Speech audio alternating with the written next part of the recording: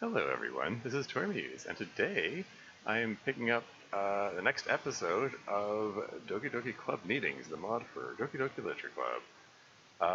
Yeah, we're coming into episode 44 out of, as far as I know, a planned 48 episodes. Thanks, Jamones. Yeah, it's been a long journey. We're getting there. We're getting close to the end. Imagine that. So yeah, let's just speed on through this. Yeah, the splash message. I'm assuming is the same as all the other ones. You never know. I mean, Dev might have thrown some kind of special Easter egg in one of these episodes. Who knows? Speaking of splash messages. Oh, it's back on finally. Oh no. Are we led to assume that that's MC who has that reaction? Yeah, because when we last left off, I mean, I got some time to kill. Well, the first ad's over. Really? Okay. It's gonna throw another ad break on the screen because that's what Twitch does. But yeah, let me just take a second to exit Discord here. Yeah, so I'm gonna fill in a bit of time. Let's do a recap. Yeah, when we last left off, MC inexplicably got the presidency again, and at the same time, Monika continued dodging Miss Ida's questions about what's going on with the World.bat file, while denying that she's avoiding Miss Ida. And so Miss Ida decided to take matters into her own hands. It's a bit of a mystery to me why she or how she has access to the World.bat file in the first place. Like, I don't know, some kind of backdoor that Monika programmed in. I don't know. I mean, maybe it was discussed back in season 3, and I just forgot. Like, what was it during this brief window? Yeah. Like, was it expressed? I'm sure that Monika put in all kinds of safeguards to make sure things didn't break when they did this transition of ending the time loop and moving on to college, and all the uncertainty of what might happen to the simulation, what happen to the game if and John's here. Welcome to the stream. How's it going? Oh yeah. Also, welcome to Dev. Welcome to the stream. I forgot to say that. Yes. Yeah. So I guess we'll probably get some kind of explanation about all that as things go along. The part that I have a gripe with, I made the comment that MC being made president when he's already like emotionally compromised, and at the time when the World.bat file goes online, which we already established in season 3, means he goes through nightmarish horrors. It seems a bit contrived, which I mean doesn't, contrivances don't have to be a bad thing. Like it would feel better if the past if it had been established in the past how things operate. I mean, certain details like yes, thinking about those ketchup chips. Not here for long because I'm not caught up to the newer episodes, but I figured I'd drop in and say what's up. Cool. Thanks for stopping by. Yeah, I'm talking spoiler stuff at the moment, so spoilers beware, I guess. But yeah, no, I mean spoilers regarding what happened in the last episode. But yeah, no, seriously, like we just established in the first 3 seasons. Isn't this supposed to be? Is this supposed to give a notification that ad break is coming up, and it's not showing a notification? I'm just going to refresh this page. Yeah, we spent 3 seasons establishing. There we go. Ad break in 50 seconds. 5-0. Yeah. So I'm going to kill time until the ad break is done before I actually start. But yeah, but like we established, we had 3 seasons of establishing that MC is never the president. He was not president at any point in the first 36 episodes of Doki Doki Club meetings. It was always the girls, Monika, Sairi, Natsuki, and Yuri, who became president, and once Miss Ida. Yeah, the only time MC was president was in the flashback that took place before episode 1. And it's very clearly and repeatedly established that they can make him president if there's an emergency, but otherwise they don't want to risk it. And then this whole concept was reinforced in episode 37 when it was Sairi's turn to be president, but she was in a bad state, and Natsuki was just there, had it, so he didn't want to give it to her, and Yuri was still recovering from her presidency addiction, and like there's a lot of back and forth. And he was indeed made president somewhat oddly at the end of episode 43 for odd reasons, but there wasn't any reason for it, is all I shall continue to say. I mean, okay, if you're saying that there's an upcoming reveal, then no spoilers. But then we'll see. But what am I trying to say here? The ad break is probably going to pop on as I'm expressing this, but as it is, there it goes. As it is, yeah, in episode 37, they made a really big deal of when MC steps in and says, "Okay, it's okay, I'll take the presidency," and they're like, "What? This is potentially dangerous. We need to take some steps to make sure things are okay. It'll be okay." And they make this big deal of this is unusual thing, MC becoming president, etc., etc.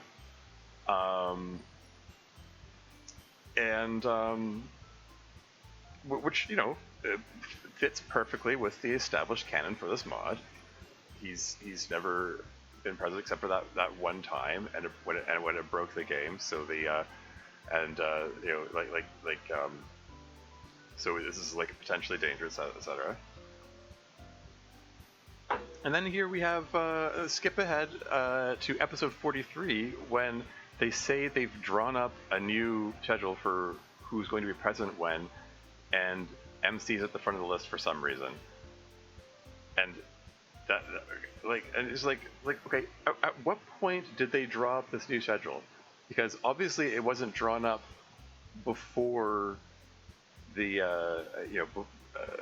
before episode 37, because then they wouldn't have had this big to do about what MC being president. What if something goes wrong? So whenever they drew up the schedule, it would have had to have been after he was president then. So why would they draw up a schedule which immediately makes him president again, when the explicit reasoning behind moving the presidency around is so that no one has it for too long a stretch of a time. Like they're supposed to they're supposed to keep moving it around. So why did it go back to him again? You know what I mean? Like it's inconsistent with the established canon. So I don't know. Maybe there's going to be some reveal that there was some other reason for it. I don't know, but with established canon that's there so far, it doesn't seem to be a reason. It doesn't make sense. I mean, we'll see. We'll see how it goes. Ad break is almost finished. I mean, it might already be finished. This display just ad break ended. Your community is back. Welcome back. Yeah. Anyway, let's just jump in. By the way. Oh yeah. By the way, I have the yeah. Last episode, I still had a cast on. Now I have a splint. My wrist is still recovering. It is still very sore. It's actually demoralizingly sore. Apparently, according to the doctor, I have he called complex regional pain syndrome. Basically, it means like everything hurts. That's the short version. And I have incredibly reduced range of motion. Like I have like 20% of my normal range of motion. Like normally, like I can flex wrist like to 90 degrees or extend it like 60 degrees. You know, like 120 degrees of range of motion. This says like 150, that would be, no, it would be 150, right? Yeah, this has like 30 degrees of range of motion. I can like move it this much, and even that much hurts. Like every movement hurts. Like flexing it hurts, extending it, rotating it either direction. Uh, like it's just all pain all the time.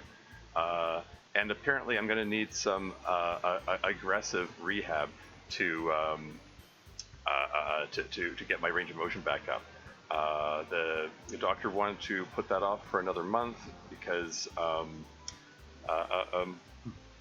he says he wants to. He says there's improvement.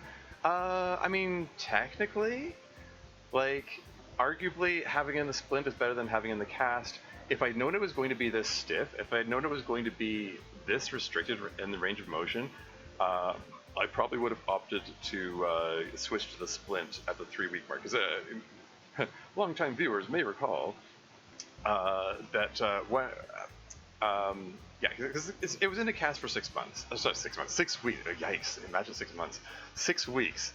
And at the 3-week mark, the doctor said that he was good to go either way with going back into the cast or switching to a splint because the x-rays were showing that healing was far enough in progress. And I probably should have opted for the splint. At the time, it was like, this hurts so much, I just go, put me back in the cast, please. As insane as that sounds, a thing to want. But yeah, if I notice it's gonna be this stiff, like this is this amount of range of motion, like I can't do barely anything with this. Like I can touch, like even touching my thumb to my index finger hurts a little bit.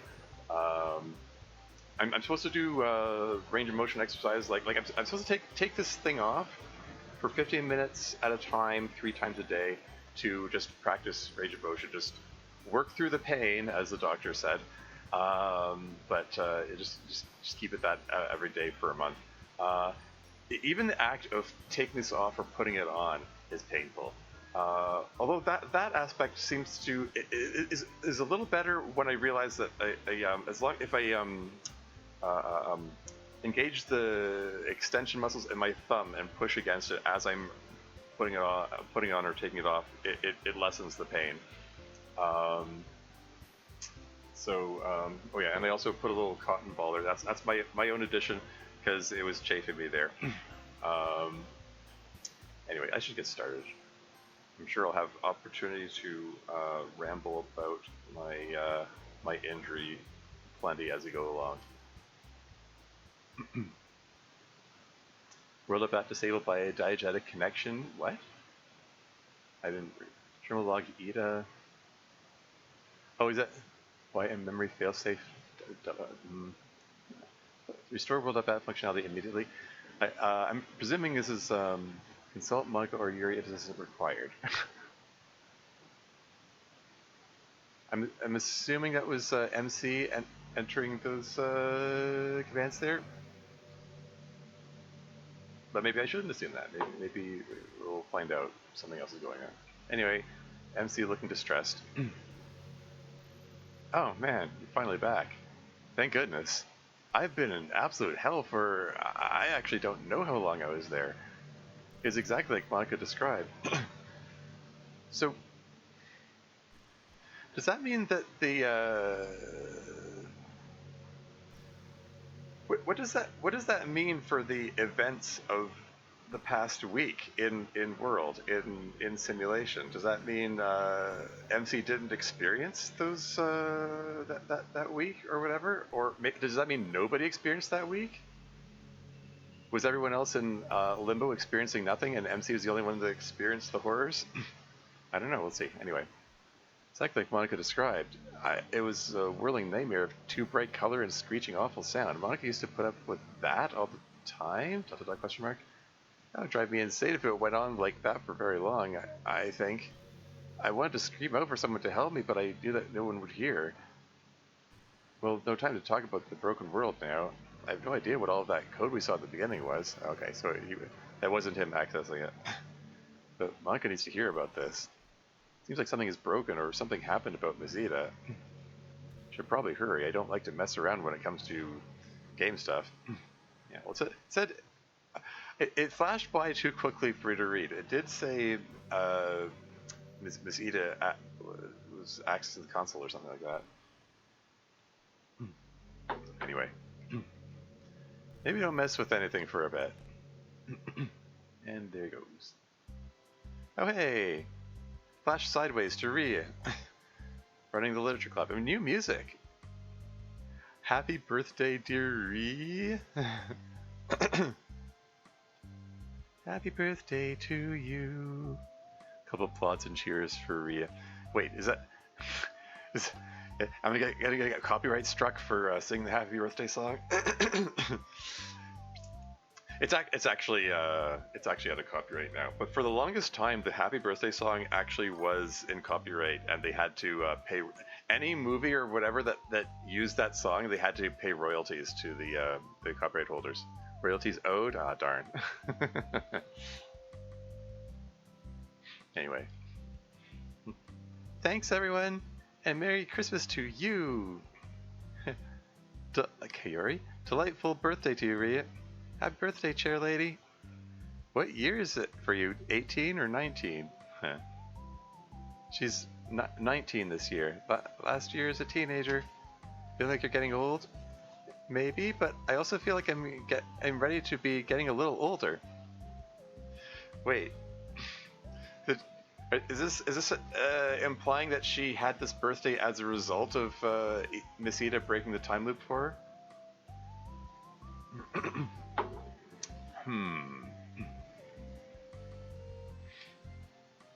Feels like I've been a teenager forever.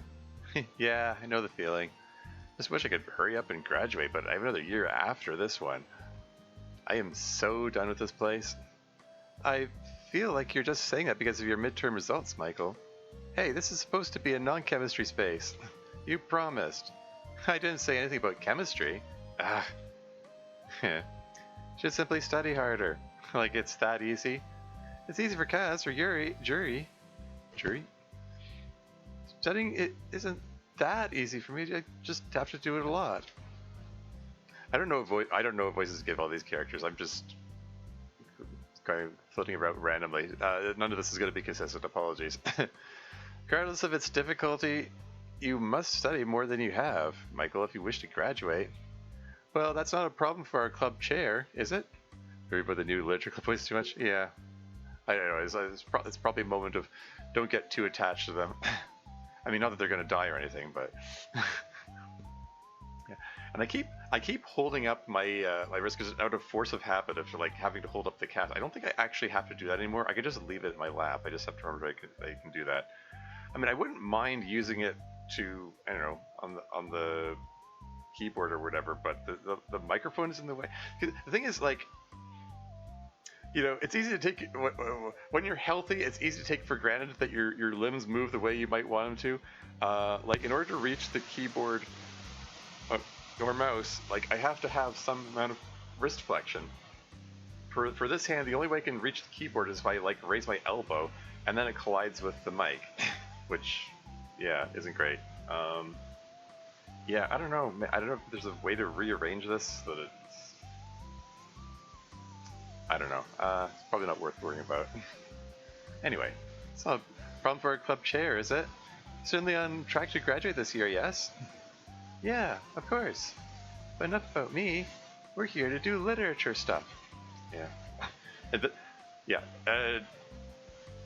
Yes, notably, Ria's saying that she's graduating, whereas the last time she talked to Miss Ida, they were talking about plans for the future of the of the literature club next year, and indicating that she was still going to be chair most likely, indicating that she was expected to be still in school and not graduating. And this is Miss Ida subtly, subtly, not so subtly, slipping in a confirmation that for herself as well as for the audience, really. Anyway. Did everyone upload their poems to the club portal? There's general nodding. I had a little bit of trouble, so I brought mine on paper. That's great. Why don't we start with yours then, and Miss Ida can start getting the portal ones ready for display. I'll get right to it. Oh, and Ria, yes? Happy birthday. Thanks so much, Miss Ida. Merry Christmas to you. Okay, Mube, whenever you're ready. Okay, my poem is called The Circle Board. Still doing poetry till this day. Anyway, the living room is empty. Neither Monika nor Ryan, I guess. Monika, it's me. Open up. It's important. Hey! Oh, and Ryan's still getting used to, like, living it there and calling it his space. Should I answer it? This isn't really my house. I guess it's probably someone who knows Monika. Oh, hey, MC. I haven't seen you since we were working on Kenza's car last summer. Oh yeah? That's neat. So they got to some time together to know each other. Time to know each other together at some point. It's never been clear like how close they are now. Vignette can acknowledge. Oh yeah. Shoot, I need to. Yeah, I've yet to watch any of the vignettes. I know there are like a whole lot of them, but I don't know. A year from now, you may find yourself wishing you started a year ago. That kind of deal. Maybe I'll watch them at some point. Anyway. Oh yeah, that was fun. Sorry, I kind of forgot you were living here. Oh, don't worry about it. I forget I'm living here sometimes. Is Monika around? No idea. I know I'm living in her house, but honestly, I try to give her plenty of space. If I had to guess, I think she'd still be asleep. Well, I think I'm going to have to wake her up. Whoa, is everything alright? I think so. It's just a time-sensitive family thing, I guess. I see. Well, the room is right down there. Thanks. Punk, shoe, me, etc. And she's really fast asleep. Hey, Monika, wake up.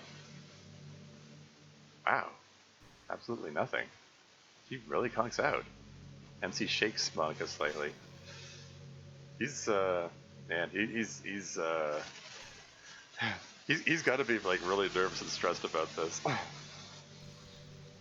Like going into her bedroom and like, touching her while she's asleep, is very MC unlike behavior as far as club meetings canon goes. It's a mark of how worried he is.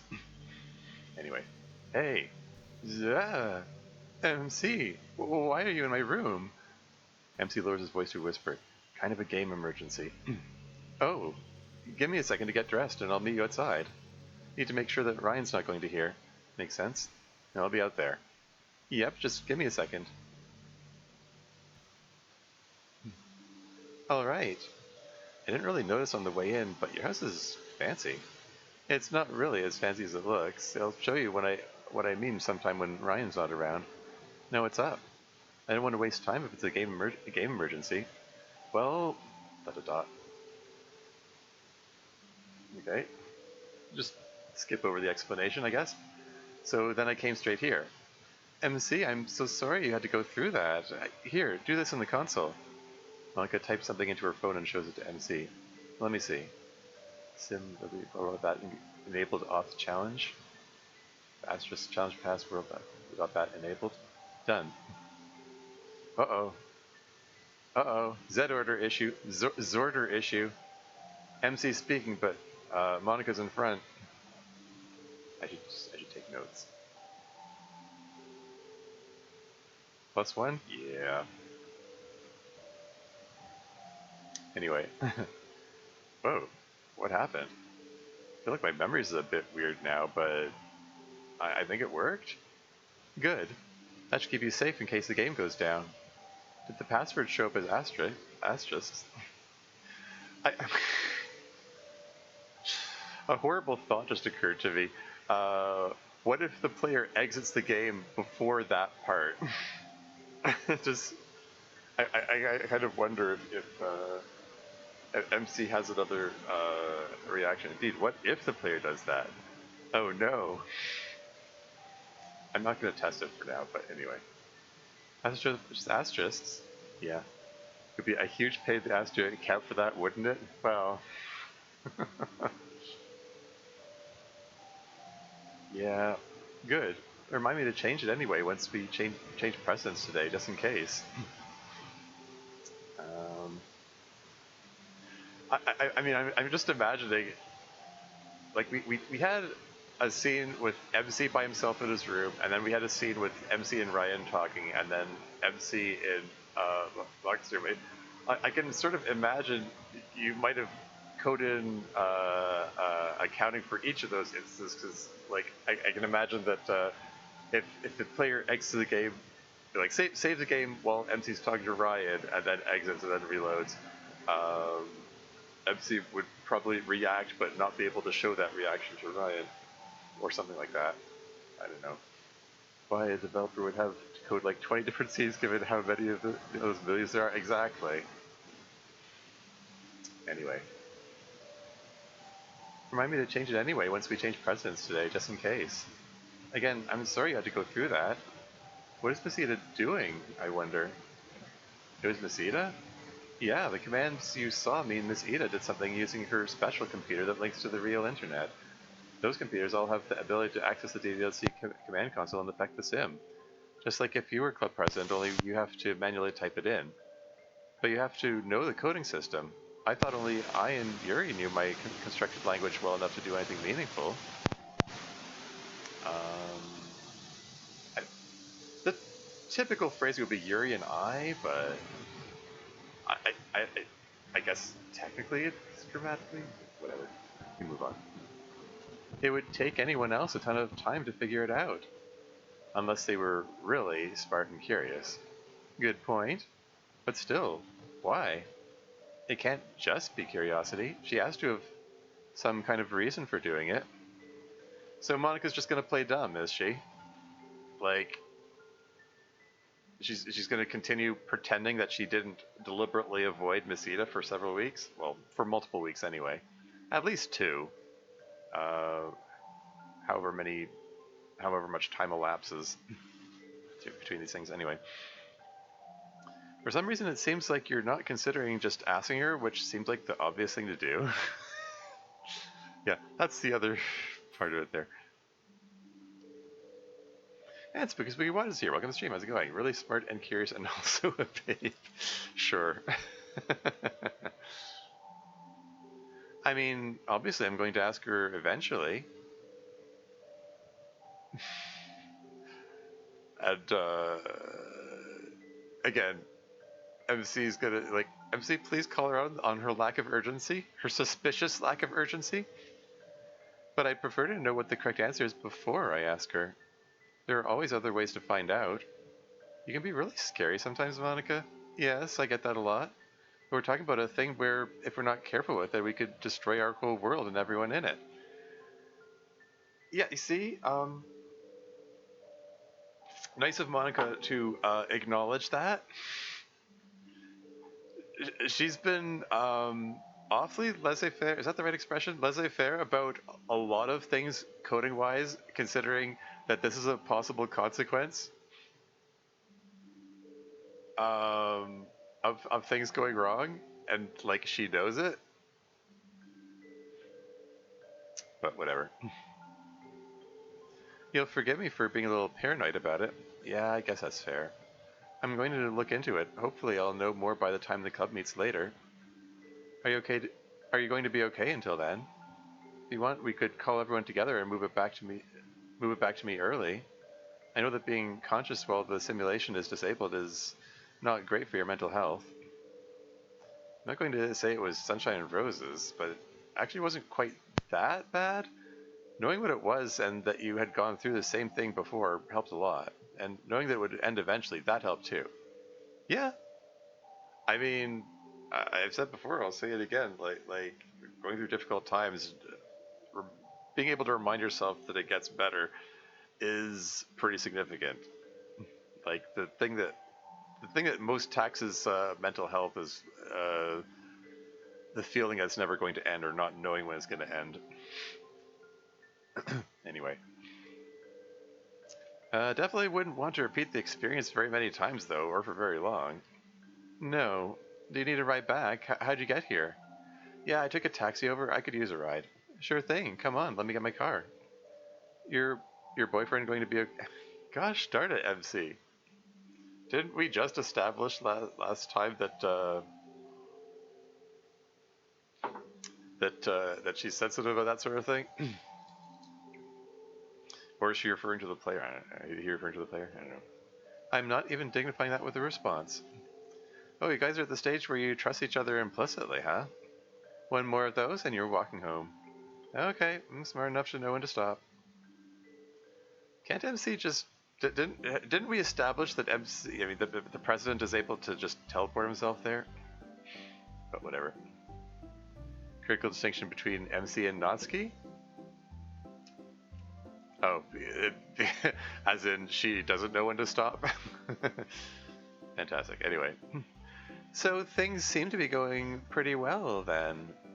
When are you going to make a move on her? I'm not going to be making any moves on her. Why not? If I were in the same position, I'd practically be offended if you didn't try something. Well, I mean, I think it's fair to say Ayami's different from Monika, though. You would be offended, Ayami, but you're different to most girls. Monika's a little more closed off. I don't think she's the type of girl who you can just put moves on. What, do you have a crush on her too now, Kagami? Is she that super special? Oh, totally. Going to steal her before Ryan can muster up the courage to do anything is my master plan. You hear that, Ryan? You better get a move on before Kagami steals your girl. Might as well not bother if Kagami's interested. I have no chance then. But seriously, as someone who's gotten kind of close to her as a friend recently, she is pretty closed off. Even the people who are her friends, she can be closed off. She definitely doesn't trust people, as a rule. I think she's always kind of been the person who likes to know more about other people than she gives out about herself. Yeah, I definitely agree. She's always asking me questions about myself when we bump into each other in the house. Then since I change the topic to her, she starts giving really short answers. Or remembering that she needs to do something else. At least she told me her family problem she had today was no big deal after all, I guess. Her family problem. Anyway. Well, she's a tough nut to crack, sounds like, but I have confidence in you. You'll be in that immaculate, stylish dress before you know it. You'll be in that I mean, okay. I'll settle for just getting to know her a little better first, thanks. You are annoyingly chivalrous. You really do move a lot faster than most people Besides, I have faith in Ryan. That old chivalrous shtick gives him serious game, in my opinion. As long as he doesn't try the whole Miss thing with her. Ha ha ha. Yeah, I know where to stop pushing the bit, yeah.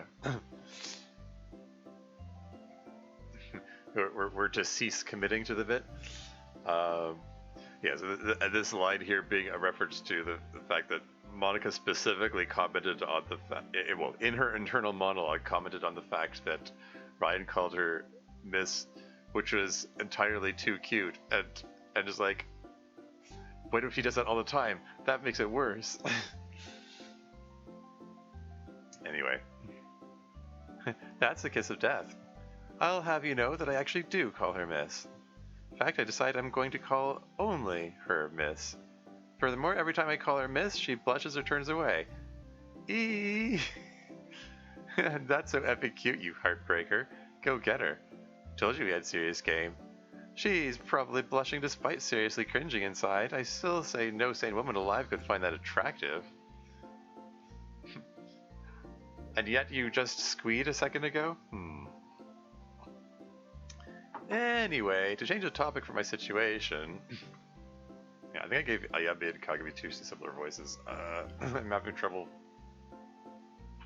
keeping them differentiated. Oh well. Change the topic for my situation. How'd the thing go with your brother, Kagami? Oh, went alright, I think. He promised he'd start therapy, and his first session is kind of soon, I think. He promised he'd start therapy, and his first session is kind of soon, I think. Hold on. Again, this comes back to so many questions about world building.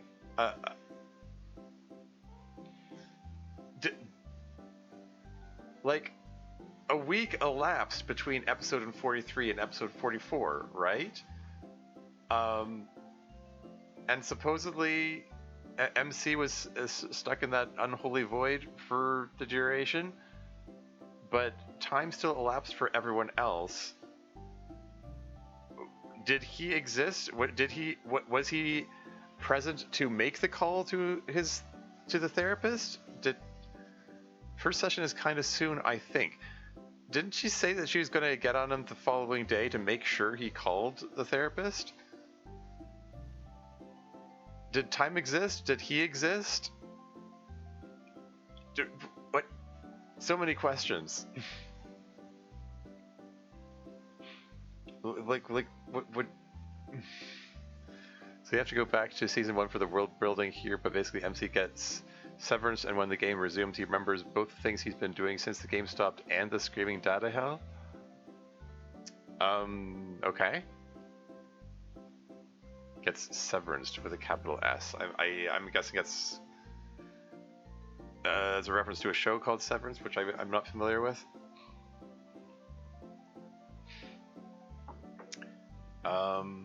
Both things he's been doing since the game stopped and the scream data. So he's just what? He was just on autopilot, going through the. Wait, but what? That raises more questions. So, like, when the game resumes, he remembers both the things he's been doing since the game stopped and the screaming data hell. So, what? There are two versions of him, and one that's operating on autopilot and doesn't experience the data hell, and the other one that does experience the data hell, and they like re-merge when the game restarts, or something like that. Does he still have? Does he still have sentience when he's operating on autopilot? Something like that. Yes. I mean, okay. Whatever. I'm gonna move on. First session is kind of soon, I think. He has been acting even more tired and weird this week, but I think he kind of emotionally crashed out. Yeah, that makes sense. Poor guy. He always seemed pretty even keel. He is, but if something bad enough happens to you, anyone can be shaken up. Anyway, Sairi's going to make sure he actually goes to his appointment and texts you when it's done. So is his appointment today? Are we going to get to see it? For that matter, are Ayami and Ryan aware of, MC's alleged reason for needing therapy, i.e., quote unquote walking in? Hey, I can do quotes with his hand now. Quote unquote walking in on Sairi's suicide attempt.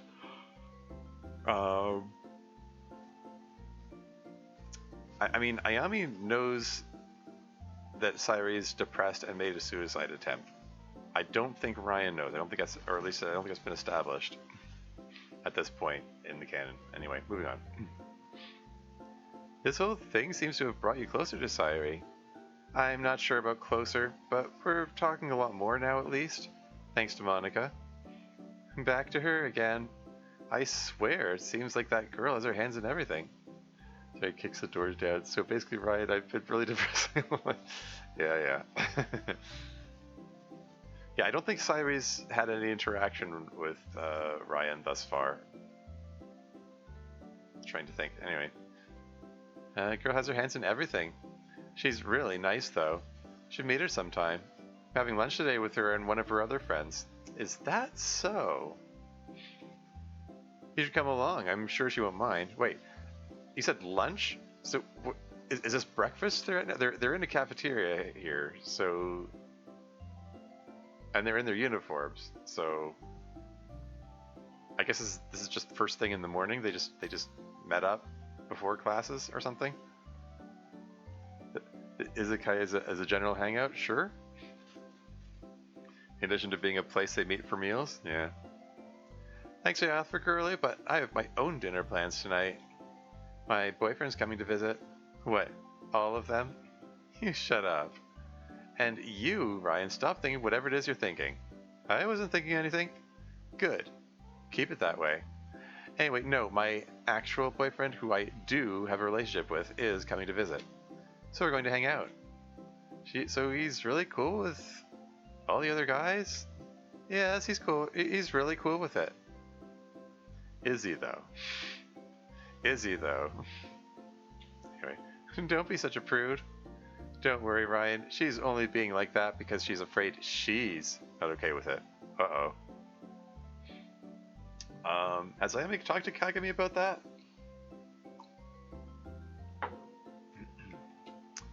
Shut up. You can't just say that. I can if it's true.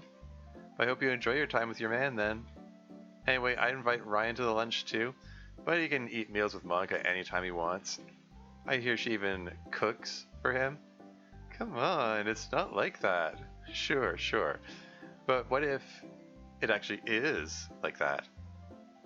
I have no idea how I've survived hanging out with you guys for this long. And therapy session, go.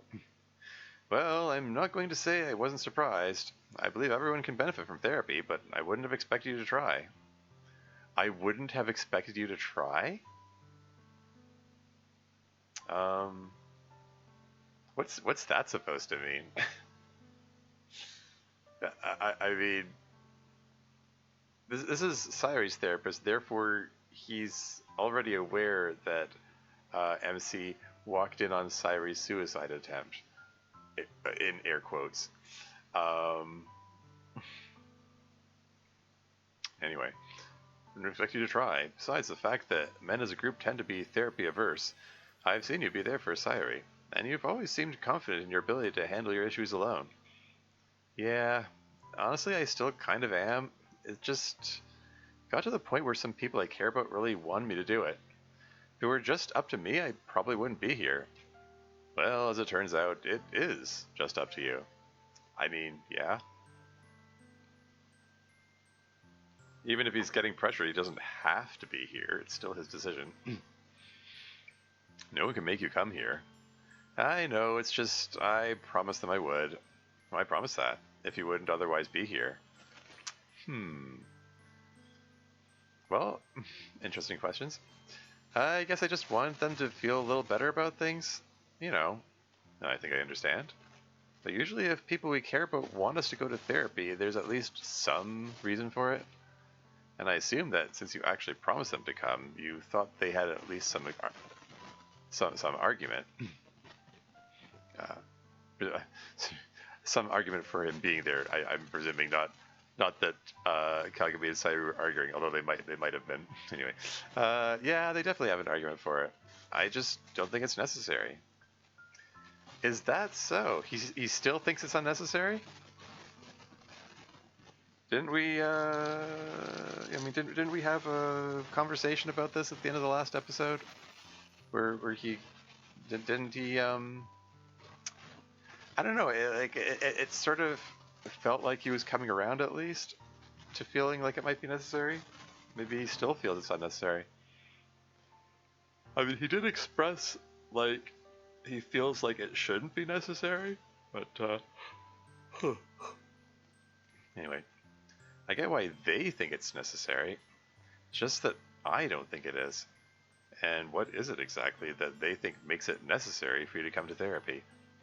Well, I do have some trouble sleeping. And why is that? Come on, Doc, you're Sayori's therapist too. You know why.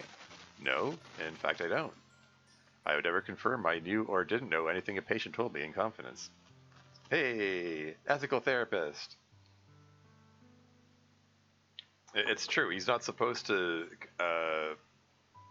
say what Siri like even like it goes for any registered health professional, whether it's a doctor or therapist, like psychotherapist or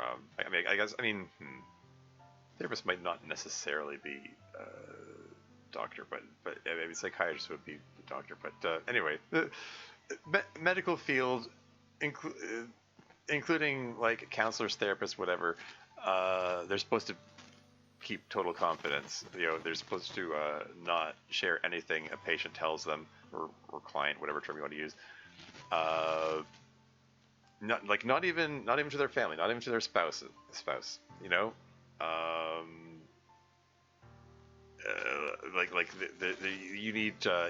basically.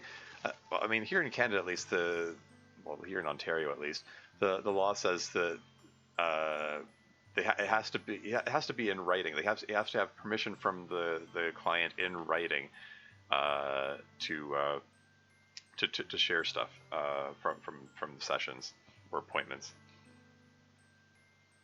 I don't know if people in those fields necessarily adhere that strictly to that standard, but that it is what the law says. But I mean, there are some exceptions, like if you confess to like a crime, and there's some criminal proceeding or something, or you're a danger. They think you're a danger to yourself or others. Stuff like that. Kind of like ethical rules are so much simpler. Sure. Anyway, I would never confirm I knew or didn't know anything a patient told me in confidence. In your case, Siri has made it clear she's fine with me discussing what she says in therapy with you as part of her process. But despite that, I don't know why you have trouble sleeping. Yeah, I mean, strictly speaking, the therapist shouldn't be making assumptions regardless.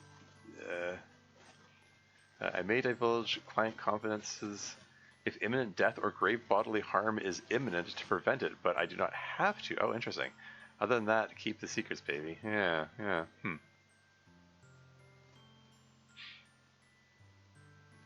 Interesting. Yeah. Well, one of the things when I was back when I was learning to be an RMT, registered massage therapist, that was like 20 years ago. Man, how did 20 years pass since my massage therapy days? That's wild. Part of the class we did have to learn about the ins and outs of the legal processes as an RMT, because in the province of Ontario, being an RMT, RMT is a registered health profession, and letting the days go by. Yeah, the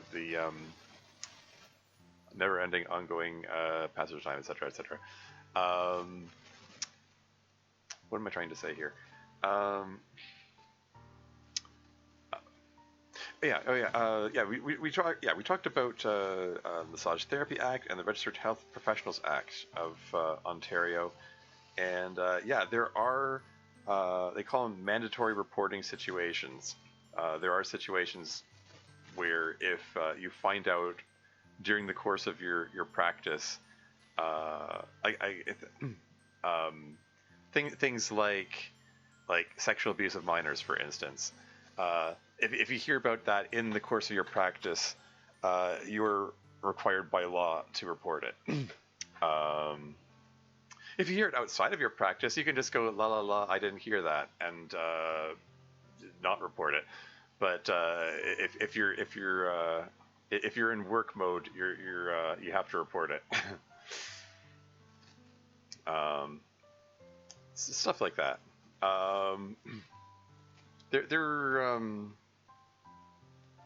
There are others. It's been a while.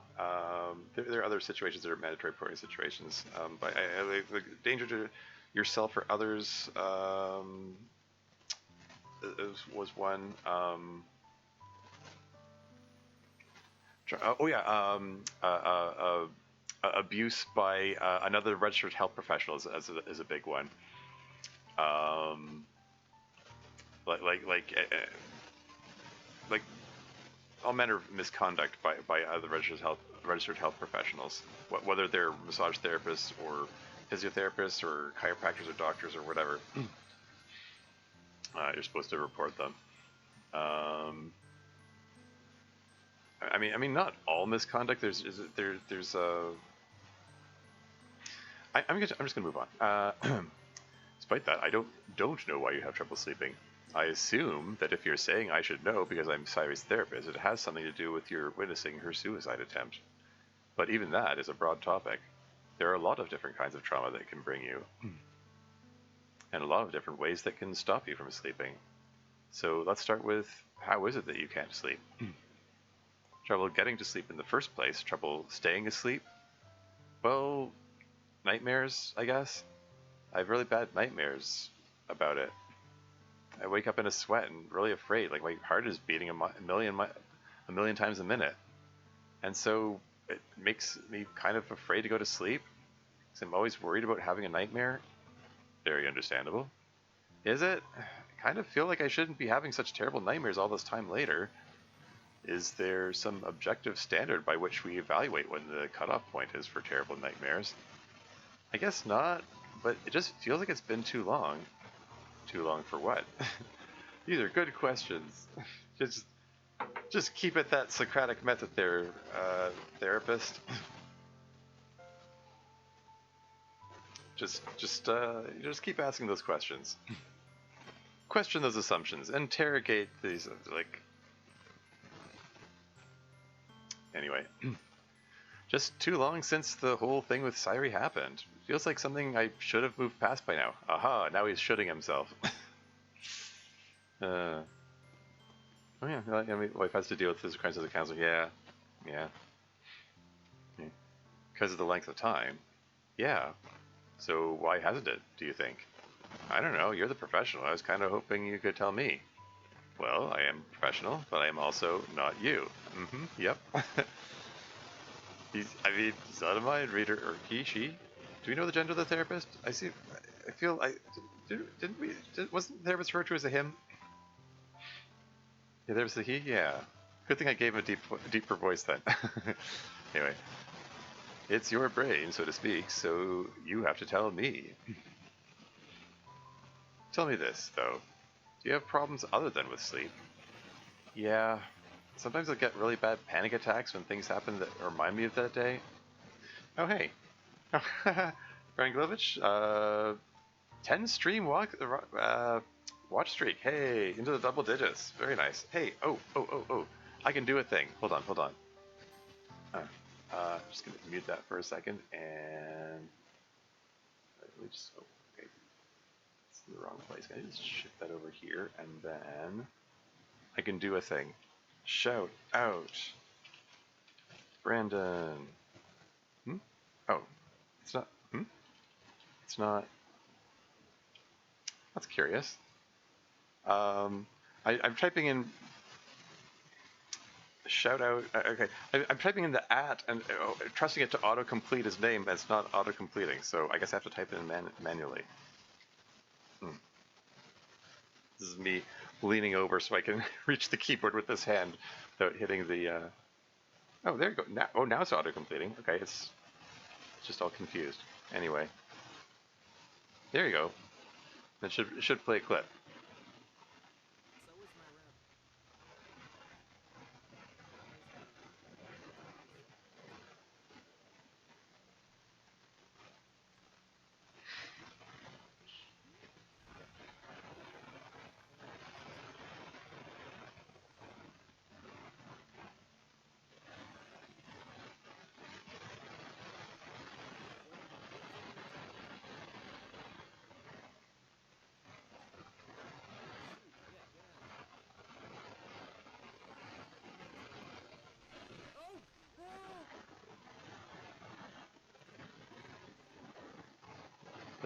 Watch that first step.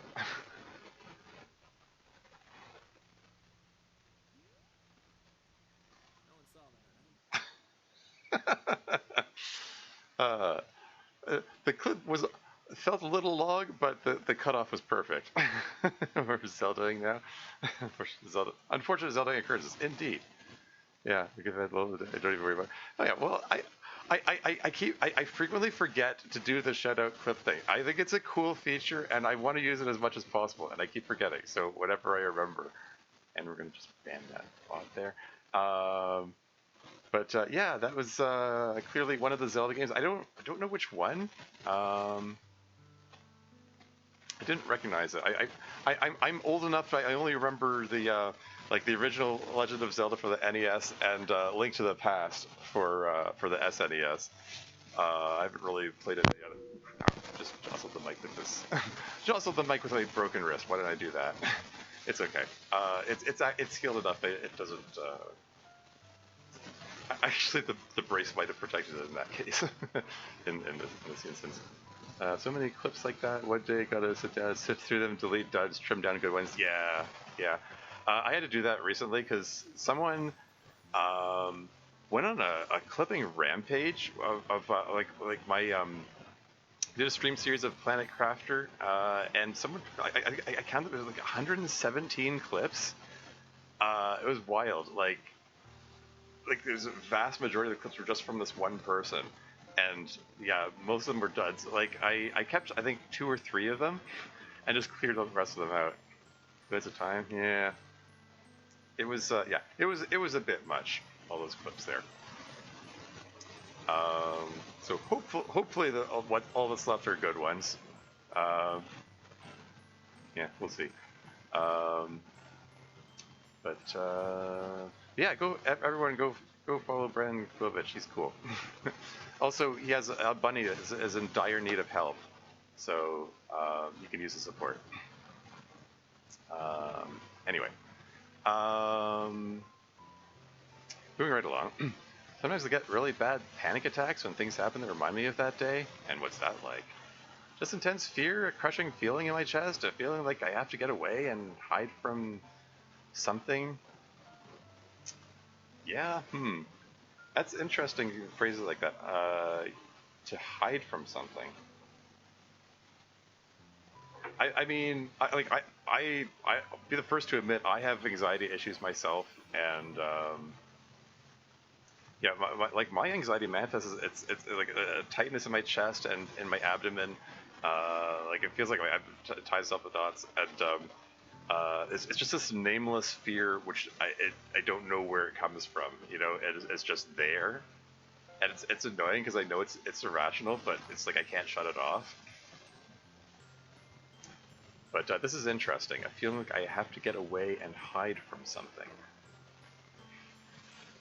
And your heart going a million beats per minute again. Yeah, that certainly sounds like a panic attack. And so they happen when you remember Cyrus' suicide attempt. Yeah, I see. Well, usually I'd like you to answer why you think this happens to you, because even if you're not conscious of it now, you have better access to that information. But since you asked me what I think about why time hasn't fixed it, think of a broken bone. Oh, imagine that. Okay? Imagine a broken bone. Like, imagine that. Imagine it. Think of it. Think of a broken bone, Therese, I know. It's getting better. I mean, I had an X-ray taken 4 days ago, April 20. I didn't say April. December 24th. Yeah, 4 days ago. Yeah, I had an X-ray taken. It's not 100% yet. The specialist said that. Yeah, that's why he wants to give it another month before like getting into really aggressive rehab.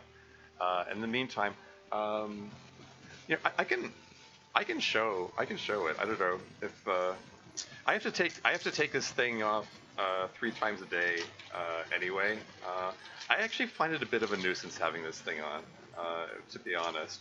Like, it keeps me from accidentally flexing my wrist in a way which causes pain. But all right, it's coming off. Here we go. Put it from this angle.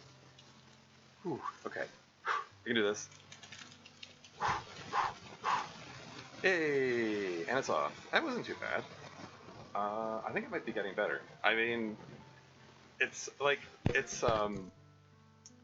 it is sore. Like the act of taking that off and putting it on is sore, but it is painful. It is dominance over the damage. Yeah. Um, yeah. But yeah, like I mentioned before, I was talking about range of motion. Like this is the range of motion I've got. Like this is me trying to flex it. It starts to hurt here. At this point, it's too painful to continue. And if I try to extend it, it hurts here. And it does maybe a little bit more. Yeah, about here, I can't continue. Like that's the whole extent of the range of motion. Like I have like 20% of my range of motion. Normally, it's I mean, normally, like before the injury, like I had this full range of motion as the left hand. Yeah, rotation. Okay, pronation, as in turning it prone, face down. I have better pronation, mostly probably because I've been repeatedly turning it into a position so I can type. So I've been working on that one more so. It's not all the way there. Like it starts to hurt here. It's like it's missing a few degrees of range of motion, and it would be nice if I could do it painlessly. Supination is rough. Like this is all I've got. Whereas like I can't turn it all the way. Yeah, the angle of the webcam is great. It's not conveying it well. Things that will lead you to learn about pronation versus supination a lot. Weirdly, fencing. Oh yeah, cool. But yeah, it's yeah, and oh yeah, and deviation. Sorry, radial deviation, ulnar deviation. I got nothing. It will not move in those directions. Like I'm trying to flex the muscles, and it's just not moving. It's yeah. The fingers, motion of the fingers is okay. Thumb is still it's still pretty iffy. Like this. Okay, this is easy mode. Like this hurts, but I can do it. This is hard mode. Like thumb to middle finger. That's like that's starting to get a little taxing there. Thumb to ring finger. This is ultra violence mode. Like, oof, okay. Oh, that's intense. And I'm doing it though. They're touching. I tried to. I did this during my last another water stream. I at the end of the stream I wanted to show off the brace and so on. Like this I could barely do this. That was 2 days after the cast coming up. And you notice also I don't know how well the webcam picks it up. It's hand is shaking. It's from the effort. Like it's not just the range of motion is reduced. Like the strength is reduced too. Like the effort to get these together is a bit much. And then there's thumb to pinky. This one's nightmare mode with respawning monsters and fast enemies. Did it? I did it. You see that? You see that? They touched. They touched. Wait, I can do it again. They touched. They touched. Woo. Yeah, like I was able to do this 3 days. Yeah, I got to the point where I could touch thumb and pinky together 3 days after the cast came off. 2 days after that was impossible. Like that was like wow, like I could barely do this. Like doing this was a no-go. This one's curiously this one's easier. Just this sort of pincer motion. This one actually, it's not painful. It feels like, oh hey, that's actually a good stretch. It feels like normal stretching. Like when you go, oh that feels like a good stretch. Like this is like it takes some effort to get into that position, but it's not painful. Instantly, there's an ad break coming up in 1 minute and 1 second. I'll pause when the ads come on. I just wanted to show this off a bit, and yeah, I'm pleased. Like I don't like obviously like touching thumb to fingers like this is like obviously normally a really easy thing to do. The fact that it's such a struggle is a mark of just how long how long is it going to take for me to recover from this injury. Um, yeah, like they told me, oh, when you come out of the cast, you're going to be kind of stiff. Like, okay, I can deal with stiff. I did not know it was going to be this stiff. If I'd known, then I would have opted to come out of the cast at the 3 week mark instead of the 6 week mark, like he offered. He said at the 3 week mark, he said you can go either way. Come out of the cast and go with a splint, or stay in the cast. And I said stay with the cast, and I sort of regret it. I feel like, oh, well, gee, if I know it was going to be this bad, I would have gotten out of the cast earlier. But then again, this now I can do this. This is me poking the bone. This I'm poking the scaphoid bone. This is the broken bone I'm poking now. I couldn't do this 3 weeks ago. Anyway, ad break is imminent. So I'm going to be right back. I'll say more later, maybe.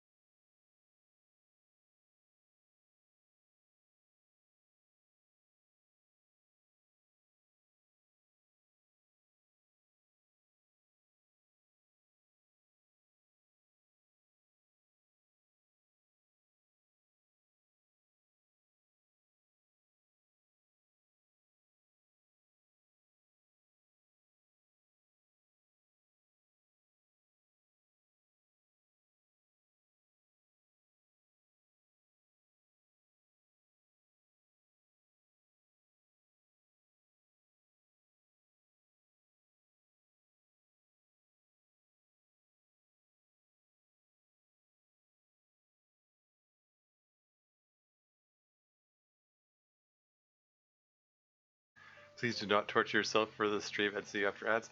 Oh, it's fine. It's I am exaggerating a little bit, maybe. Um, I actually like supposedly like I'm supposed to keep the brace on, or the splint, whatever you want to call it. I'm supposed to keep it on most of the time and take it off for 15 minutes at a time to do my exercises. Like I have to do the exercise at some point. Exercises is just basically just practicing flexion, extension, and rotation.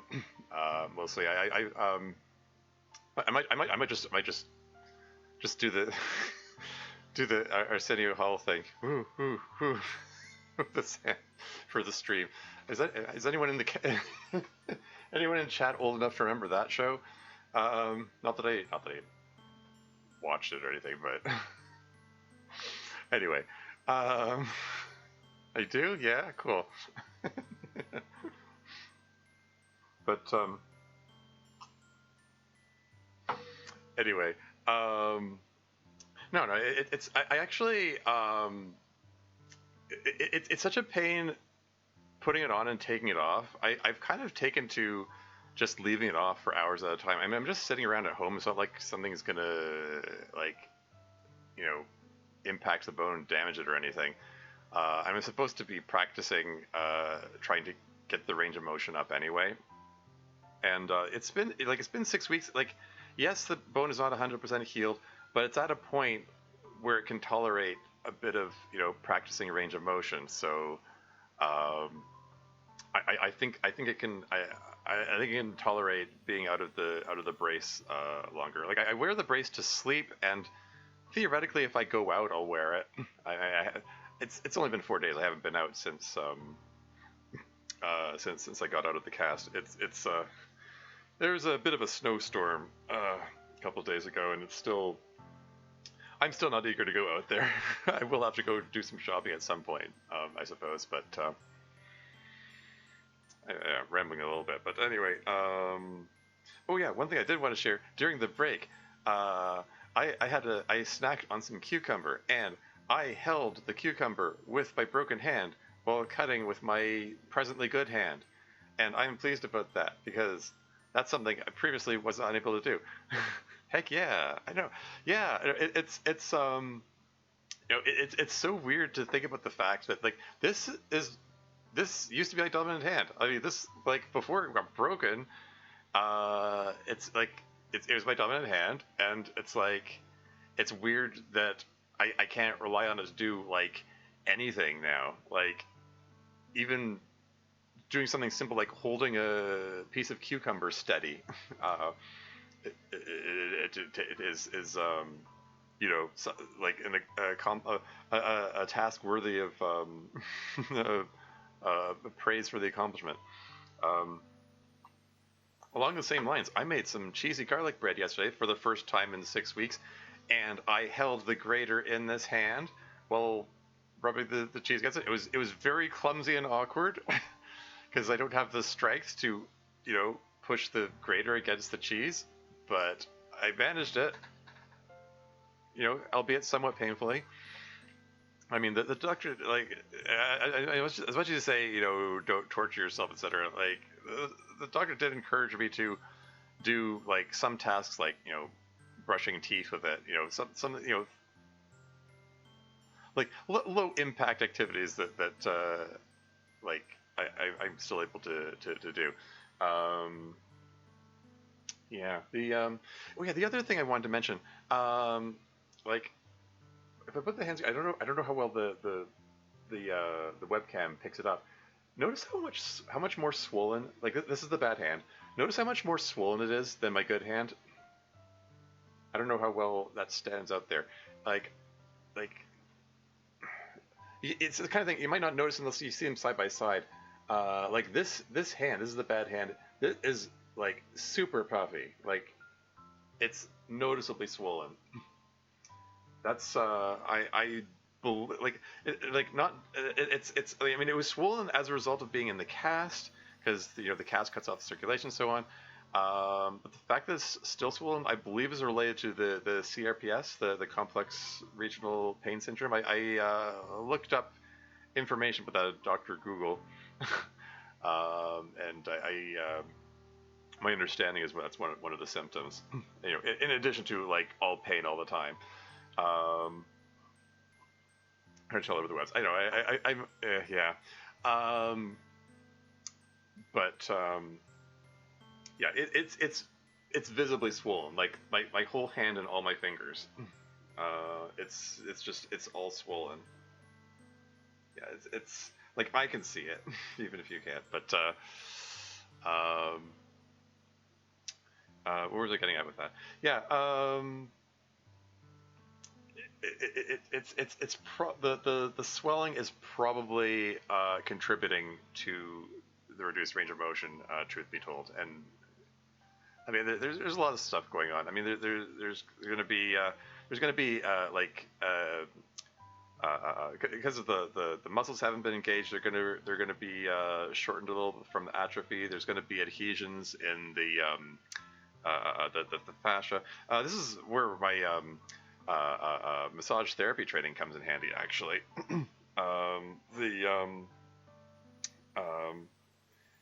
Because the fascia is the connective tissue that surrounds the muscles, and sometimes like adhesions can form in that, which restrict range of motion.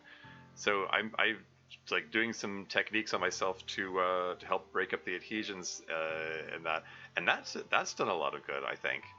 And also contrast arm baths. I'm a huge fan of those. Those kept me going during my practice when I was working as an RMT back in the day.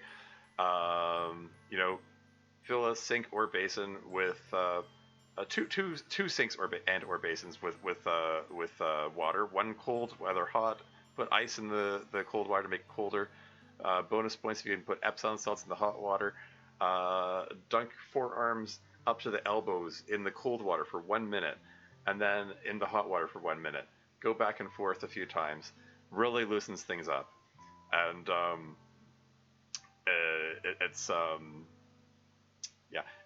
it was a big help in during the massage therapy days. I think it's helping with this as well. Like this doesn't seem like much range of motion. It is slightly better, like ever so slightly better than when I first got it out of the cast. Like I am seeing some improvement. I mean, just the fact that I'm able to do this. Okay, just the fact that I'm able to do this is already an improvement. Or this. That's a significant improvement over when I first came out of the cast. So it's a positive sign that it's healing. It's gonna be a while before I can get back to Silk Song, but what can you do? And there was another thing I wanted to say about it. Oh yeah, the other exercise I did. It was bugging me that I couldn't remember the name of it. There's an exercise that I learned from massage therapy. Like the specialist that I saw in the hospital, he told me that I should practice range of motion. He just told me to do like general like flexion, extension, and supination, pronation. Like that was the extent of the exercises he prescribed for me for this month. But another exercise that I remember from my massage therapy days, proprioceptive neuromuscular facilitation, and it's one of those things like I knew what it was, but I was like, it's bugging me that I can't remember the name of it. It's like PNF for short. You alternate between flexing the muscle and relaxing it. It's a way of resetting the what do you call them? The thing in the tendons. Basically it's about resetting your body's ability to detect the length of the muscle and to trick it into relaxing, basically, so that you can get a better stretch. I'm drawing a blank on that now. The tendons, the The connective tissue which connects the muscles to the bones. There is a part in the tendon which acts as a stretch receptor for purposes of proprioception, and I'm drawing a blank on the name of it. But proprioception is your ability to detect where your limbs are in space. Like if I close my eyes and somebody took my hand and moved it around, and my arm is completely relaxed, I still know where my arm is, because of proprioception, because of the sensors. GTOs could be it. Golgi tendon. Wait, no, sorry, shoot. No, wait. What's not Golgi? I'm thinking of the other thing. Golgi apparatus is inside the cells.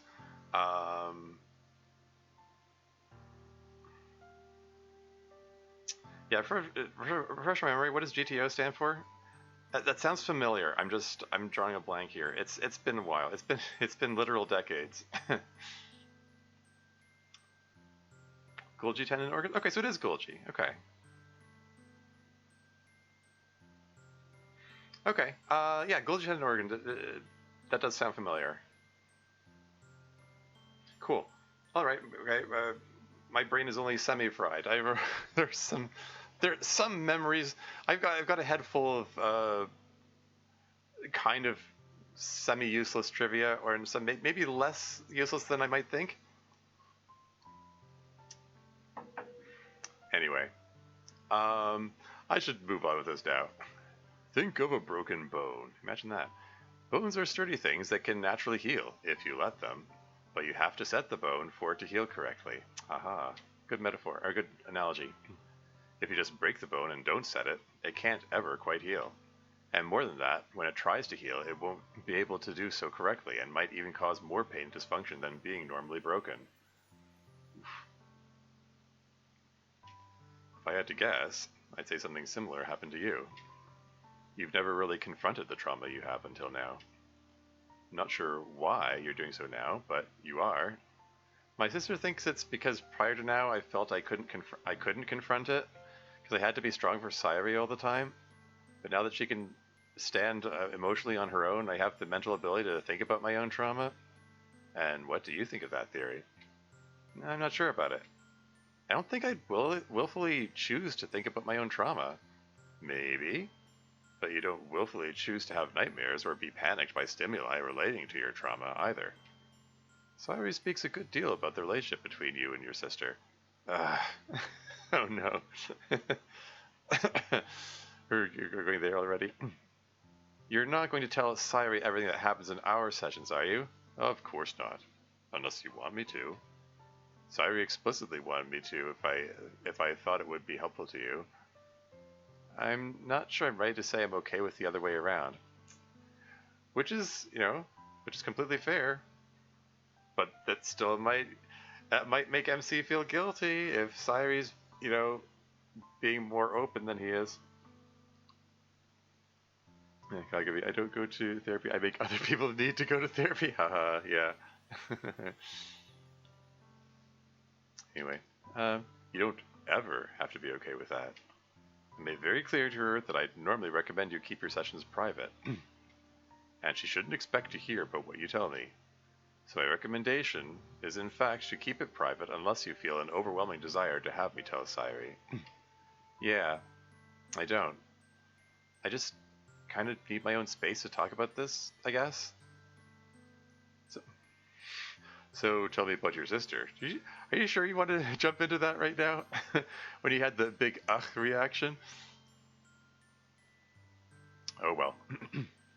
Long story. We've got time.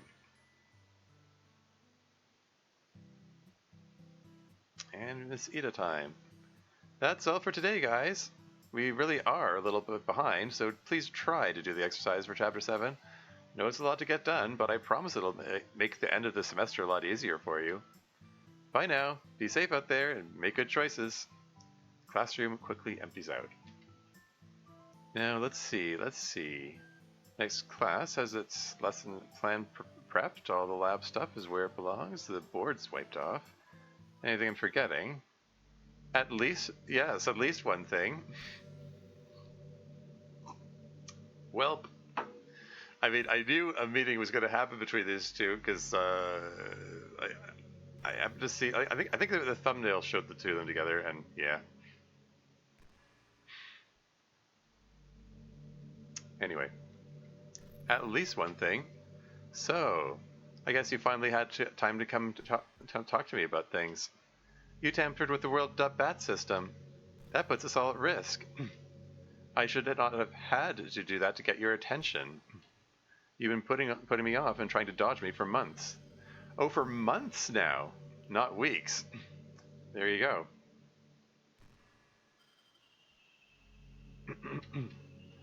And besides, I wasn't careless. I figured out roughly how it works.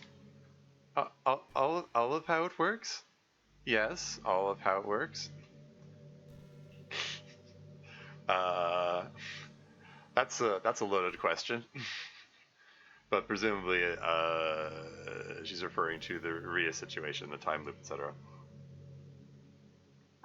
And I figured out how to disable it without too much fuss. No fuss? Do you realize what happens when you turn off World.Bat?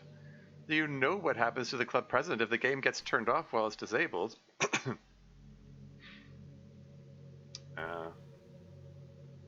I mean,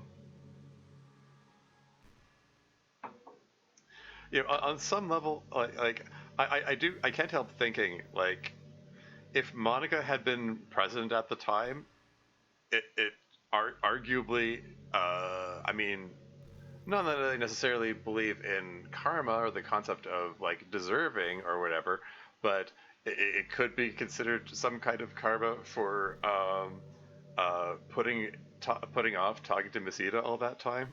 if Monika had been president and she had been subjected to that.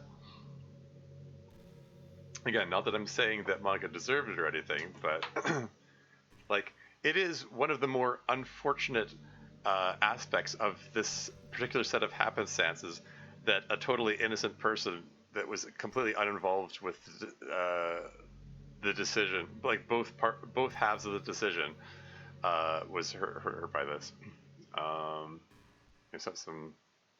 Anyway, moving right along. Yes, I know, sensory assault. Sorry you had to go through that again. But it had to be done. The problem needed a solution, and you were ignoring me. I didn't have to go through it. MC had to go through it. And he's never been through that before, so he wasn't at all prepared for it. You cannot just inflict suffering like that on someone without warning or preparation. Completely unacceptable. MC's been having a rough time recently, too. Completely unacceptable, says Monika. I mean, I know she's no longer Miss Ida's student, but, you know, it's an instance of,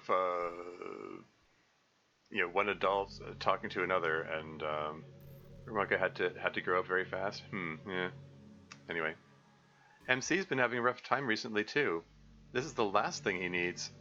I'm sorry to hear that. It's nothing serious, is it? Only moderate. We can talk about that later. I still cannot believe you did this to him. I'm sorry. I didn't know it would be him. But it's fine if it had just been me, right? I'm used to it. Monika, I know that's an unfair standard to put on you, but I need to... No, you don't need to do anything. To anything. I am not just another high school student, and you can't defuse this by using teacher voice. Uh-oh. Is... Okay, saying not just another high school student, is Monika's subtly implying that she's might be considering imposing some kind of consequences for this? I mean, the next time Monika's president, she's going to have the ability to alter whatever she wants. Also, note Sayashi. That is all. Moving right along. I'm not even really human. I'm something else entirely, and you can't constantly take it for granted that I can just handle that. At the very least, I deserve warning before you do something like this. And Monika, at the very least, you need to listen when I try to talk to you about things like this. may have made more poor choices in doing this, but you have contributed by avoiding the topic with me. I said, yeah. What is it exactly that was so important that it demanded torturing one of your former students? You are ruining the life of one of my current students without her knowledge or consent. You're here stomping your feet about doing things to people without warning or preparation, but did you warn Ria? Did you warn her that the world would keep moving on around her while her life held still? Did you warn her that she'd be trapped as a high school senior forever, the only static person in a moving world? That you chose to sacrifice her future so that all of you could still live normal lives and keep your connection to the world outside? Something. The people who turn away from Amalas, whatever that story is called. Is that that story about the utopic world that can only exist if one innocent child suffers in immeasurable torment, but everyone else gets to live a life of luxury? And this is Miss Ida turning her back on Amalas, that so-called utopia. Anyway. Da-da-da. That's the reason you didn't want to talk to me about it. You didn't want me finding that out. And you didn't want me to interfere with your setup because it was working well for you and the others. You knew full well that if I found out, I'd stand up for Ria and protect her. Well, I found out, and now I'm standing up for Ria and protecting her. You cannot use her as a sacrifice for the sake of your convenience. There's another way to do things, I don't care, do it. But you won't use Ria this way. I know full well that you have the power to. I can't edit our environment like you can. But I am saying morally that as her teacher and your former teacher, you cannot do this. That's why I turned off World.Bat. It's her birthday today, Monika. Her birthday. She deserves a chance to turn 19, to graduate, to go off into the world and live her life. She's no different from any of you in that regard. I thought she would be happy. I thought of everyone I know, I can't think of anyone who would enjoy being here and making new friends every year more than her, especially given how she's taken to it. You do not get to make that decision for her. Well, I guess you can. But it's wrong, Monika. It's very wrong. You're taking away her entire future. It wasn't necessarily going to be permanent, but I'll bet you it was going to be indefinite at least. And indefinite things have a way of becoming permanent. So, what do we do now? Well, you should tell me. But before we talk about Ria, let's improve our ability to communicate with each other. I should not have tampered with the simulation setup. It harmed MC and it could have harmed you, and I'm sorry. I was driven to do so because you were not answering me. I understand why you were not answering me, but I don't know what you thought was going to happen. I expected I was going to have to deal with the situation eventually. Months later. Years later.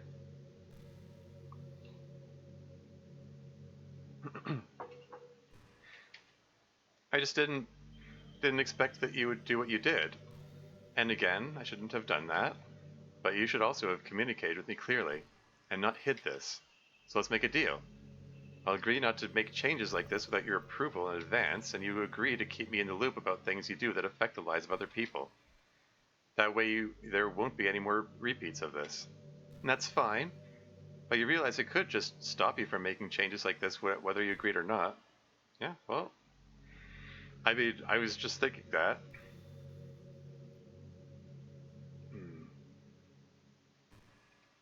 I do realize that, but I'm counting on you being an ethical and thoughtful young woman.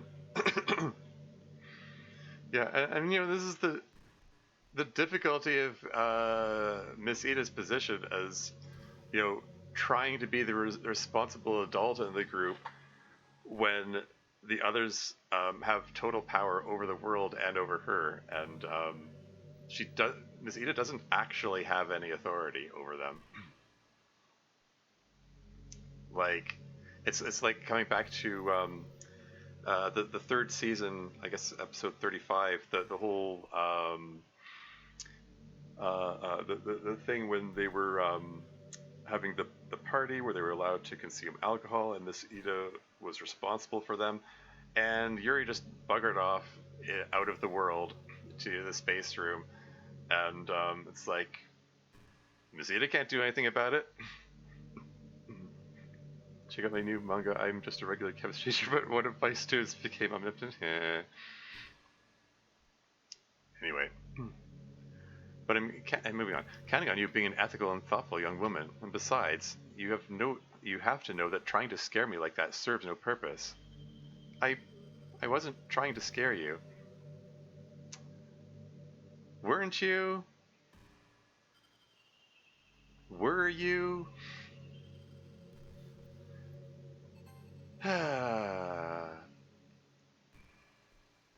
You know, and this comes back to my whole conversation earlier about Monika's unfathomable motivations, because she's, you know, as she established, always, you know, always scheming. She, you know, mentioned that she always has schemes going on, and you know, there are different levels of manipulation. I mean, in order for manipulation to work, it has to look like it's not manipulation,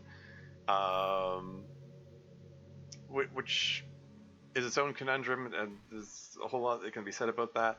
But we already established some of the levels of manipulation that Monika is willing to engage in. You know, pretending certain emotions to evoke certain responses, including in you know, her quote unquote best friend Sayuri, like back in episode 18 or 18. Yeah, it would have been midpoint of season 2, and you know, stuff like that. What am I trying to say?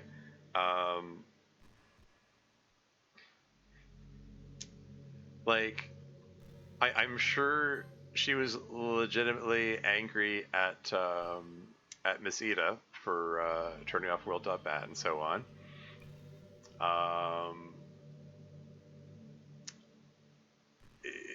You know, like claiming she wasn't trying to scare her, or after saying that I can just stop you from doing this, whether you agreed or not.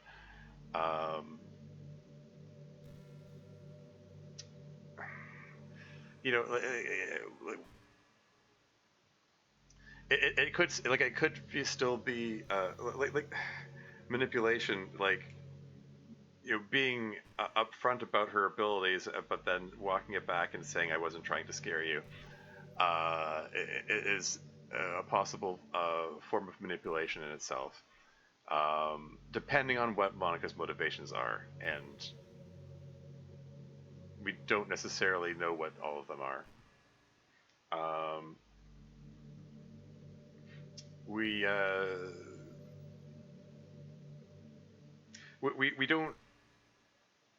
don't even, it hasn't really been discussed what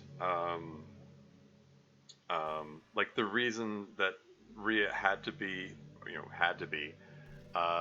trapped in the time loop, or what the consequences of breaking the time loop for her are.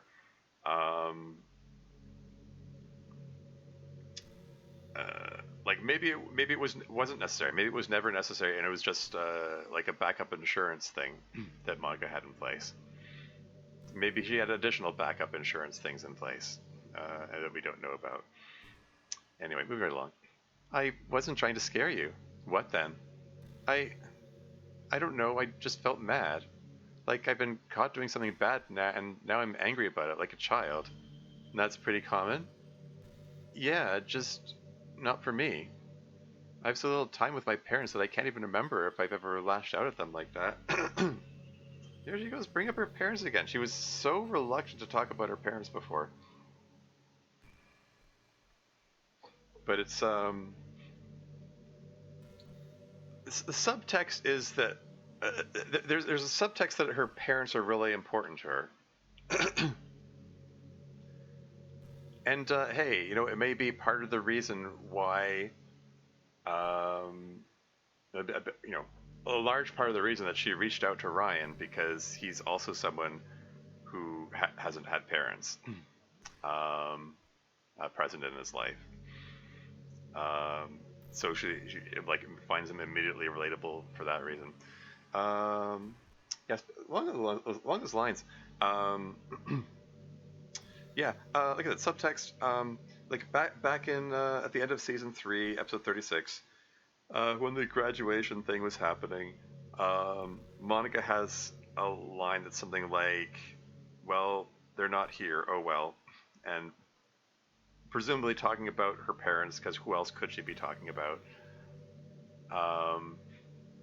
And then in the extras, she has a scene where she's crying in her room and then gets embarrassed about crying and won't talk about it. And it doesn't seem like too much of a stretch to suggest that she's crying because of the crushing disappointment of not getting to see her parents after all that time. They didn't even show up to her graduation, etc. And they're again all subtext, nothing confirmed. But those seem to be the indications that she's been having a number of crushing disappointments in a row, and hey, maybe it's contributing to her lashing out now.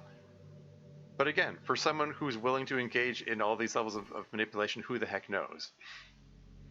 It depends on what her motivations actually are, and we don't really know. Just want to be regular high school girl. My parents missed my graduation because of the demands of the narrative. Yeah. Anyway, moving on. Can't remember if I ever lashed out at them like that. I rarely ever even see them. So I guess getting lectured is a little unfamiliar. No wonder. But anyway, no point in getting too introspective. It probably seems like a show to you anyway. Yeah. What do you mean? I mean, it must be hard to trust me. I'm always being me. I'm very manipulative. If I were you, I wouldn't trust Monika suddenly becoming emotional and introspective. I'd think it was some kind of show to win sympathy. And what am I to make of you now explaining that you're manipulative and I shouldn't trust you? A further elaborate deception to sell the authenticity of it. Exactly. See? Again, how many layers of manipulation? Because admitting that it could be manipulation can be a form of manipulation. Like by pretending authenticity. And I've said it before, I'll say it again. Don't look for signs of manipulation. Look for signs of empathy. Empathy is the one that's hard to fake. Although that's more in the case of relationships with manipulative people. Maybe it doesn't apply as much here. I mean, you could argue, maybe Monika is empathetic toward MC, but is she? How empathetic is she towards the situation? Hard to say.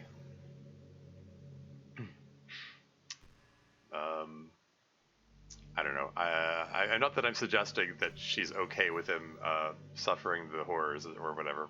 It's just, I don't know. These are things I think about. I'm going to move on. Further elaborate deception to sell the authenticity of it. Da-da-da. I don't think you'd do that, but you would be attracted to the pleasingly recursive nature of that idea. I would. Well, I trust you, as it turns out. Or at least I trust you once you give your word on something. You're right that I wouldn't trust you otherwise. But once you've spoken to someone about something and made a promise, you don't break it. And that's true. And I promise I'll keep you in the loop on game stuff from now on. And I promise I won't tamper with the game without your knowledge. Unless it's an emergency or something. Or if I'm incapacitated. Right. But if it's not super time sensitive and I could consult with you, I will. It's a promise. Now, what are we going to do about Ria? You really can't just have her be an eternal high school student for you while the world goes on. Besides it being unethical, I'm not sure what effect that would have on everything else. I have no idea how the world would make sense of that. Well, the game would make sense of it just fine. You can always rationalize things like that to everyone. Everyone just accepts it, no matter how strange. That's not the issue, the ethical one is. What are you thinking? Well, she's already had her 19th birthday. We should probably turn World.bat on for at least a little while. What do you mean, we should probably turn it on? As if you didn't already do that.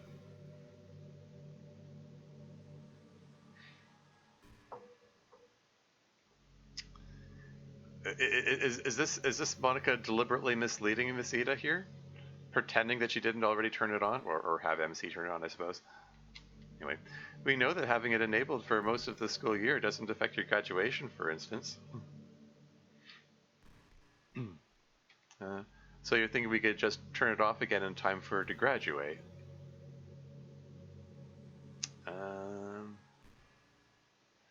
I mean... Sorry. Actually, this is a plus one I haven't noticed before, that should be time loop rather than world.bat. Oh, okay.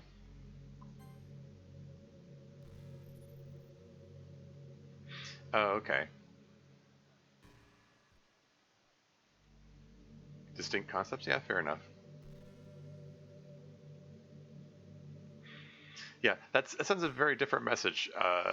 Turning off world.bat versus turning off time loop. Anyway. Yeah.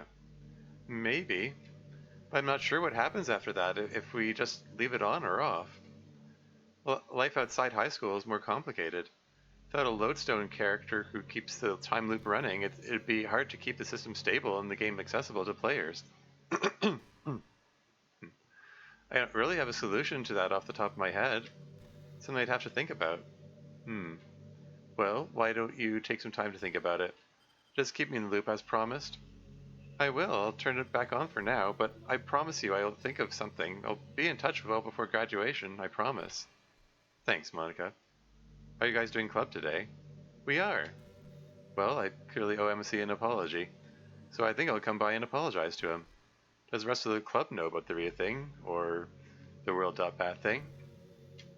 No, as to Rhea, yes, as to World.bat.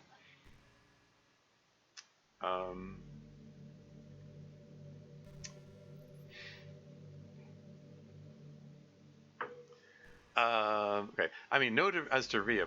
I'm not sure what you mean. What she means by yes as to World.bat. I mean, about the fact that they get horrors if World.bat gets turned off. I mean, yeah.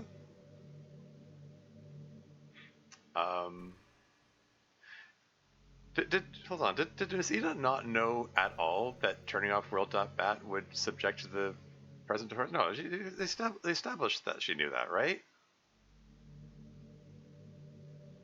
So I'm not sure. I'm not sure what she's referring to when she says "or the World.bat thing." There's a different secret being discussed here. Yes. Oh, okay. Yeah.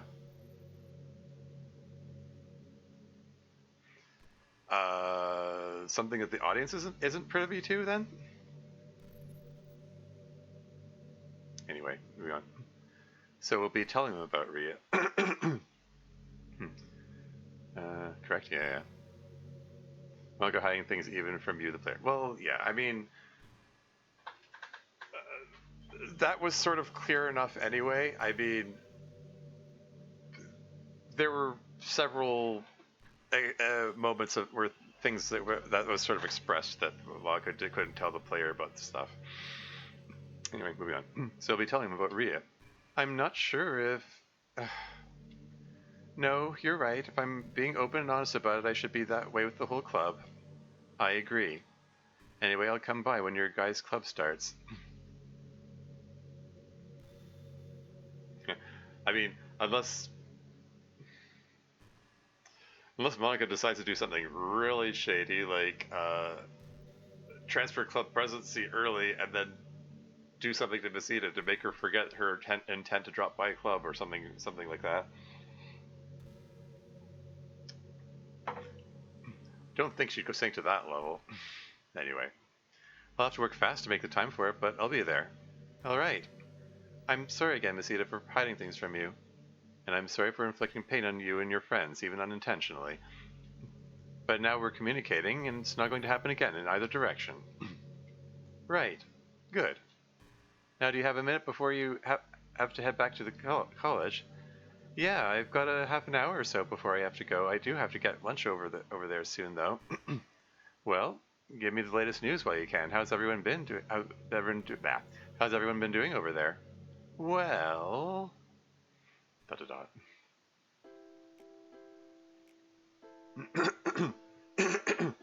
And he doesn't have a name, boyfriend. Maybe it's the protagonist from Friday Night Funkin', because his ego is by the name boyfriend. But then he'd be communicating in beeps. So anyway, so yeah, it's going pretty well, I guess. Yeah. And how are things going with the ladies? Bet anyone interesting recently? Are you sure you're okay with talking about this with, like, your roommate here? Sorry, I mean, you really should get a boyfriend who the narrative considers important enough to have a name. I mean, your random hookups have names and this guy doesn't. Oh no. Ouch.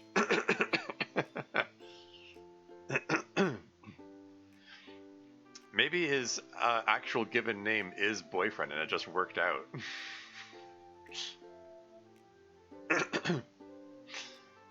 Also, it still bugs me that, like, shouldn't Ayami be on the other side? I mean,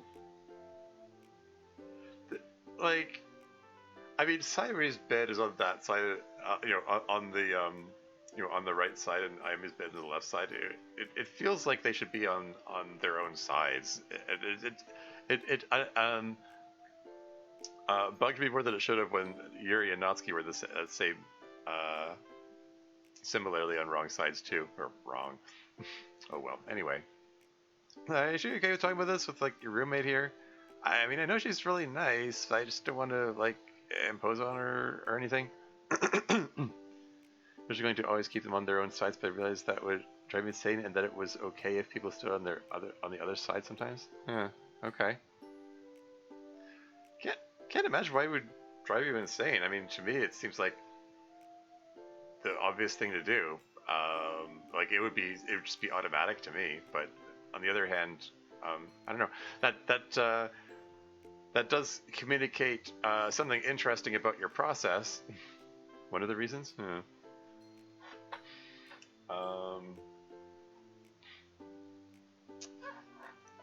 Yeah, I don't know. I mean, I know you have the, to my mind, curious habit of doing the posing at the same time as writing things. I can't imagine how you do that. Because I make too many edits to my scripts as I go to like far too many edits to even consider doing that. One of the reasons is that Yuri naturally faces somewhat to the left. Well, so does Natsuki. Although, I mean, arguably her Natsuki's pose is slightly more forward-facing, I suppose. Beds on the left side. I generally prefer to have Yuri on the right side of the screen. Yuri faces more left, I would say. Yeah, that's fair. Well, the obvious solution is to just flip the background horizontally. That might end up looking even more weird. Anyway, moving on. I just don't want to, like, impose on her or anything. Oh, it's fine. I mean, I think Sayuri should be the one to decide if that's fine, but whatever. Sayuri's very open-minded and tolerant type. Even if she herself is in a very normy relationship with her one true love. You're not bothered, are you, Sayuri? Not at all. I think you guys have a really neat relationship. I like anything that makes people happy. See, there you go. So, out with it. Tell me of your woman, boy. Well, there haven't really been any at all. I still haven't slept with anyone but you. That's weird. Is it? Okay. Definitely hot enough. Is that the only... That's just really her only consideration?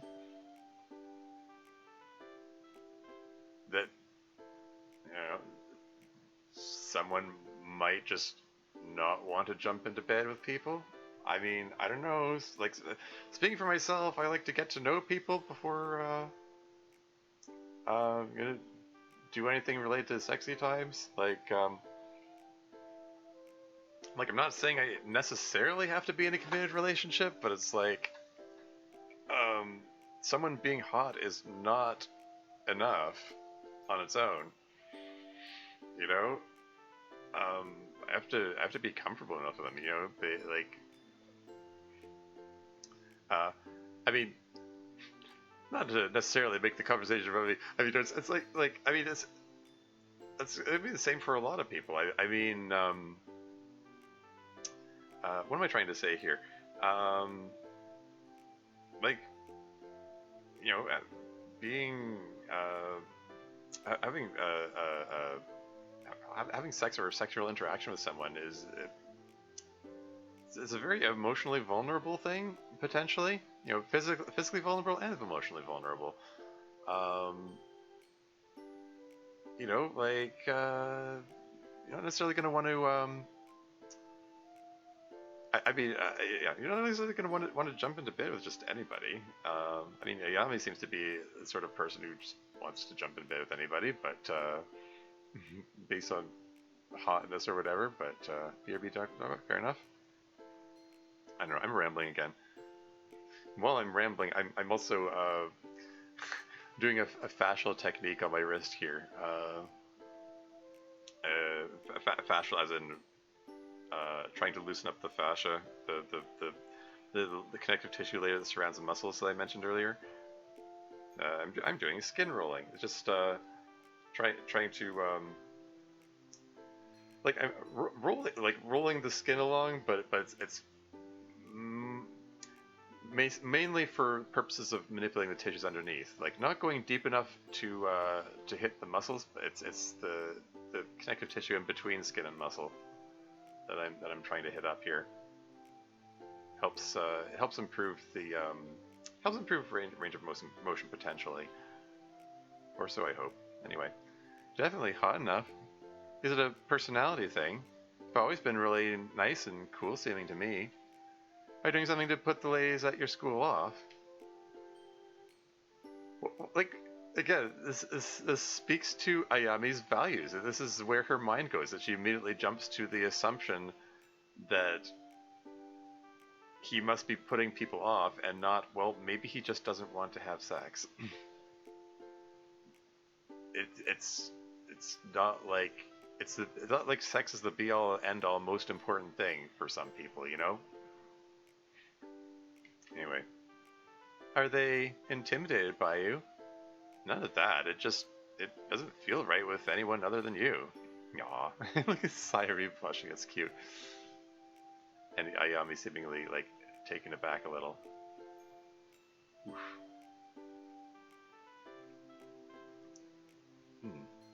That's just actually feeling really tight on this side.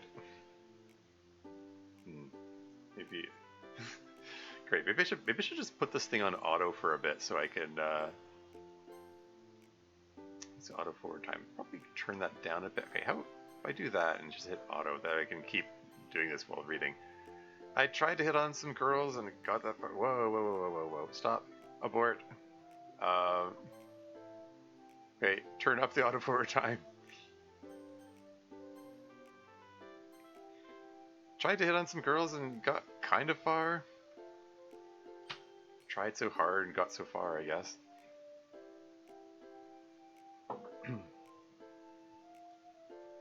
I always stopped things before they went very far at all. Okay, what if that's it.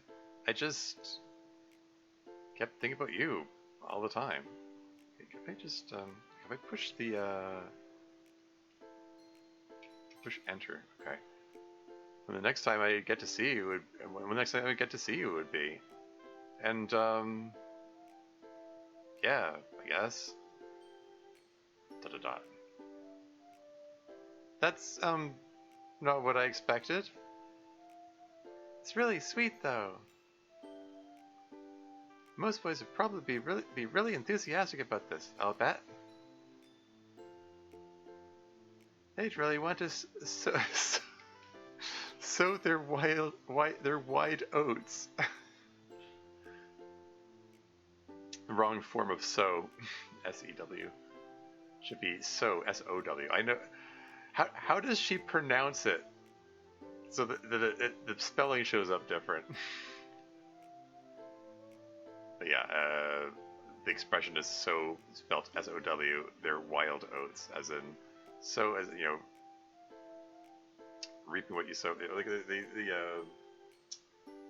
like planting seeds, or which is in this case seeds or sperm. But anyway, moving on.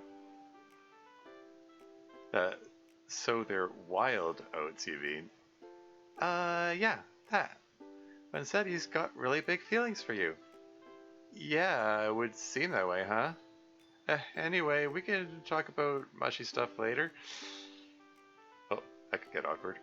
Incidentally, there's an ad break coming up in 2 minutes and 49 seconds. If you guys want to go to the coffee shop or the izakaya for lunch, what's the difference? The izakaya is good for food. If you're really hungry or you want high quality food, you should go there. But if you want sweets, you should go to the coffee shop. Yeah, it seems like you have a preference. You should also go to the coffee shop if you like coffee. It's kind of a cutesy coffee shop, but they do have very good coffee. Let's put auto back on again. And I know you like coffee. I do like coffee. Alright, coffee shop it is. Yay! You can show me all the good sweet stuff they have, Sayuri. I will. And you, my lovely, you can show me how sweet you are. Aww. And also good coffee is good there. Right. Okay, let's go. After you. Hiya? You coming? Yeah, just find my purse. Okay, sorry. Ayami looking unhappy with this turn of events. That's all for now. I'll see you next time, everyone. Not bad, that quiz, MC. Not bad. Guess you didn't need your sister's help after all. No, I didn't. It's just being lighthearted. Yeah, right. They say, not trying to... Sure didn't seem that way. It seemed like... As he looks around. A few students leaving the classroom are glancing at him and Kagami as they leave.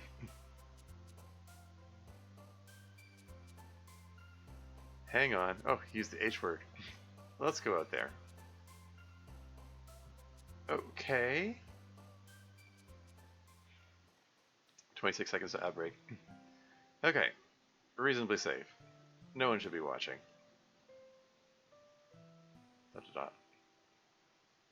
Or almost no one, I guess. Is that directed at the player, presumably? What does that mean?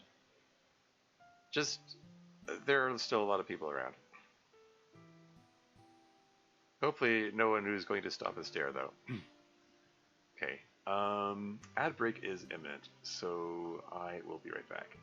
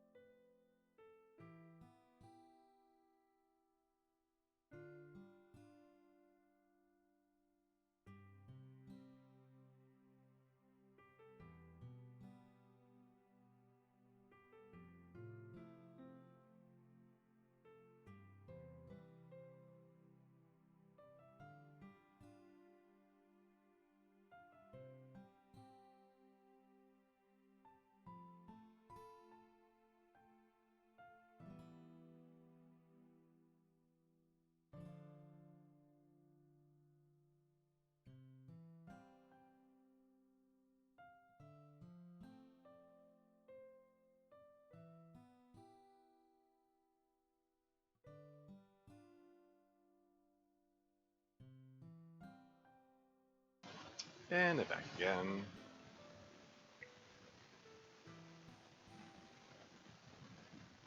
Let me move on. Hopefully no one who's going to stop and stare, though.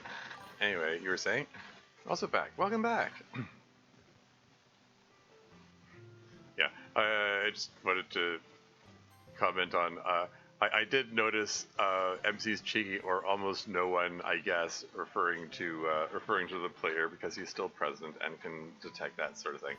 Anyway, moving on. Anyway, you were saying, indeed. Anyway, you were saying? No, I think you were saying. Oh, hey, her mouth was closed.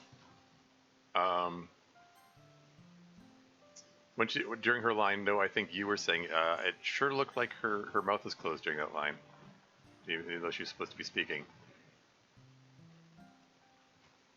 I'm gonna make a note of that.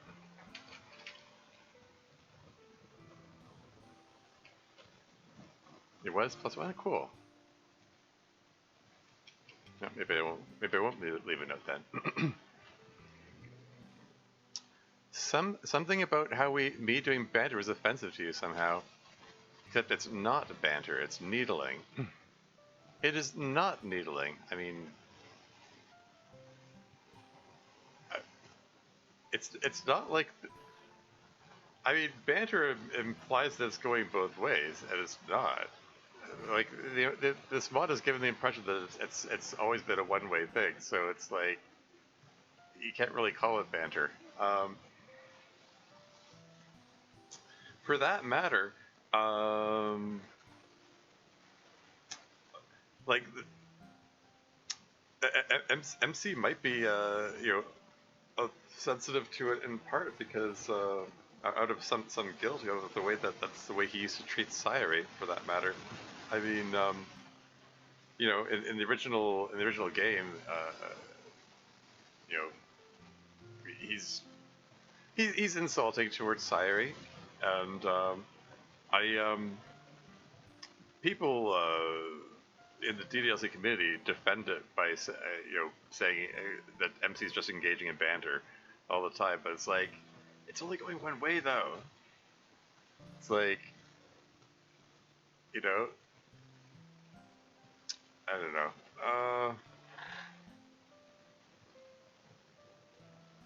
It's just one of those things that never sat well with me. I mean, although I did have occasion to look through the original DDL script one time, and maybe it isn't actually as bad as I remember it. Maybe I'm overstating it. Like there was,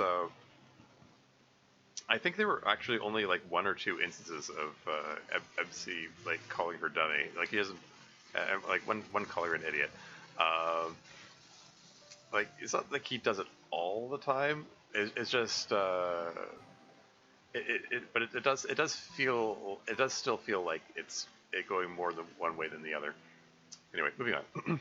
It is not needling. I've seen you do banter with your friends. They say a lot worse than I say. They've earned the right to say things like that and have it be taken as lighthearted. You haven't. I'm your sister, and I'm your brother, and you've still pretty consistently treated me badly for like 10 years or more. I thought we were doing better now, though. I talked to Sayori. I'm getting along better with her now. Thought we were getting along better now. I mean, I guess we were a little, but things have not been good between us for a long time. They're not going to get fixed just like that. Look, I'm sorry for snapping at you. I'm used to snapping at you and I shouldn't do it by default. I realize you're trying to do better. Just know that you probably shouldn't say stuff that I might take as negative. Or I'll try to take it as lighthearted. But I don't know. I'm used to you trying to get away with saying actually mean-spirited stuff and passing it off as banter. So that you wouldn't get in trouble. And then someone else comes in lectures me that you And then someone else comes and lectures me that you don't mean anything by it, and I should just ignore it. Sorry.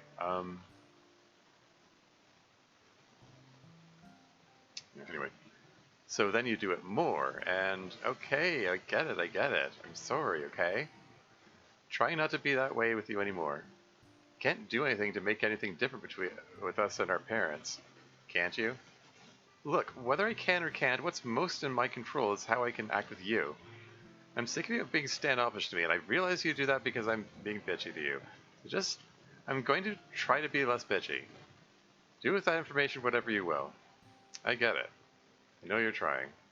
I'm trying too. Just don't expect me to be better all at once either. Okay? Okay. I'm gonna do some banter, okay? It's not mean-spirited. Okay. Don't trip on your way out the door. Weak. You can do better. I'm trying to pull my punches. Of course it's going to be weak. Yeah, well, you take care too, okay? See you soon. It was weak. As far as band is concerned. Okay, reminded Natsuki. Now I need to submit my expense request for fencing club. Super weak, yeah. And I have to go to lunch with Kagami and Yuri. So, we haven't even reached lunchtime yet? Okay. It just occurred to me that MC's therapy appointment must have been like right in the first thing in the morning, I guess. Busy morning indeed, yeah. This is going to be another one of those like really long episodes. The video was 3 hours long. I took the liberty of checking ahead of time. Like the one from the club meetings account. Anyway. About standard for the episodes today? Yeah. And then I have another class today, and after that I need to start working on how to fix the whole thing with Ria now. Oh, and I'll probably have to eat dinner at some point. Maybe Ryan wants to share some leftovers. I'll have to ask him. And I really need to get some studying done for French literature. Yeah, there's a French reference in there. No, I know you're fond of your French there, Dev. The true horror starts with episode 45. No spoilers. Anyway. Literature. Today's literature club. Completely forgot to prepare anything for us to do. I haven't even written my own poem yet. Oh, really? Oh, she's that out of sorts. What has she been doing the past week? For episode 9. Yeah, I know. I'm kidding. Shit. How am I going to find the time to do all this stuff? Hey, Monika cursing in her internal monologue? Okay, yeah, that time I was joking, but seriously, no spoilers! Anyway, how am I going to find the time to do all this stuff? That's such an incredibly sweet story. MC sounds like quite a guy. He really is. He's a lucky man. So are you. Ayami's so nice, and she's really pretty. She's actually way prettier than me. You really shouldn't talk like that, Sayo. You're very beautiful. Oh? Oh? Sayami confirmed? No, I'm joking. Or am I? There was some. Well, there were some joking comments about shipping between these two earlier in the club meeting server. Sayami Truthers rise up, yeah. And it's wrong for women to compare themselves against each other like that. She's just as beautiful as me, wouldn't you say, boy? Well, like you say, it's not right to compare women against each other like that. But I'd say that just because of who you are to me, if nothing else, you're the most beautiful woman in the world, Aya. Oh, shut up, you don't need to flatter me. It's not flattery. Most of the time when I close my eyes at all, I think of you. Oh, wow. He's falling hard.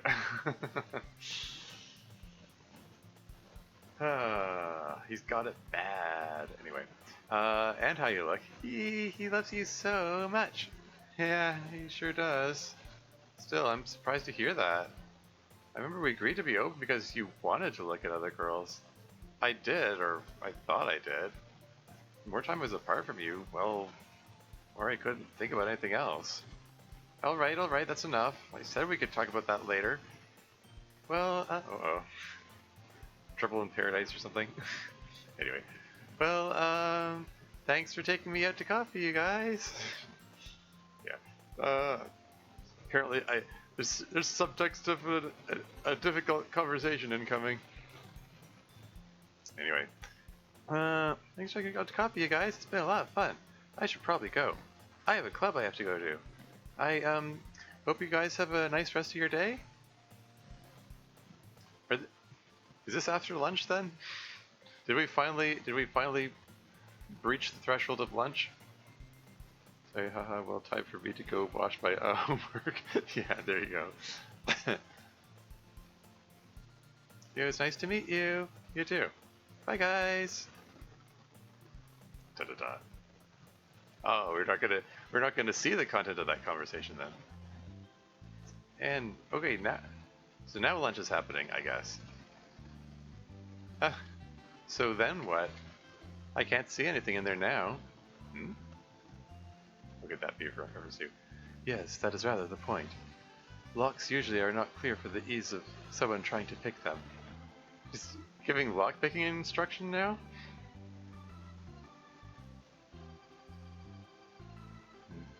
So then, when you brush your teeth, you do not see the inside of your mouth. You've learned to manipulate the brush entirely by feel, by an intimate knowledge of the topography of your own mouth. Here, you must learn to map the topography of the lock by feel of the pick. You cannot see, but you must visualize nonetheless. It is just that your eyes are your hands. That's actually something I could relate to. In the sense that, keep bringing up my RMT past. While working as an RMT, or as a massage therapist, I frequently find it helpful to find the tissues and structures that I'm looking for if I look away. Well, I don't close my eyes, but I'll look away. If I'm not looking at it,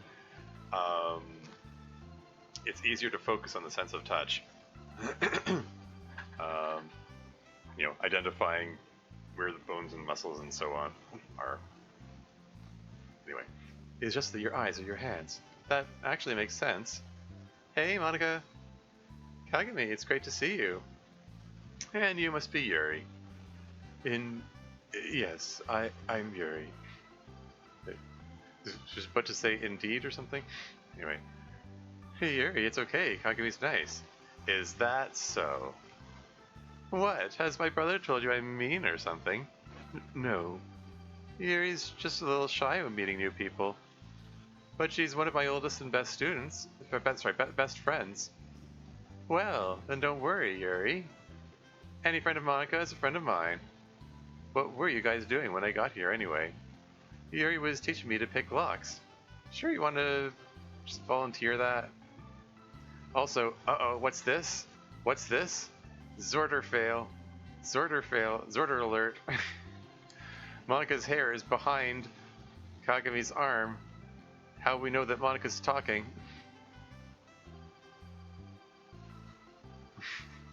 Any friend of Monika is a friend of mine, but not MC. And Cyrus and maybe. Yeah, sure. Yuri was teaching me to pick locks. Oh, lockpicking. Devious. I love it. I know lockpicking has a devious reputation, but I never do pick locks only for ethical and legal purposes. Oh yeah? And you're going to teach Monika to do it too, huh? Who is also obviously going to use it only for ethical and legal purposes. Obviously. Anyway. How confident are you that Monika won't abuse this knowledge for evil? Very. Is that so? We're queen of ethical and legal purposes, exactly. I trust Monika immensely. Me too. Man, I am starving. Hey, waiter! Waiter! You guys stay here. I'm gonna go grab a waiter for us. Well, she is as energetic as I was led to believe. Yeah, she's nice too, underneath all the hardened shell. That is a familiar enough phenomenon to me. Ha ha ha ha. Yeah. Subtle dig at Natsuki there, I suppose. Anyway. Indeed. Club time. Time to meet some clubs. Anyway. So, yeah, things are getting a little better, I guess. Be patient with her, MC. She's really used to the status quo.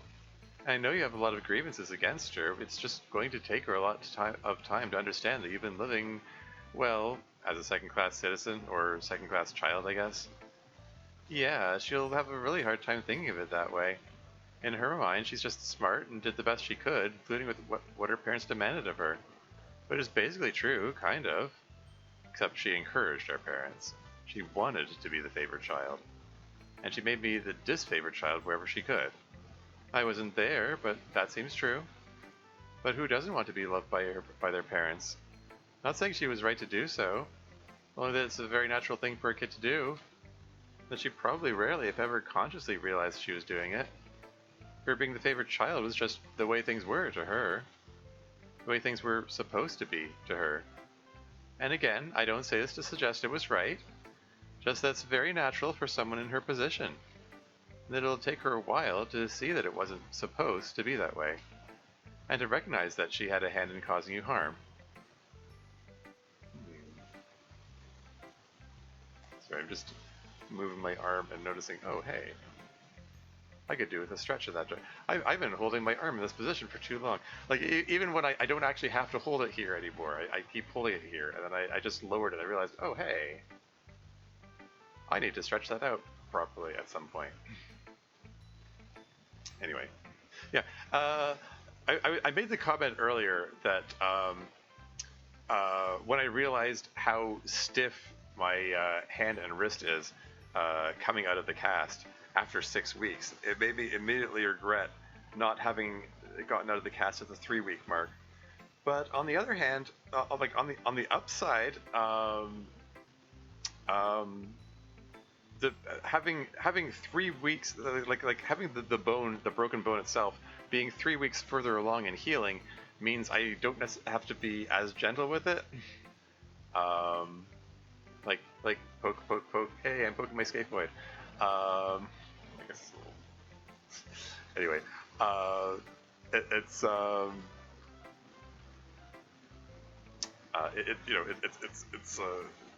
it's just even though it isn't 100% healed yet, it's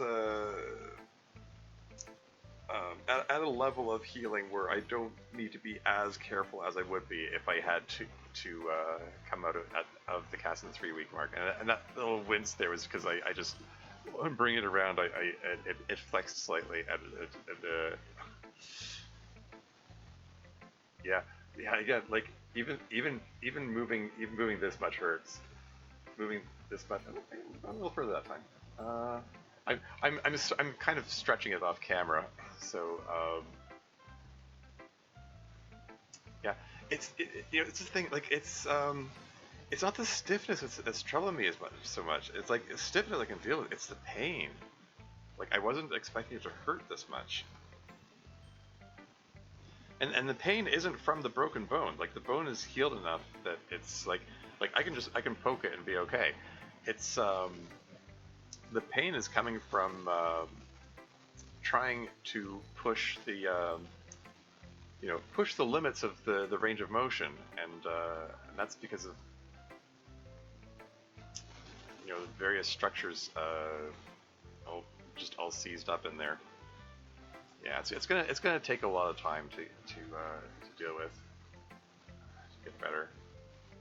I want to keep pushing it. I want to keep at it. I want to get back to gaming. Anyway, to recognize she had a hand in causing you harm, and that you have a good reason to be upset with her. Yeah, I know. I really do care about her. I don't know. It's been hard. I think I understand, even if I am an only child myself. Natsuki, gaming, yeah. I appreciate you helping out. Especially with everything else you have going on. You look tired, even by your standards. Just what every girl wants to hear, you look tired. Not quite sure what she means by that. Every girl wants to hear. Anyway. Well, I'm not going to lie about it, not to you. Get more rest. I'm trying. Okay, phew. The swapping positions never ceases to be weird to me. But whatever. Hey, phew. Literature club time. No more drama. There was drama. Oh man, yeah. Big time. I think it's better now though. But Ayami and her boyfriend really seem like they're not on the same page about their relationship. Yeah, no kidding. I don't really know what to do. I feel like it's really obvious what the problem is, but Ayami herself can't see it. You sure? Maybe she can see it, but just doesn't want to talk about it. I mean, she kept deflecting away from talking about it. That doesn't mean she can't see what the problem is. But it's also probable that she doesn't know what the problem is. Anyway. And neither can her boyfriend. Yeah, that sounds like her. What exactly is the problem that you think is so obvious? Well, to me, it seems like Ayami really was hoping that physical intimacy with him would prove she was in love. Where's Yuri? Last time we saw her, they were just hanging out with Monika. I guess that was at lunchtime, and some time has elapsed since then. Anyway, prove she was in love. I think she was expecting to feel something really special or different, but then she didn't. So then she freaked out, and she's been being physically intimate with a lot of different guys. This feels very gossipy for Sayuri. Oh well. I think to try and capture that special feeling, she even arranged it that way with her boyfriend. But her boyfriend already feels that way about her, and I don't think she feels the same way about him. That might be true, but she might also actually love him, but be actively denying feeling it to herself. She doesn't like feelings, you see. She pretends she does, but they actually scare her. So why does she try to get with a bunch of guys? To look for some feeling? I don't know. I might be wrong. If she really does feel empty about it, not sure. I wish I could do something. Seems like she needs help. I know exactly what you mean. All of you need help. Get therapy. Anyway, you probably feel it even more because you're you. If you want my advice, as someone who's been friends with her for a long time, just let it be. She doesn't ever figure these things out if someone tells it to her face. She has to process it herself. The more people browbeat her about a truth about herself, the more she'll dig in her heels and deny. I wonder where she learned such a problematic trait. Sorry, I got delivered that wrong. I wonder where she learned such a problematic trait. For surely this does not describe any other person we know in her orbit. Look, yeah, I get it. That is also me. True. But, that's how I see it so well in her. Takes one to know one. That does make sense. Well, now that everyone's all here, we can... What is it? I, forgot to tell you all something. Forgot. Is that what she's, That's what she's gonna go with.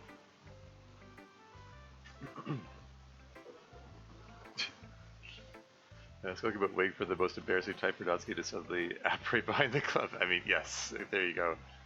But behold the truth about that's comment. Exactly.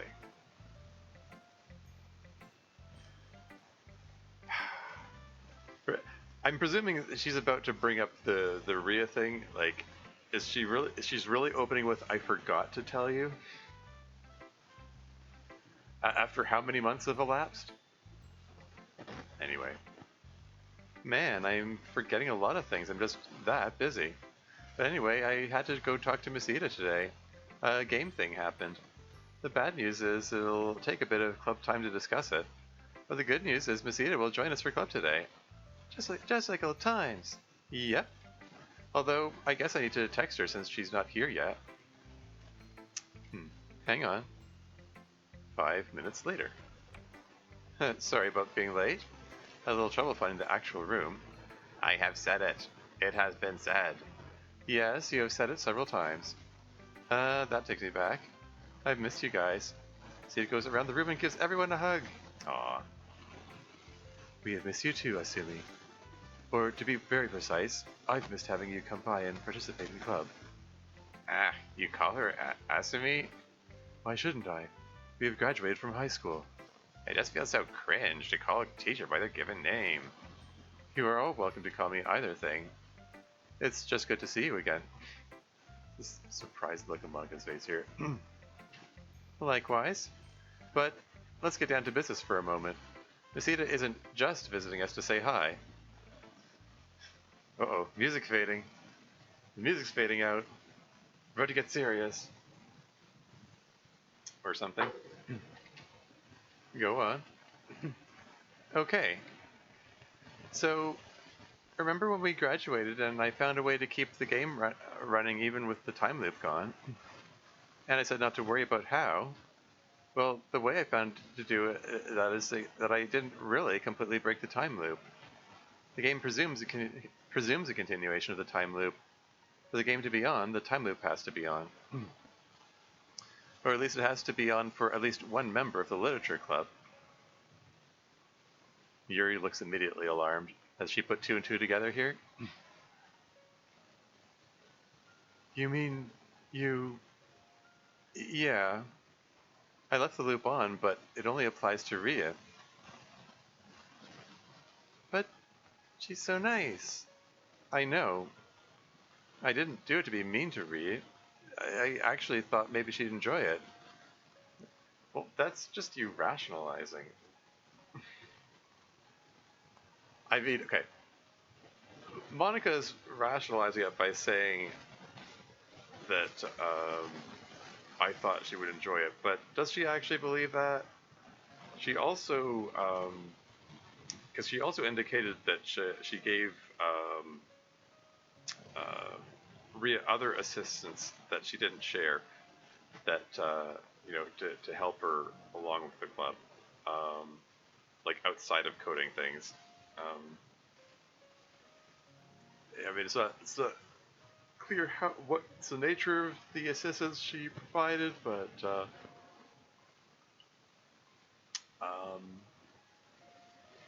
what am I trying to say here? I don't know.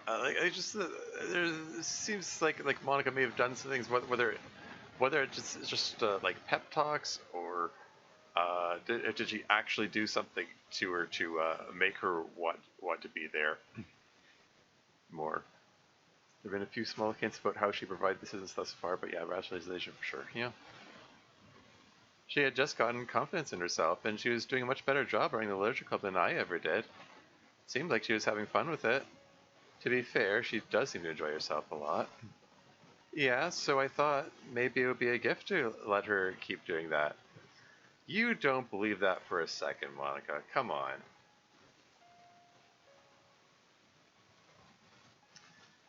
Every time Ria's name got mentioned in season 3, Monika got a guilty look. Plus, there's the whole fact that she wanted to hide it from everybody, and the fact that she tried to avoid talking to Visita for months, apparently. Like, rationalization, etc.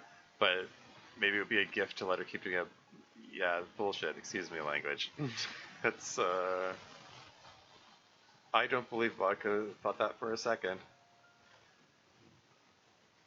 Or maybe it's maybe she did think it for a second. Maybe it's a thought that crossed her mind, but that is not remotely her primary reason for any of it. Anyway, yeah. If she believes that, she's not being honest with herself, in my opinion.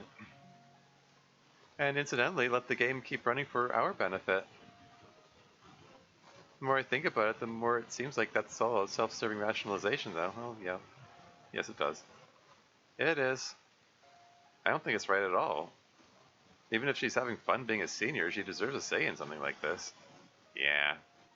Get why you did it, Monika. Not mad or anything. Maybe I would have done the same thing. She really does seem happy. We can't just do that to her. She's trapped without even knowing it. I don't think we can have her continue like this without telling her about it. But telling her about it would involve telling her everything. That's the difficulty. Just making sure that strand of hair is in front of Natsuki, but anyway. And it seems unfair to burden her with that, too. That, too, would be robbing her of her ordinary life without her knowledge or her permission. The 5 of us all had this thing forced on us without our knowledge. No one really chose to do it to us. Miss Ida's situation was also somewhat of her own choice. She did not fully appreciate what the risk was, but she knew as well as anyone could know before she made her choice. Her involvement in the situation to begin with was of her own making. As it turns out, she was prepared to share this burden. But to foist all this upon Ria seems cruel. I agree. I'm going to try in the next couple of months to find a way to wind down the loop and actually end it so she can graduate. It shouldn't be too difficult, I hope. But won't that... question mark. We'll see. Won't that ... I mean, is the implied question here, won't that mean like we get cut off from the real world or something like that? Perhaps?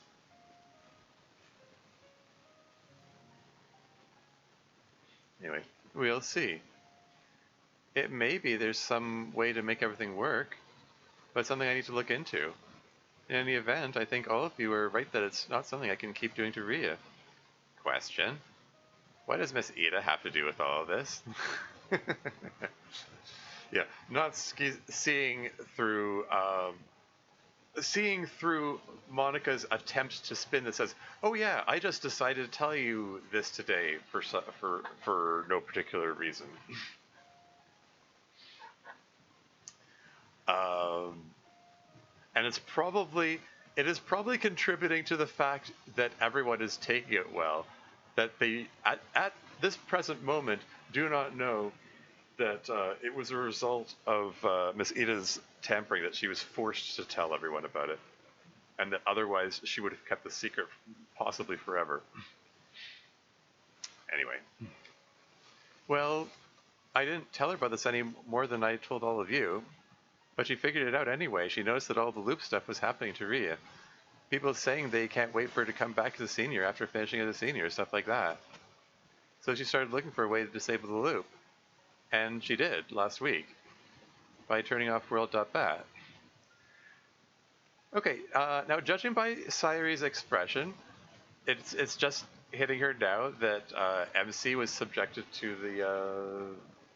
the horrors, which is interesting because that suggests that MC has not told Sayuri about this all day, all of this very long day. He went straight to Monika and then didn't talk to Sayuri at all, apparently. So it seems. Anyway. By turning off world.bat. But MC's been present this whole time. Has he? Yeah, I had that whole experience. Wasn't a fan of it. But I'm okay, bud. Not the worst thing that's ever happened to me or anything.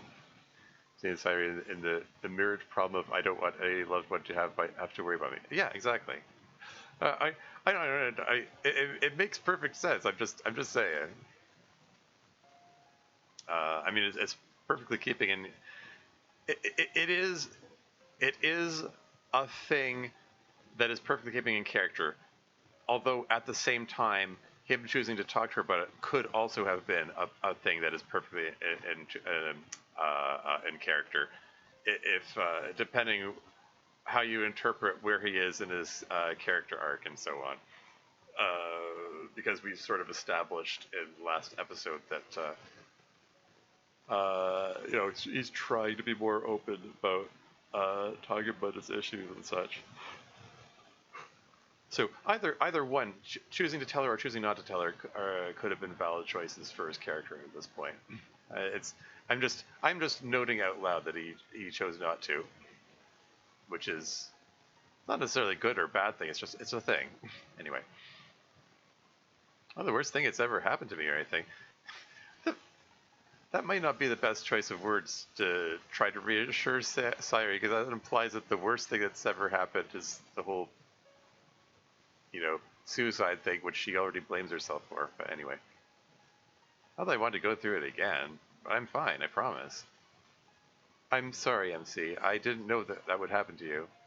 No, I'm sorry. I'm the one who created the whole situation in the first place.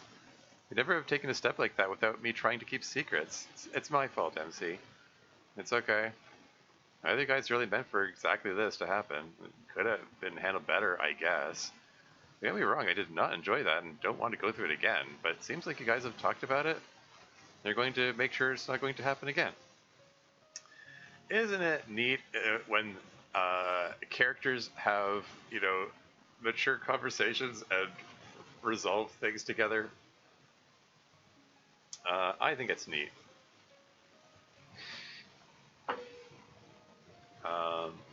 MC realizing that even though he suffered some measure of unimaginable torment, he realized that like no one actually meant any harm. It's just a series of things that happen. He's holding mature and grace-giving conversations. Potato. I just think they're neat. Yeah. Anyway.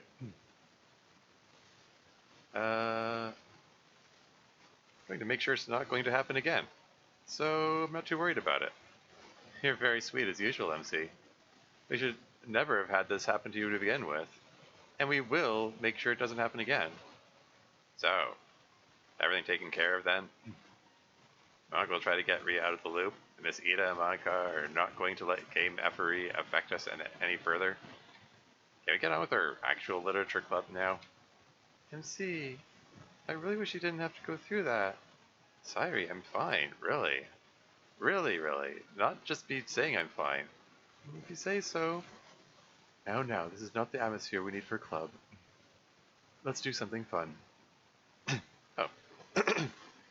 You're suggesting something fun. Wait, did the music just stop again?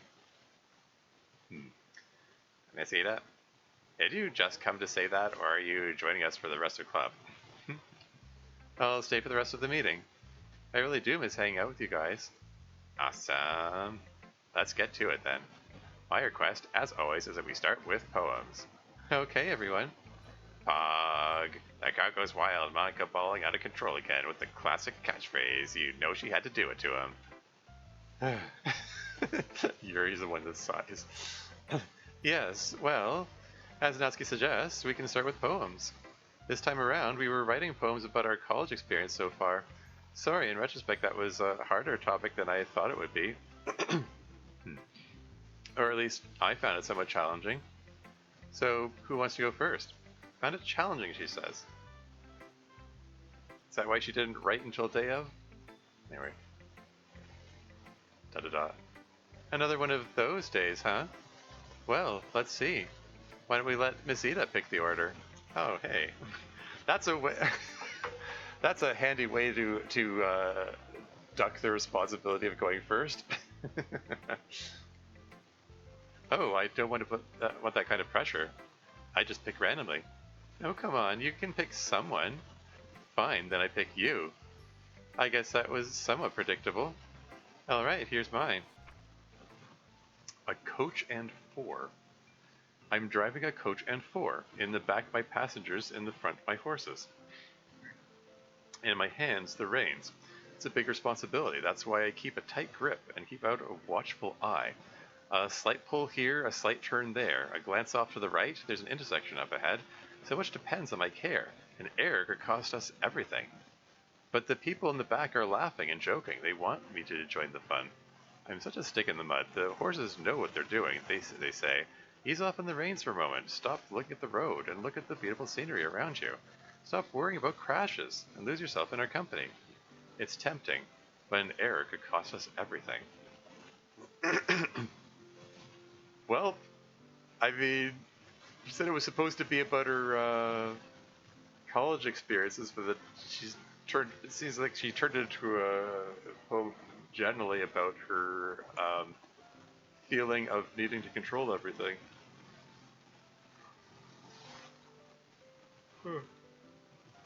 Well, I mean, I guess that subject was on her mind. Yeah, like the comment that she made to MC earlier about how like something going wrong with the world.bat could mean that like the end of everything in their world. Where was that level of concern in season 3 when she looked completely unconcerned about the presidency's failing to change away from Yuri, and just immediately changed the subject to talking about college courses and so on. But I don't know. That's me. That's just me rehashing old complaints, I guess. Because it should be a concern. Like those sorts of things should be concerns to her, and it's like as is expressing, it's like totally in character for her. And there's just so many instances. It feels like there are a lot of instances where she doesn't care as much. I don't know. I'm gonna move on. An error could cost us everything. Anyway, finally listening up, aren't you? Finally getting the stick out of your ass? Perhaps not yet, but the temptation is there. Do it. It's so much more fun. If it being fun is not my primary concern. Yeah. This feels a little insensitive coming from Natsuki when, like, her idea of loosening Monika up was just spiking her drink. Not terribly long ago. Natsuki, wow, Monika, effing paper thin metaphor here. Yeah. Anyway. Water.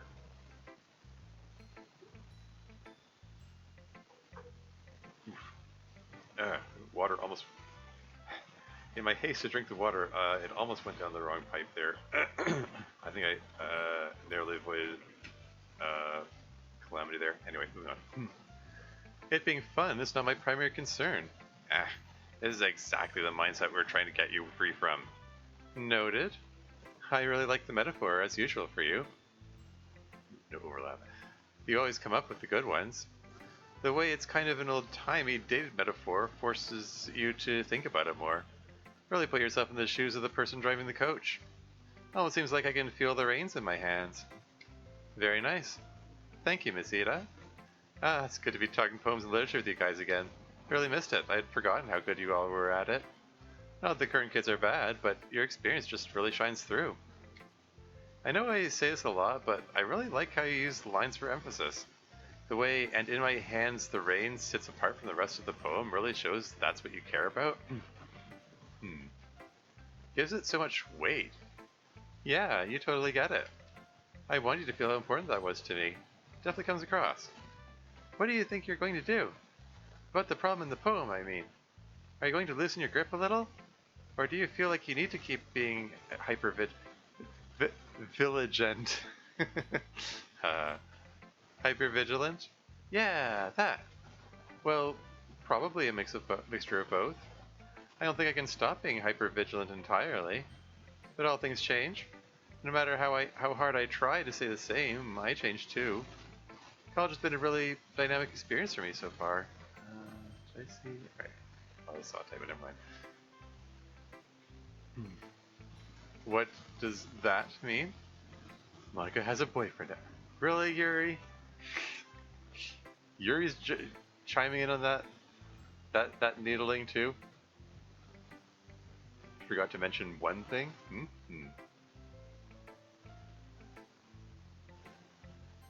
Anyway.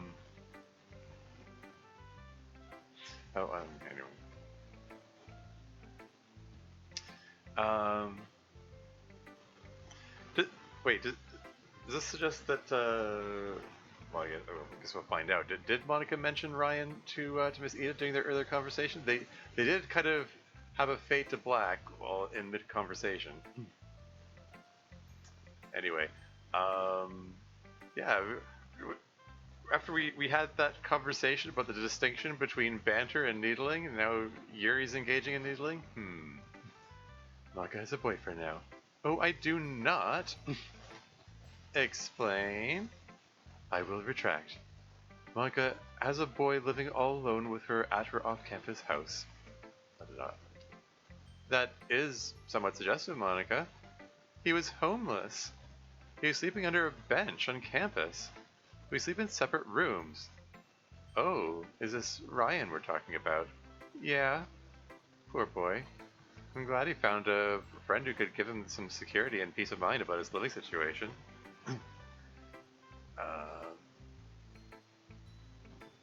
So, does that imply that Miss Ida already knew that Ryan had the potential to be homeless? I mean, Ryan is presumably one of Miss Ida's students.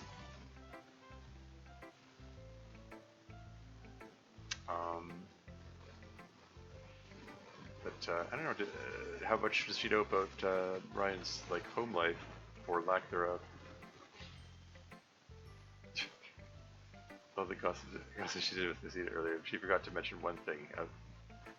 A bench? Yeah. Anyway, moving on. Peace of mind about his living situation. And you know, you guys would make a good couple now that I think about it. Is that so? What are you basing that on, Miss Ida? Your extensive knowledge of how relationships work?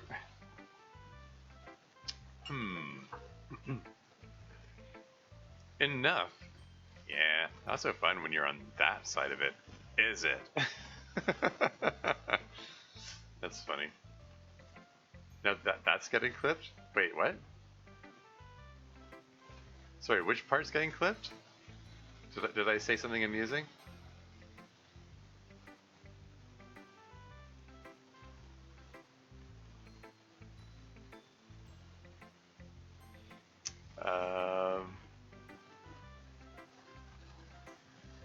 Anyway, yeah. After everyone needled Natsuki and Yuri about their supposed lack of relationship. Anyway. You are, perhaps, unclear on the meaning of the word enough. I know things drifted off topic, but I liked your poem, Monika. Thank you. You know what, Natsuki? You can go next. Wait, I thought it was... She's leaving it up to Miss Ida. No problem. I am prepared to deliver quality at any time. The prince.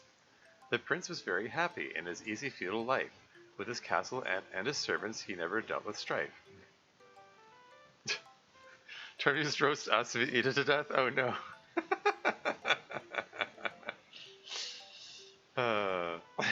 That's funny.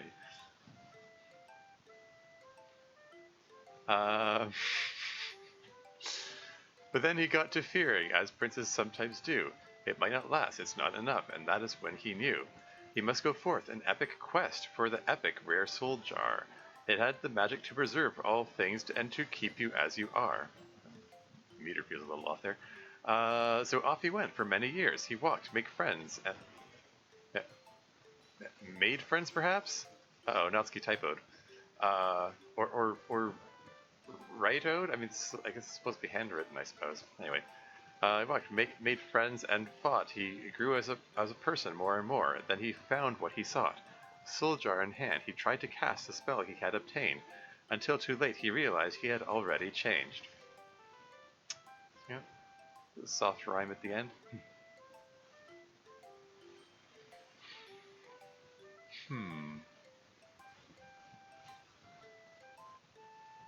I guess it's a reflection of Natsuki, you know, fighting to just keep things from changing, but they change anyway, or rather she changed. Alright, moving on. Wow, that's kind of a thing I'd usually write about. You want to preserve everything, but found your quest to preserve things that you had changed. Yeah. Not sure if I wanted to preserve things, or whether I was looking to change, but I guess what I learned was you change no matter what you do. Yeah. For no particular reason, I think I am going to put the, I'm going to put the, I'm going to put the splint back on. Just I just felt a twinge in my wrist, and while I'm not super concerned I'm going to damage anything, maybe it's about time for this to go back on now. And thumb goes in here, and hey, that wasn't too bad. And cotton ball goes over here. Cotton ball is misaligned. Yeah, funny thing about the cotton balls, they are present as a result of my obsessive hoarding. Funnily enough, yeah, there's a wee bit of a story behind that. Like I wouldn't normally have cotton balls. The only reason I have this bag of cotton balls was because roughly 20 years ago, maybe 19 years ago, back when I was still working at Walmart, uh, one day I was working there and I saw a mouse, and it was in poor health. In retrospect, it most likely consumed like rat poison or whatever because they have pest control stuff in the store. Um, but it was sort of hobbling along, like, and it just it was easy to catch it, and I decided to bring it home with me. I mean, as you do, or as I did, I guess. And yeah, and while I was there, I figured, okay, I put him in a shoebox, and I just gave him some cotton balls, which I purchased then and there, just to use as a bed, or if you wanted to hide them or whatever. Yeah, so they passed away the following day. Like I said, wasn't in poor health. Wasn't poor health. But I still have the bag of cotton balls 20 years later. It's just sitting in my closet.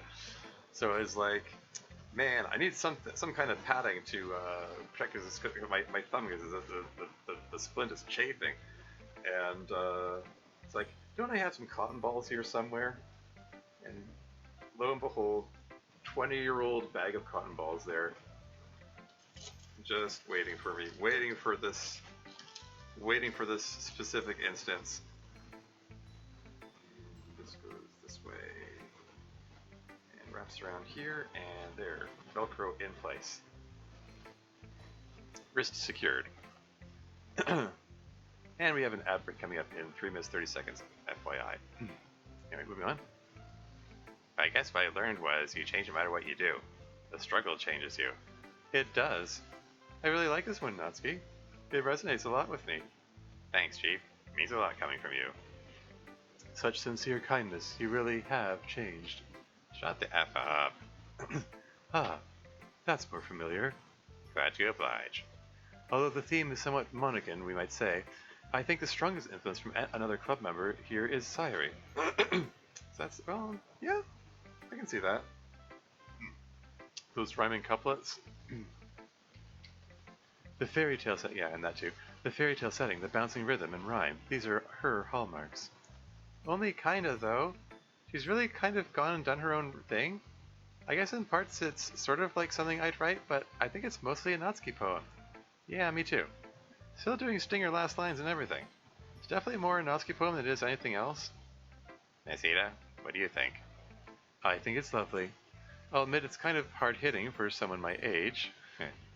I mean, relatable. When you get older, nothing stays the same. Even things you thought of as unchanging change. Everything is always different than the way you're used to. The world itself starts to seem unfamiliar the older you get. Sometimes characters other than Monika are the author avatar. Yeah.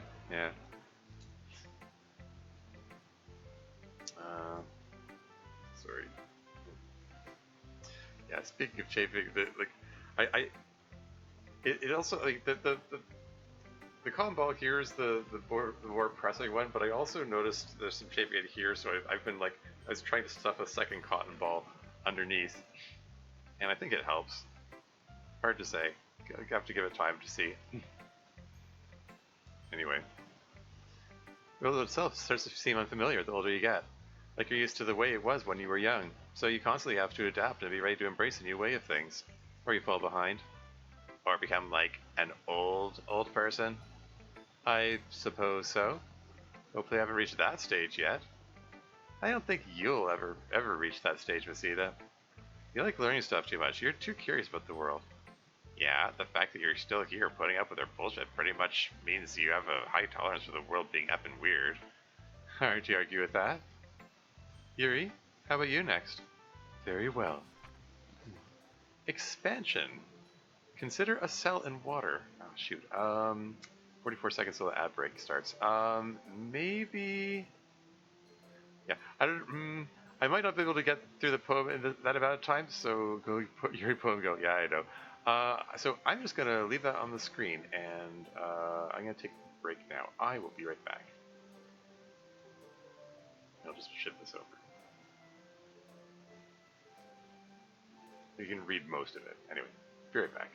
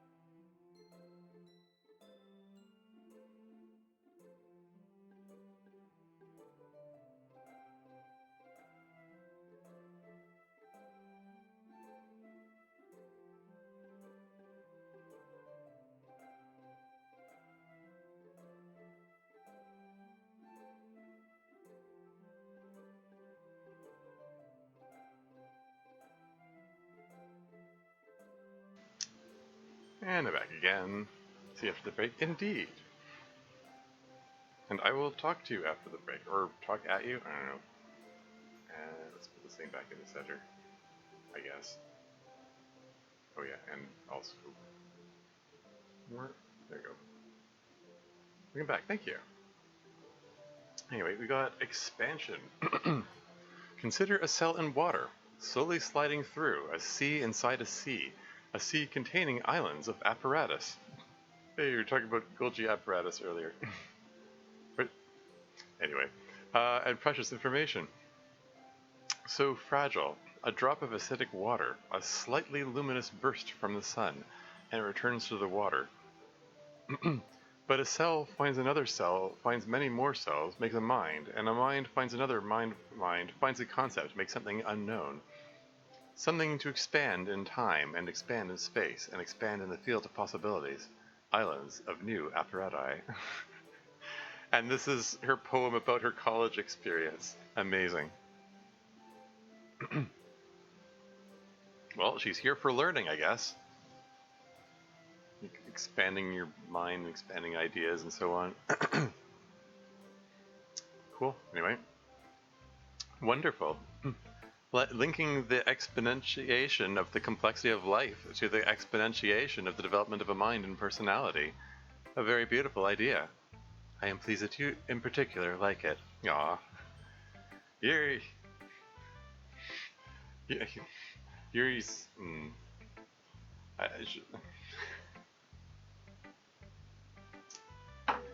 She have a crush on Miss Ida. Anyway. I am pleased that you, in particular, like it. I do. I have always been touched at how well you two get along. You're kindred spirits. I am not nearly as outgoing or personable. You might be someday soon. We are all a lot different in high school compared to when we become adults. Like you, for instance, or some kind of crazy popular gyaru. The less said of that, the better. I was not that popular, just well known. But back to you and Yuri, you both have the same love of knowledge and find beauty in the patterns of nature, is what I meant. I suppose there is some truth in that. I have always treasured having Yuri as a student. Teaching her was very rewarding. And I should say that I really enjoyed the poem, Yuri. It was lovely. So did I.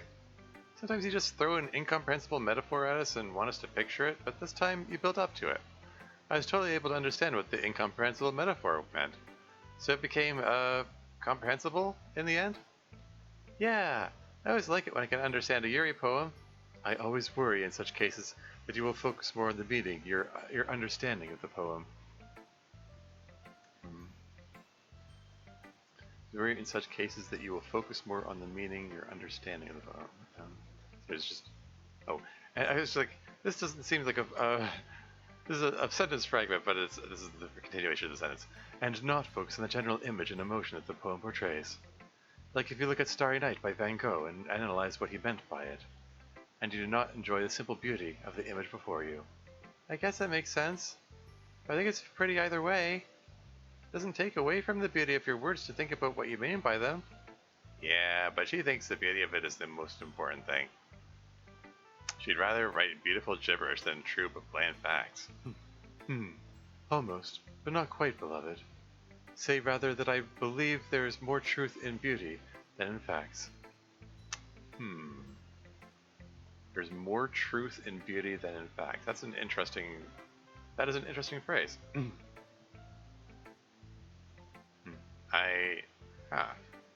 sure do have a way with words sometimes, babe. You have your own way with words, beloved, as your poem showed. What a your ass thing to say, honestly, sheesh. Yeah. Sairi, how about you next, and then MC can finish up for us. Okay. The Magician. It's, wasn't there, did we have a conversation earlier about, your propensity for magic and doing magician-like stuff, Deb? Anyway, the Magician. It's kind of like only having a stick, and only knowing that you can hit things with the stick. And one day you find someone spinning a stick to make a fire. So many things you can do with sticks you hadn't dreamed of. If this is a different Magician reference, sure. Or maybe like playing a game. Before you could only cast the one ice spell, but then you leveled up, and now your skill tree is branching out in all sorts of crazy directions.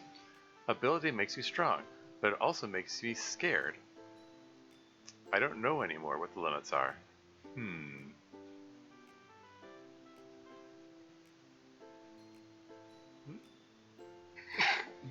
Excuse me.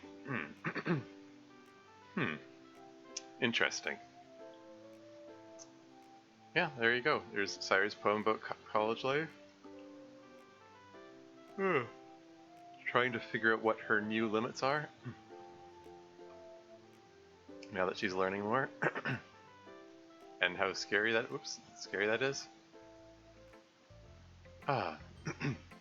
I think I detect an illusion in the title. Is this a sequel then, of sorts? Yeah.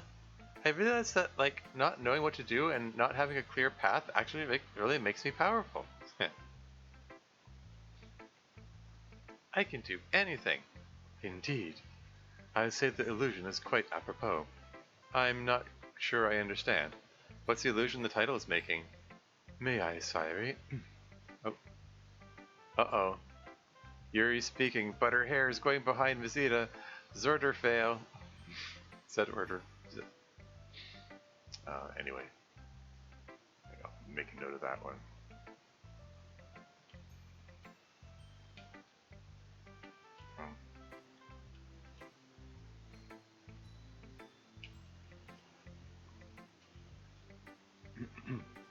May I, Sayuri? Yeah, you'd explain it better than me. The title is a reference to an earlier poem of hers entitled The Fool, where she spoke of not knowing what to do with herself. I think I was there for that one. Yes. The title, The Fool, referred to the tarot card which carries the same idea of starting on a journey of many confusing possibilities. In contrast, the next tarot card is The Magician, which is her title here. It conveys a sense of competence, of mastery of possibilities, the next step in the journey, so to speak. Sayuri is finding that she has control over the possibilities, and is enthralled with that power. Well, enthralled is one word that you could use. I see. Not much of a believer in things like that, but I guess the metaphor is apt. It also sounds like she's not entirely enthralled. I mean, yeah. Her potential itself is frightening to her. She says, I don't know what the limits are, and that makes me scared. Even though it's her own limits. I can empathize with that. You get kind of used to who you are as a person and what you can and can't do, and when something happens so that your own who you are becomes something radically different, that's scary.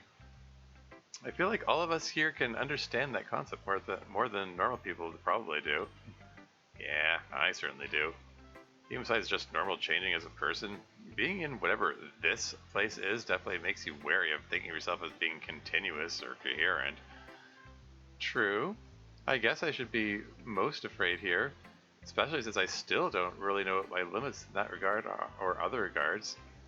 But in any event, time for the last poem. Sorry, hold on. Especially since I still don't really know my limits in that regard or other regards. Okay. Just reparsing it over a second. MC, if you would be so kind. Of course. Greener. Over the fence, I really thought. When I got there, I really ought to be much happier than from just before. She got distracted while trying that last ratio, yeah. Remember where it was? Oh, I can't go back and look right now. I made a note of the timestamp in the video is 3:16:27. If you bring up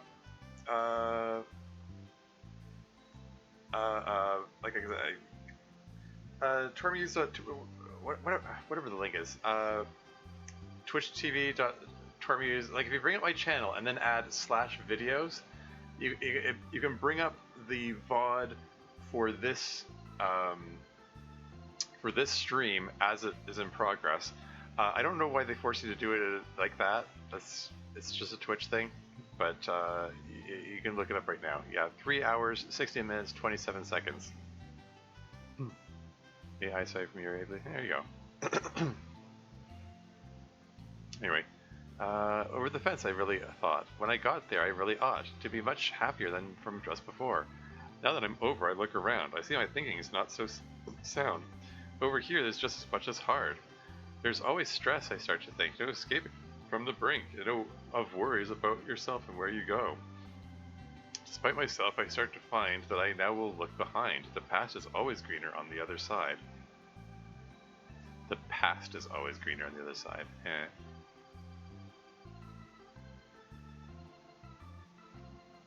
Yeah. I mean, yeah. I mean, for MC, that's what he's facing. Like, I mean, the thing that I've said before, I'll say it again. The one thing that defines his character and his whole character arc in this series is him trying to find an identity for himself. When the original game, he didn't have much of an identity, and he's still trying to look for the next big thing, the next big way to develop, and he's room to see that. Oh, hey, college is going to be. College is that next big thing, and then he's realizing it's actually very similar to high school in a lot of ways. Anyway, oops, off the window. Oh, that's a sick play on words at the end there. The past is always greener. That's awesome. I love it. Ah, thanks. Big hike coming from you. You know it. You feel regret? Not regret. I don't feel bad about anything in the past. But, sorry, focus. Sorry, did not focus during this line. But you were wrong in the way you felt before? Teach me one thing.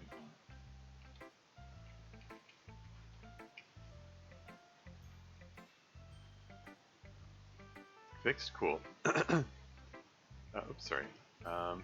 You were wrong in the way you felt before? Maybe. It's like, before you had a lot of anticipation of how things would in the future. How things would? How things would be. Oh, sorry. Somehow my brain skipped over the word be. The anticipation of how things would be in the future. And now that you're in the future, you find yourself thinking that it's not as you foresaw, and the past had its own charms. Yeah, definitely something like that. It gets worse as you get older, unfortunately. So much of the past becomes more and more appealing the older you get. I mean, that's what nostalgia cycles are for. All the sequels and remakes that come out like 20 or 30 years later, because the people who enjoyed those things as a kid are suddenly old enough to be making remakes and enjoying the remakes. Good old nostalgia cycle. Anyway.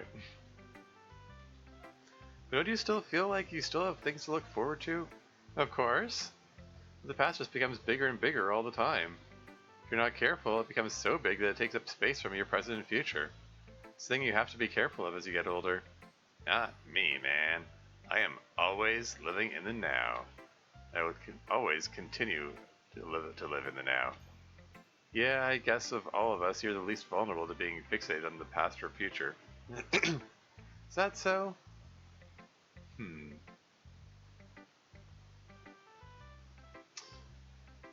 I don't know. I mean, surely Natsuki looked forward to having her own space and stuff.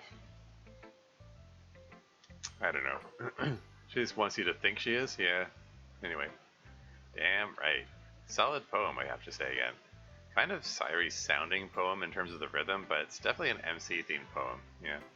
Plus, I can't get over how good that pun at the end is. You're so easy to please sometimes. A nice big hit at the end with the lyrical equivalent of a cymbal crash. What? Do you not like it? You can't tell me that ending line isn't fire. No, indeed. The ending line is very clever, and I appreciate it. It's just such a you thing to like, I suppose. Excellent work on this poem, MC. Very fine work indeed. You continue to grow immensely as an artist. Well, that's all the poems. Normally we do some other activity now before emails, I guess, but I didn't really have time to think of anything. Haha. That's okay. I think since we're showing off our mod project soon, we should take the time to work on them, get input on them before we do emails. Great idea, Sairi. Though to be honest, I don't know what I'm doing for my mod yet. All the more reason why we ought to discuss. Fair enough. Let's take until past and do mod work and stuff. Or catch up with Miss Ida. The club disperses into various groups, all talking at once. Who to check in on? Hey, we got a choice. I'm gonna say, just because. Force of habit or something. MC and Monika, Natsuki and Yuri, Sairi and Miss Ida.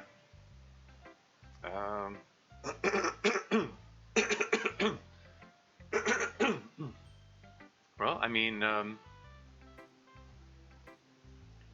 MC's the club president, so he's the only one who can tell when we focus in on them, so let's go with them.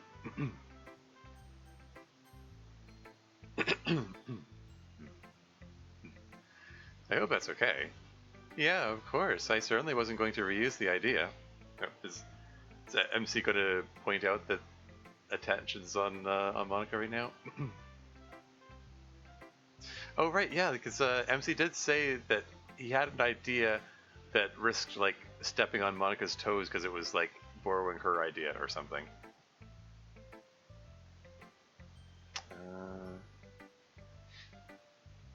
Just notice the activity feed says Crazy Kaylee is the new top clipper at 5 views? Okay. Oh, okay. Top clipper, I did not know that was even a thing. Anyway, moving on. Yeah, of course, I certainly wasn't going to reuse the idea. Seems like a lot of work, though. My combinatorics aren't good enough to calculate the number quickly, but combinatorics? Oh no, is this going to be a choice-heavy mod? Ain't no way. It beat 110 clips guy. Yeah, it says new top clipper at 5 views. I think it's based on the number of views, but how? Like, is it number of views within a certain period of time, or I don't know. Anyway, it just popped up right now, so. This thing just decided that you're the top clipper now. Anyway, check the number quickly, but there are 43. I got rid of the ones that are obvious no-goes. Goodness, that's going to run very long, I worry. Even if you keep each individual vignette short. What are you going to do? I haven't decided yet. Maybe I'll cut some, or maybe I'll just do all of them and try to keep it short. Well, good luck if you choose that route. Is Sayuri okay with this? All these hints about what this could possibly be about, but not giving anything away. Anyway, like, why? What idea of Monika's is he borrowing? Why would he need her approval? Why would he need Sayuri's approval? What could he be doing that involves 43 different possible combinations of something? Anyway. Is Sayuri okay with this? I mean, you presumably appear in it. He's a trailer for your work inside the work, yeah. Yeah, we talked about it. She's fine with it. Oh, it's that kind of idea. That's a great word, combinatorics. 43 combinations? Are we? Is this a massive ship mod? Is that what we're getting at here? I mean, Monika did 2 ship mods back to back from season 1 to season 2, so it seems to sort of be her thing. Anyway, yeah, we talked about it. She's fine with it. She's even helping me with ideas for a few of them. Fun. Well, I'm looking forward to what you do with it. I envy you already having a good idea to make progress on. I still can't think of anything. I'm sure you will, though. Your mod ideas are always good. I hope so. Not me having come up with, like, at least 9 different mod ideas. Anyway, I hope so. The last one was a little sentimental. Nothing wrong with being a little sentimental. Really enjoyed your last one. It's one of my favorites we've done. Thanks, MC. Let me know if you need any coding help with yours. It should be pretty simple, though.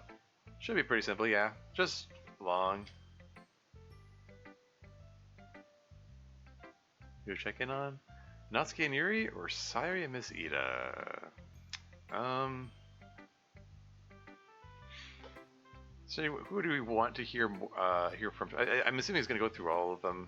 Let's check out Ms. Ida. We haven't seen a whole lot of her this season. Sayuri, Ms. Ida, go. So that's my idea. Or I guess some of the ideas for my idea? I haven't worked all of them out yet. Very ambitious, and maybe a little sad. Most of them seem a little bit depressing. Yeah, I guess so. That kind of stuff is interesting to me. Plus, I think it weirdly doesn't affect me as much. Like, I don't get depressed thinking about depressing stuff, maybe? At least not if I think about it in the abstract when I'm not emotionally invested in it. Do you think you'll get emotionally invested in it while writing? I know I always have trouble writing things without getting emotionally invested. I mean, yeah, same. I do my best to get emotionally invested in all of my own writing. Try to put myself in the, in the heads of the characters. So imagine what they could be thinking and feeling, and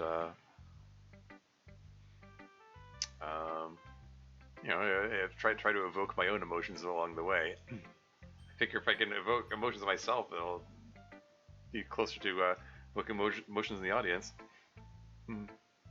Maybe spent 3 months as a worm for reference. Amazing.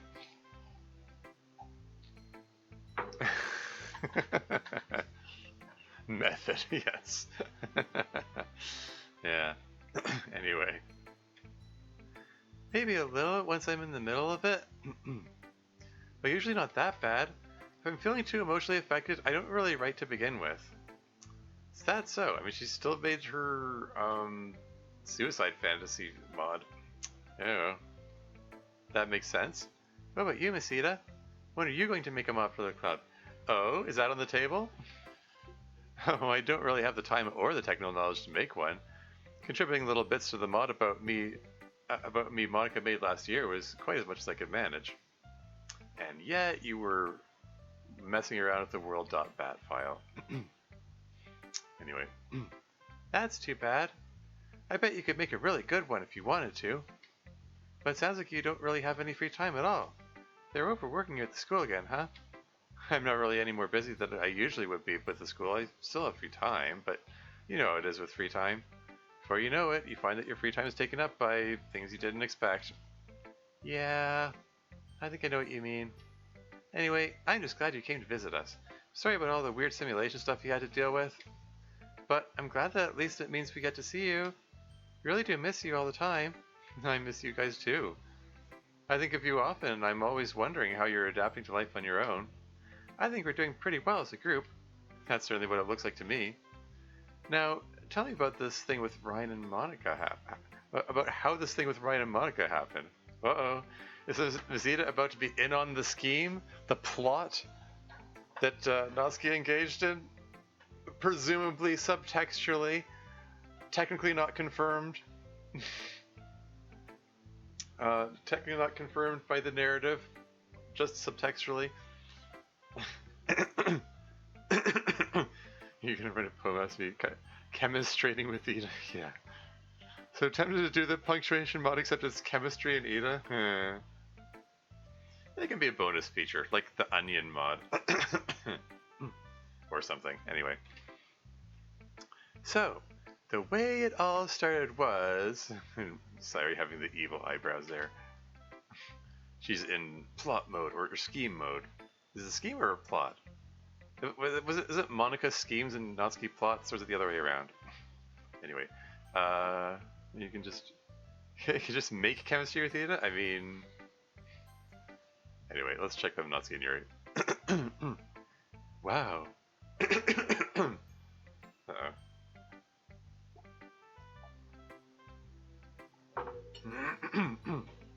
Sorry.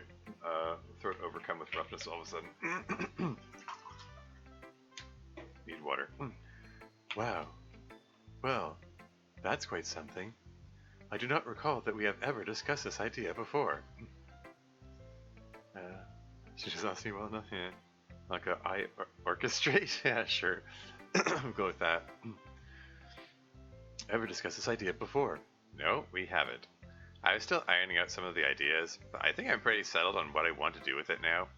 Might need your help with some of it, if you're willing. Of course. Such a noble artistic vision deserves all the support I can provide. I knew you'd see it that way. Such is my genius. Such is your genius indeed. Now suppose you could share some of that genius with me. Just like for an idea. Well, no, not exactly. I've had a concept for a little while. It just seems so plain. That's not like you. Usually ideas are kinda out there. Sometimes, perhaps. I assure you, they are not always. Write a mod about worms. I'm just kidding.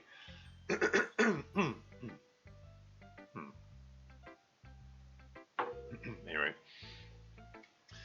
I assure you they are not always, and certainly I am not blessed with such an unconventional imagination as compared to you. I'll try to take that as a compliment. Besides, you have an unconventional imagination too, don't you?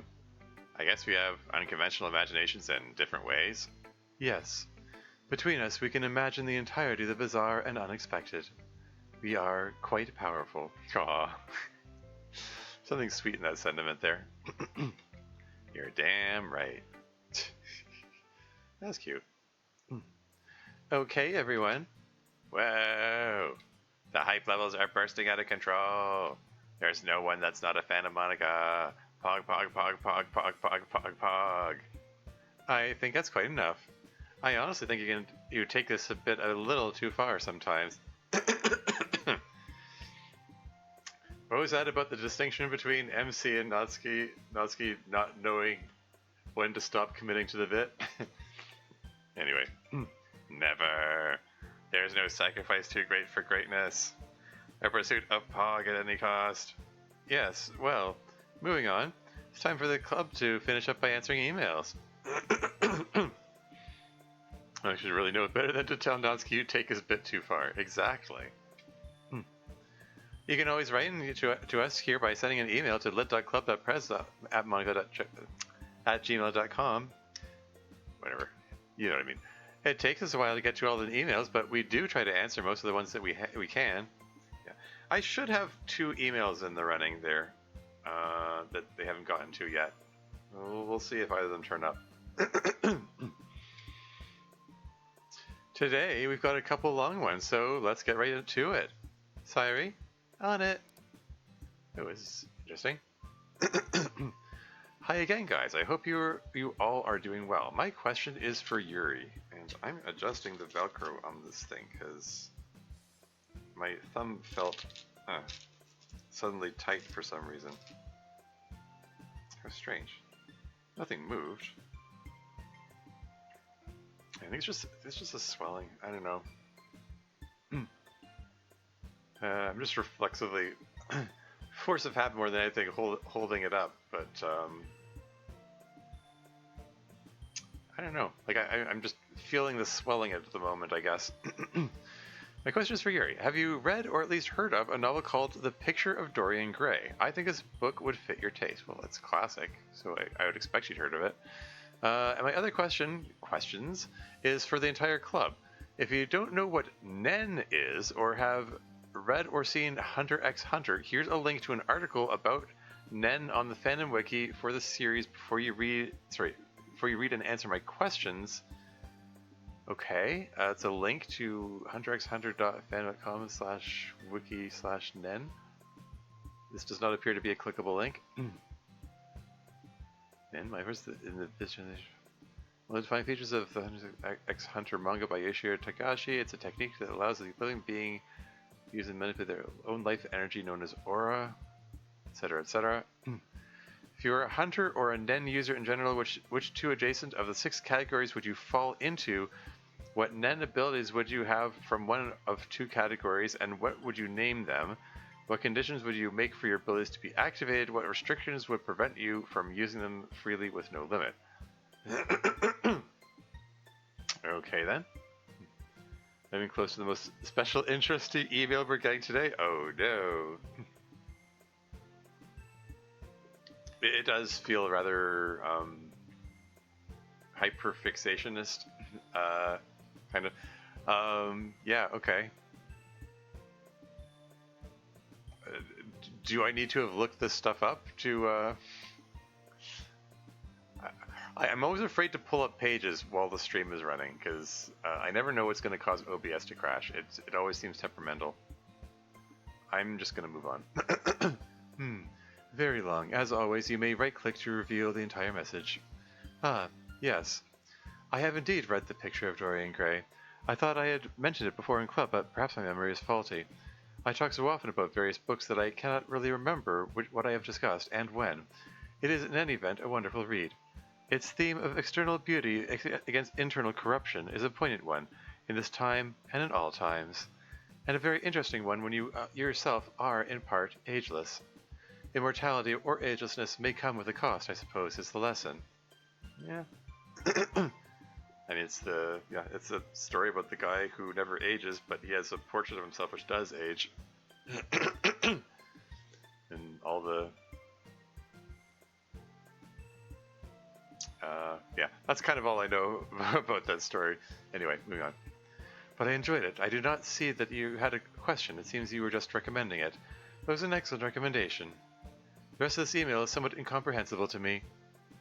Yeah, I guess you've never seen Hunter x Hunter. Has anyone else, or read the manga? Yeah, I've seen the show. Good enough.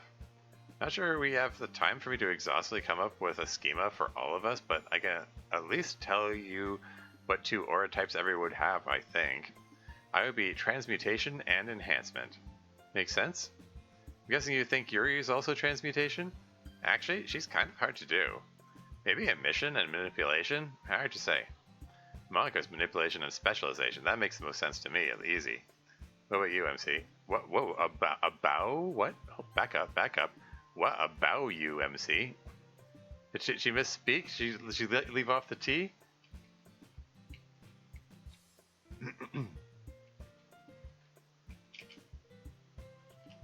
There, I made a note of it.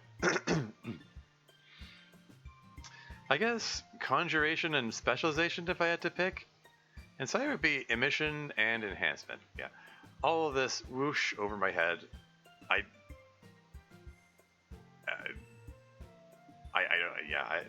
None of this has any... I have no context for appreciating any of this. Moving on. Totally. Can't forget Miss Ida either, since she's here. She's conjuration and transmutation. I have no idea what's being discussed here, but sure. Yeah. Just think of it as... Gosh darn it.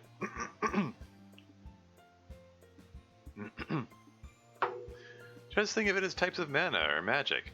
Once again, I will say, sure. On to the next one. Thanks for the email. Have you ever watched Brenner's channel? Since there's a lot of mods, and it's proven that Dokis can travel to another Dokiverse. Brenner's channel? Yeah, I don't know who that is. I'm aware of a bunch of... I'm assuming it's, so-called Dokituber, someone who, streams or records mods and puts them up on the channel. Anyway, moving on. It looks like this is a YouTuber who made past tense DTLC content. I don't think any of us have ever checked it out. Unfortunately, it looks like the creator called it quits a while ago. But the channel is still up there, if anyone out there is curious. Looks like they focus on making content related to mods of our game. Fun. Let's see the next email, please. Hey all, hope you're having a wonderful time. This is my first time sending an email, and I'm three-fourths the way through Season 2 at the time of writing this. So I apologize in advance if anything is already asked. MC, do you and Sairi play many video games together? If so, what are your favorites to play together? What are your favorite movies? And if you had to pick one, would you pick the Italian Plumber or the Blue Blur? That is a Mario or Sonic reference, I presume. I know you said platformers aren't your thing, but I wanted to ask anyways. Stay awesome, bro. Yeah. I haven't actually played any of the Sonic games personally. I played the original... I guess I played a bunch of Super Mario games, but it's all the ones on the original Nintendo Entertainment System. Like I played Super Mario 1, 2, and 3. 2 was an odd one because it's the odd one out which broke the formula, and it wasn't as popular as a result, but still has a fond place in some people's hearts. And I've also played Super Mario World for the SNES. Yeah, that's really all the Mario games I've played. I haven't played a single Sonic game. Oh well. Anyway. Okay, yes, I remember this one. This is one of the long ones. It's a very long one, in fact. And multi-part. MC, you're up first. I see. Yeah, we play video games together a lot. Our favorite to play together is definitely Mario Party. I think my favorite film is Master and Commander, the one with Russell Crowe. I've seen that movie. I saw that movie Man, I saw it in the theater. A friend wanted to see it. I wasn't familiar with it at all. Um, I remember some details about it. The lesser of two weevils line.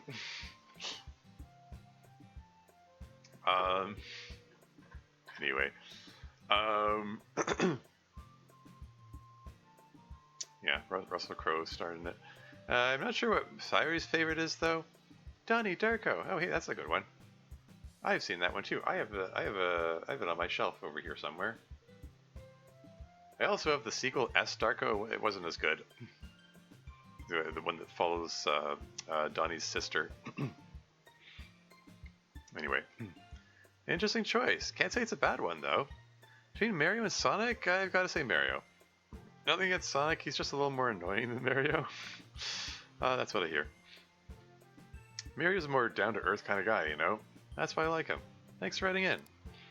Sorry, besides kissing and hugging him, what is your favorite thing to do with MC if you were to get another pet? I'm so sorry about the loss of your cat that you grew up with. I just learned about him. He sounded like he was super sweet. What would you get and what would its name be? What's your favorite thing to do when you're alone? Italian plumber or blue blur? Continue taking care of yourself. You matter just as much as anyone else does, in-game and IRL. Going outside. I really like going out with MC. Like, actually outside. We've been playing outside since we were little. And I still like it. Sometimes it's hard for me to want to go out instead of staying in. But I still get really excited thinking of going outside with him. He makes it a lot easier to get up and go do stuff. Not sure what I'd get for another pet. Don't think I'll know until the moment comes. I don't know what I'd name it until I saw it. You have to name your pets appropriately. You can't just say, oh, my next pet will be Sparky or something. Because what if that next pet you get isn't a Sparky? You have to name your pet based on what they like. That's what I think. Not sure I have a favorite thing to do when I'm alone. I like writing poems, I like sleeping, and eating food. And so yeah, one of those. Between Mario and Sonic, I guess I'll go with Mario too. Don't feel strongly about it. I've just played a lot more Mario games than Sonic games, I guess. Good questions though, glad you asked. Let me pull up the next part. Monika, I just want to start off by saying I am so glad that you brought everyone back and restored as much of your world as you could. And I understand that you felt horrible about everything you did, and while it did hurt dealing with an angry Natsuki and later on, Sayuri, I am happy you both worked things out relatively quickly. I started getting a little sad that Sayuri and you had a bit of a feud there. I think that you were very brave for pushing on through it all. We all have stuff that we struggle through, and you're no different. If anything, that's one of the many things I like about you. Sure, you did all those things to begin with, but in the end, you knew what you did was wrong, and you showed remorse and undid as much of it as you could, and maybe things continue on, and everyone moved on as well as they could, and you learned from the errors for the... Gosh, darn it. You could have edited this to be a little more concise, dude. Anyway, I learned from the errors for the better, but now onto the questions so I don't ruin the mood, LOL. What made you decide to wear that white bow, and how long have you had it? What's your favorite activity to do outside of club time? What's your favorite flower? What's your least favorite mod? I mean mods made by other people, not mods made by the other club members. And Plumber Boy or Blue Rat? Thank you for your kind comments. It was certainly a journey. But as you suggest, I try to remain focused on moving and dealing with the future rather than the past. Micah punctuating with Yuri was garbage. Aw. How can you say that when it is peak? As the kids say. Anyway. Try to remain focused on moving on and dealing with the future rather than the past. But I've had the bow since I was a little kid. Not this exact bow, but some kind of white bow. Sometimes I've played around with different colors. Orange one time I thought I liked. Didn't she have an orange bow in, like, for the longest time or something? Or some fan fiction. Yeah, yes, intentional FTLT reference. Yes, exactly. Orange one time I thought I liked, but I think that white is the most complimentary. I don't have a charming story for it like Sayuri has for a bow. Just started wearing one day when I was very young. Probably it was my parents' idea. but then I liked how I looked in it and kept doing it. I do a lot of things outside club time. Right now, my favorite is probably fencing and running the fencing club, or getting it started, maybe I should say. It's a fun challenge to start another organization from scratch. Plus, I've really missed fencing. It's a fun sport, hard to quit once you've gotten a taste for it. My favorite flower? I guess hydrangeas, if I had to think about it. They're so beautiful, and they always bloom around my birthday, so I feel like I have a connection to them in a way. Yeah, September 22nd, right? Anyway. Why do I remember that because it's the day after my own birthday. My birthday's September 21st. Anyway. Silly reason, maybe, but I do like them. Don't really like to talk about mods I don't like. I mean, yeah, not nice. Mods are hard to make, as I've learned myself, and much, much harder to finish, so I don't like to disrespect anyone who's actually finished a mod by talking poorly of one for the most part. I just like to recognize the difficulty. That being said, anyway, I just like to recognize the difficulty of being creative and applaud them for making something. I also don't really have a strong opinion between Mario and Sonic, but I guess I'll go Sonic. He's faster, basically. Thanks for the questions. I presume there are more? Yep. Natsuki, I gotta say, while I'm not a baker myself, I literally only know how to make simple things like boiled eggs, cook spaghetti, and cook pizza, lol. I really liked your Baking with Natsuki and Baking with Natsuki 2 mods. Everyone's mods were enjoyable, but I especially liked yours more. Would you want to be a baker as your job when you move out and have to get a job? Is pink your favorite color? What do you like to do besides read manga and bake? Do you still read Parfait Girls, or did you stop reading them? Italian Bros or Hedgehog Alien? Oh, my turn, is it? I mean, maybe I'd be a baker for a real job. I definitely enjoy the baking part. The question is whether I'd enjoy the business part. Not sure about that at all. Maybe some place would hire me to bake, but then I probably wouldn't have much freedom over what I could bake professionally. That would suck. So we'll see. I guess right now I'm just gonna focus on focus on college. I guess what I said. Yeah. Pink is my favorite color. It's sort of a rare color for hair and eyes, so when both are pink, seems like a sign. Besides manga and baking, I like gaming, obviously. I like playing some sports, kind of. I like spending time with Yuri, the rest of the club too. I don't know, I feel like you probably see most of what I do around here. I've read Parfait Girls so many times, dude. The run has ended. There will be no more Parfait Girls, which is sad. But yeah, I reread the series pretty frequently. It's just so good. Making a call between Mario and Sonic is a hard choice. I think I gotta go with Sonic. I had a feeling she would.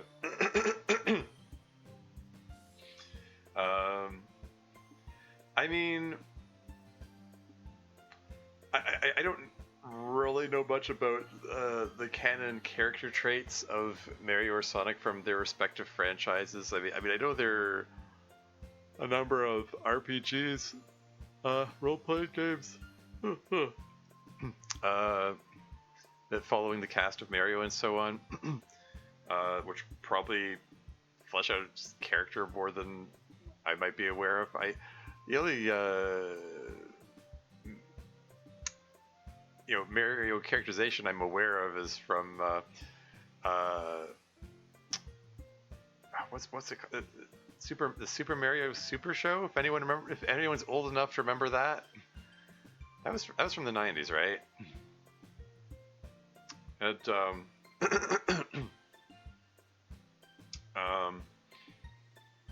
followed the adventures of Mario and Luigi and the princess and all that, and Bowser and so on.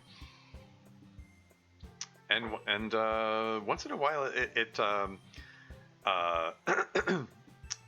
I don't know, they like if they had two teams of writers or what, but once in a while they took a break from having episodes of Mario and Luigi to have an episode of Link, Legend of Zelda, which brought us the well, excuse me, princess meme before it was a meme. So that was cool. I actually liked the Legend of Zelda show more than the Mario show, even though the focus is supposed to be in Mario. I'm rambling a lot here. What I was trying to get at the only characterization I know about them as MCs is he's just some down to earth guy. Whereas my only awareness of characterization of Sonic comes from some random cutscene I saw taken out of context, where he's just this super smarmy guy, like just dripping with smarm. Just absolutely thinking the best of himself. And it seems like Natsuki would go for that. I would think, given the choice. Anyway, that was a long walk to get to that point there. Moving right on. I think I gotta go with Sonic. Dude just has the edge in a head-to-head encounter. I mean, unless Mario has a star or something, I guess. In general, I gotta go with Sonic. Peace out, dude. Yuri, what was the first book you ever read? What got you into reading? How did you find out about the Literature Club in the first place?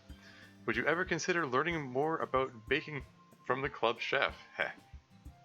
Italian stomper or supersonic speeder? Yeah. How did she find out about the Literature Club? I guess she would have to go with DDLC Plus canon, or the side stories canon. Wonder if she would have had a different story before DDLC Plus came along. Oh well, anyway. I do not recall what the first book I read was. I've read so many, even as a child, nor do I recall what got me into reading. I presume my parents read to me early, but I have been reading on my own for as long as I can remember. I found out about the Literature Club from Monika.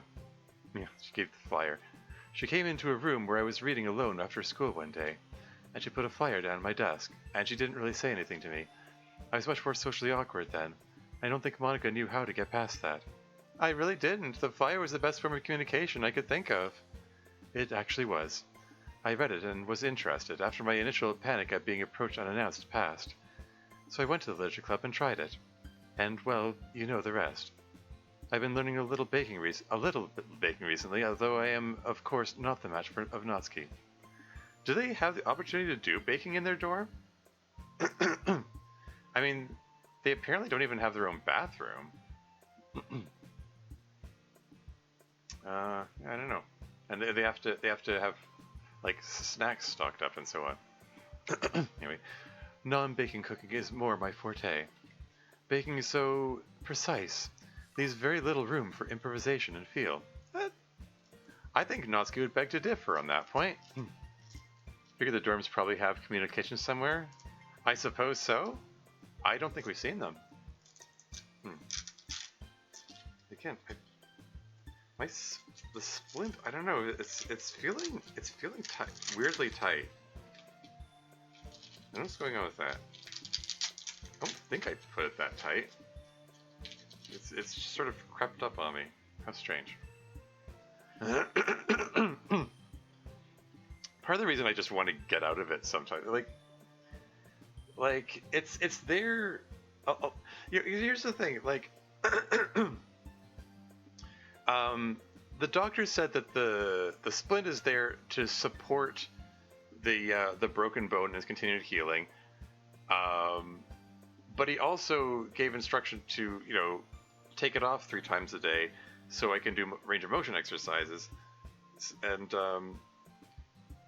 like I asked him, like, are there certain motions that I shouldn't be doing? Like, are there like I don't want to damage it further. And he said, like, you should be able to do like the full range of flexion, extension, rotation, deviation, all that. And I asked, like the thumb too. Like, and he said, yeah, the thumb, full range of motion, should be able to do that. It's like, cool. Then at that point, I'm like, what's the splint protecting? I mean, it makes sense to wear it like when I'm out and about or when I'm sleeping, but like the rest of the time, like just sitting here, it feels like I should probably be able to take it off. I've been wearing it as a matter of course because you told me to, but I get the definite feeling I could probably get away with like leaving it off more than I do. I don't know. If it irritates me enough, I might take it off again. I guess is what I'm saying. Anyway, baking is so precise, leaves very little room for improvisation and feel. And again, I think Natsuki beg to differ on that point, which are the things I really love about cooking. Baking has those things. You just can't mess with stuff like dough mixers or whatever. True, I suppose baking has a certain flair for creativity, or Natsuki could not excel as she does. But for now, I remain very much a student. As to the debate between Mario and Sonic, I am utterly indifferent. Each has his own strengths and weaknesses. I leave you to decide a preference for yourself. Yeah, it's a heck of an expression to go out on. Yuri and Monika, did either or both of you consider making a mod that dealt with you all being in a simulation in a completely different way than what the base game did? If both of you considered it, maybe you both could collaborate and make a unique mod out of it. If neither of you want to do it, that's perfectly fine. It was just an idea that popped in my head while I was typing all this out. LOL. Just got curious how you would have made things be if you could change the events. Yeah, incidentally, there's ad break in 4 minutes 20 seconds. Top 10 most incomprehensible questions? I mean...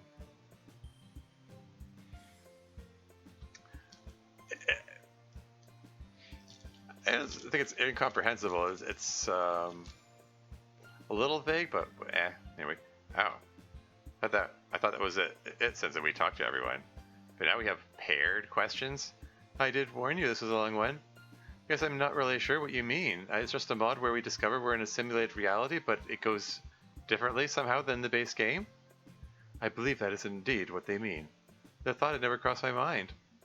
I guess I would need a more specific idea. I don't have a particularly inspired one for this concept. Yeah. It really isn't specific at all. It's just, what if it was different? Like, okay. I mean, by definition, mods are different. That's why they're mods. Because mod is short for modification. Anyway, moving on. And for me, some members of the club still have trauma around discovery of the simulation. Monika and Natsuki, for instance. I do not wish to hurt them with a mod about this. Well, I only speak for myself, not Natsuki, but I wouldn't mind mods like this. It's in the past for me. Yeah, I don't care either. It's over with now. It's a pretty interesting topic. MC, what about you? Well, it's a lot different for me, but the simulation stuff itself, that doesn't bother me at all. I see. Well, I still don't have a good idea for it. We'll see, I guess. Yuri and Natsuki. Since Natsuki and MC did a game of truth or dare, I think Natsuki should go up against Yuri next, and no holding back from either of you. Though one of the dares for Yuri would have to be making her say that manga is literature, because while I can see Yuri's point of view, I kind of leaning towards the manga is literature standpoint myself, but don't get into an actual argument over it. I don't like it when any of you argue or fight. Okay. No, it would feel weird playing truth or dare with Yuri. Like, maybe MC has secrets that he'd want to keep from me, or me from him, and that's cool. But I don't want to keep any secrets from Yuri if I can help it. I don't want to feel like I'm pressing her for anything. Plus, I don't want to have her say that manga's literature unless she really means it. And I never will, beloved. I never will.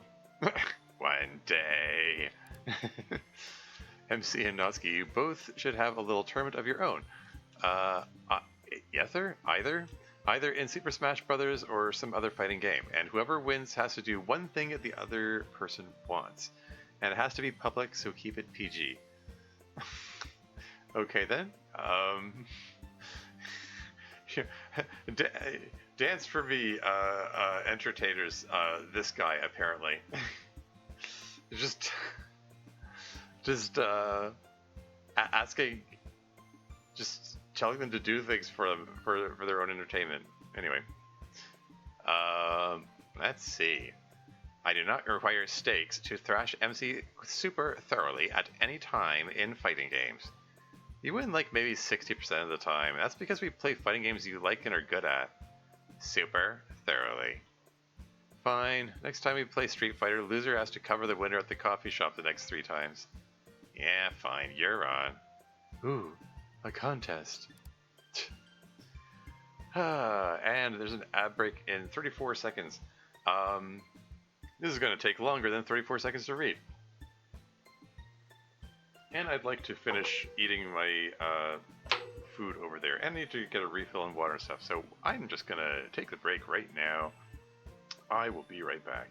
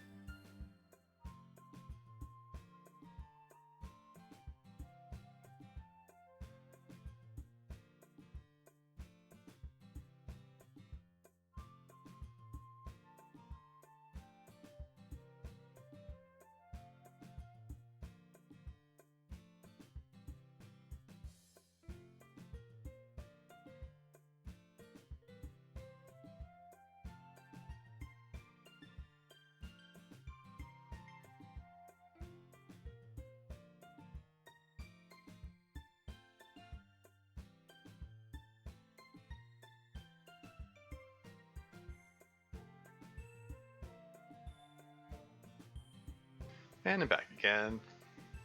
Yeah, I decided to take the splint off. Oh shoot! I just realized I should have moved the "Be Right Back" sign so you can read the email. Oh well. Yeah, I decided to take the splint off. I want to get myself welcome back once again. Yeah, thanks. Yeah, I want to get myself a glass of juice, and I needed to fill the juice jug with like from one of those concentrated juice cans that which reconstitute with water, that kind of deal. And I was finding it hard to open the can with one hand because I didn't want to touch it with the hand with the splint on because I was worried about spilling juice on the splint. And then I said, screw it, I'm just take the splint off so I can use two hands here now that I can. I mean, when I was in the cast, I would just have to do this, like keep it in the air and just struggle with one hand.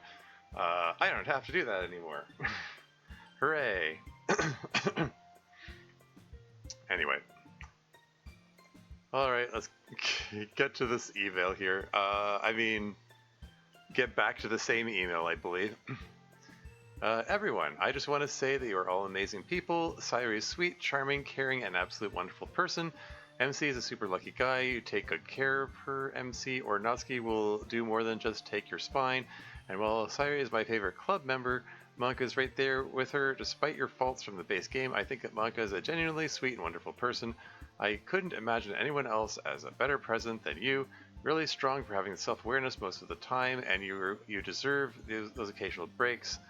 Natsuki, you are an amazing woman, and just like Sayuri, you help and do an outstanding job at keeping things interesting for the club, especially with your two special ops, currently on the episode where you and Yuri infiltrated the student council base. So I'm about to see how that turned out, lol. Your jokes and playful banter really spice things up, not to mention your extraordinary recipes make me want some of them. As for Yuri, I've done a bit of thinking lately, and I think Yuri's the one I relate to the most. I don't self-harm, as I've made a promise to 3 friends. I would never resort to that. That's a totally normal thing to promise your friends.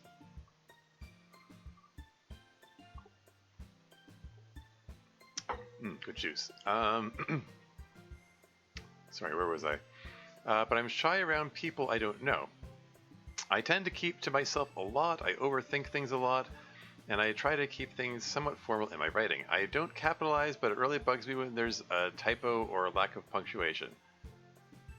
I mean, the lack of capitalization could be considered a typo in itself, but You would be better off not reading the emails, right? Just to notice that comment there. Very regular things going on. I mean, it's par for the course in this mod sometimes. It is what it is. I've talked about the merits and drawbacks to the email sections many times thus far in the series. Anyway.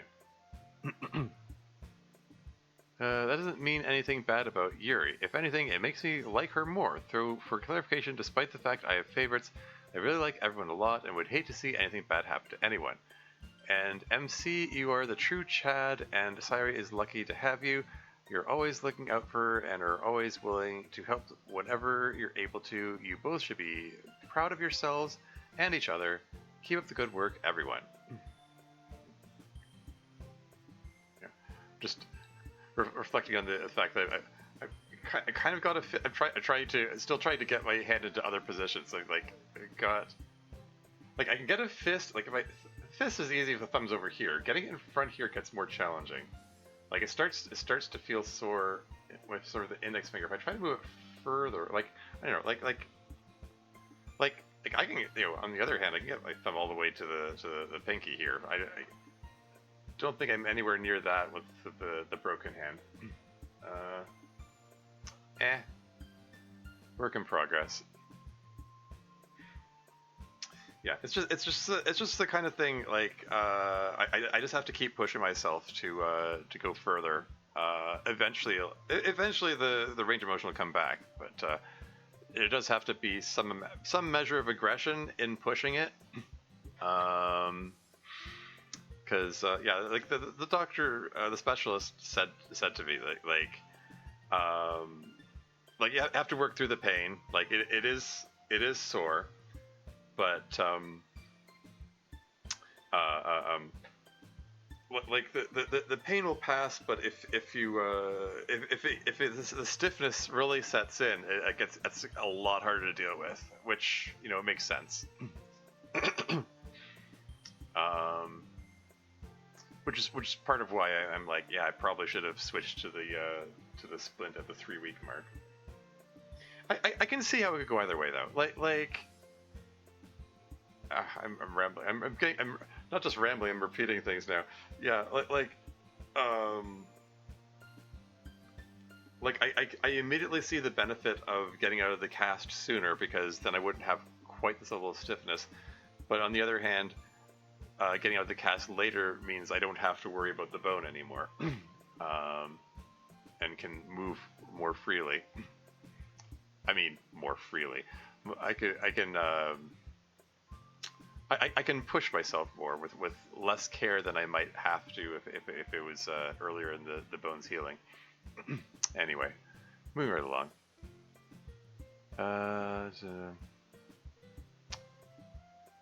Sorry, did I finish reading this? I can't remember.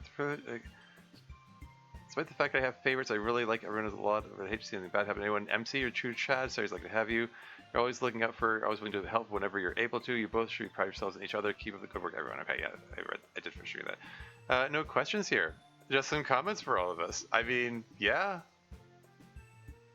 Yep. There weren't any questions in there. It's true. Let us read. ... Thanks for being so nice. Wait, Natsuki, when they say 2 special ops, the first special op being the one to get MC and Sairi together.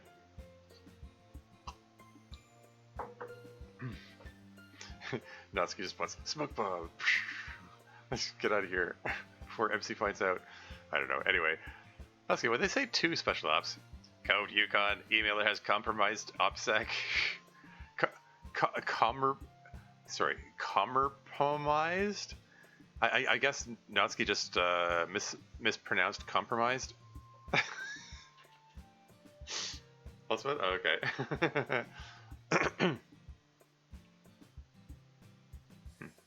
Abort. The emailer is disavowed. Burn notice. Moving on. Bonus question for everyone. Aside from MC and Sairi with each other, did you all know each other before the Literature Club? Apologies for making this extremely long. I didn't think it'd end up being this long, but I wanted to say some things as this is my first email to you all, and maybe my only one for a while, as I'd like to catch up before writing another email. Hope everyone is having a good time and take good care of yourselves. Cherry. No, none of us knew each other before Literature Club, other than MC and Sairi being friends.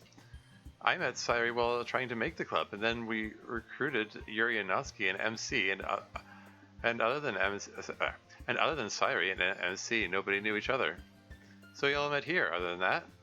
Except me, of course. I had Natsuki in my class before I ever went to the Literature Club. And I had everyone but Yuri in my class prior to that at some point. I think Yuri had Mr. Tsuji for chemistry. I did. I would much have preferred you. Aww. Look at them being sappy again. You didn't need me. You ended up being an exemplary student of mine without taking that class. You are much too kind. Anyway, don't worry too much about making it long. As long as they're good questions, we're happy to answer, Cherry. Thanks for writing. Okay, on to an entirely new email. What have we here? For Monika, but others are welcome to give their thoughts. Have you heard of the game Undertale? Just because that's just never come up before. If you haven't, then the character Flowey. I started Undertale a while back. I need to pick it up again at some point. Flowey would seem very interesting to you. Flowey is a flower that was awakened through a drop of pure liquid determination. I won't spoil the backstory for him, but let's see the similarities and differences. I think that's already a spoiler. Yeah, that's already a spoiler there. But whatever. Knows his world is fake and can manipulate save files and game files, and it can even manipulate the player's control over the game. Well, that's very definitely a spoiler. I mean, um, I kind of already knew that there was like file manipulation in Undertale. Like that's it's part of the reason that it gets compared to DDLC all the time. Oh well. Can persist after death and reset the game/world after his death. Basically how a video game character would die and just spawn back at their last save point. Has experienced the same world and forced character interactions over and over again, like being forced to replay a game over and over with little differences. Due to him lacking a soul, he cannot feel most emotions. This caused him to eventually stop caring and resort to killing people he loves due to boredom. There's been many people online who think this is an interesting comparison to you, and even some people debate who would win in a fight. There's even a song based on it. The feeling is neutral, Flowey versus Monika. YouTube link. Hope you all have a good day, Lewis. Yes, I have indeed heard of Undertale and its meta-narrative. Obviously, I empathize somewhat. I assume most of the video game players in the room have played Undertale and know Flowey? Yep. Yuri does not speak up, nor does Nisita.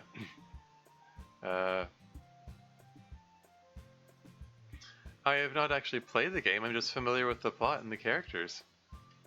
I don't see that you asked a question here other than whether I know about the character, but I do. And I'll watch that video later today. Thanks for your email. Hello everyone, I am known online as Lorekeeper49, but if that feels too long for you, you can call me Loki. This is no relation to the god, I swear. I realize that as of writing this email, I am only just starting season 2, so I'm super behind. I mean, yeah.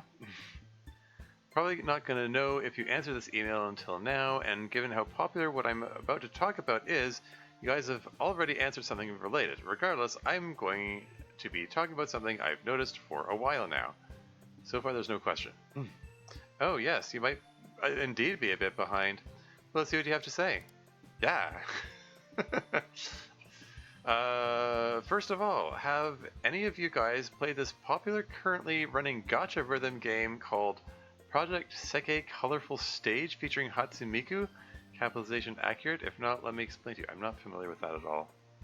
Project Seke Colorful Stage is a free-to-play gacha rhythm game for mobile phones featuring the popular virtual singer Hatsumiku. Play through hundreds of songs sung by your favorite virtual singers, as well as 20 completely new singers split up into 5 groups.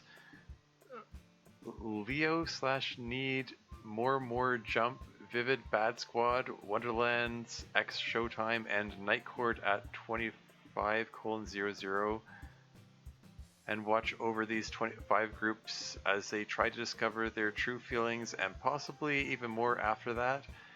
This. Yeah, we were talking about hyperfixations earlier. Let's give out Lorekeeper. No, I haven't heard of Project Colorful Stage featuring famous vocal Natsuki, but it sounds super cool. It looked like it would pay lots of sponsorship money. Yeah. This game has become my favorite game of all time, and as of now, it's been going on for almost 4 years, and they said they'd go for 6. The story is adorable, and I think each of you will have a particular interest in one group. Sayu will like Leo/Need due to the ties with strong bonds. Natsuki will like More Jump, not only because of the possibilities to parfait girls, but also because of how much each member relates to a certain member of the club. MC will like Vivid Bad Squad with the whole courage aspect. I think, come to think of it, I don't think about MC too much, sorry. Monika would like Wonderland's X Showtime with how much it goes into similar topics she's been dealing with related to the club, and Yuri will like Nightcord at 2500, I guess. Not because one of the members looks a lot like her, but actually because the story is very deep and dark, and she'll enjoy that very much. That's not. Again, there's no question in all of this, except for, have you heard of this? And then the rest of it's just sharing their hyperfixation, I guess. Cool, I guess. Anyway, That's not all. The groups make covers for a bunch of Vocaloid songs, and not only that, many song artists get commissioned to make songs for these groups that they will sing. And what's more is that the voice actors actually sing the songs, which is some insane talent, not to mention that all the songs are so good. Save. Right. I'm sorry, it is funny. I mean, it is a little funny to imagine you being forced to not just pore over this, but presumably you have to, if it's a topic you're not familiar with, you have to look into it enough that you can be familiar with it enough that certain characters who theoretically should know about it have something to say about it. What am I trying to say here? And through it all, it's kind of funny that like theoretically, because with Monika's obsession with the player, or love for the player, if you want, theoretically emails from the real world should be her favorite part of the day. Like she should theoretically want more of these. So it's like you're in an awkward position where it's like, okay, it's enough of these now, while still keeping up the kayfabe of role playing her need for more. Anyway, look at the Hunter x Hunter thing before. That at least is a somewhat well-known franchise, and they provide at least the wiki link for me to easily answer the question. With this one, I really did have to throw up my hands. Don't you like this, Monika? Isn't this your favorite? I was half tempted.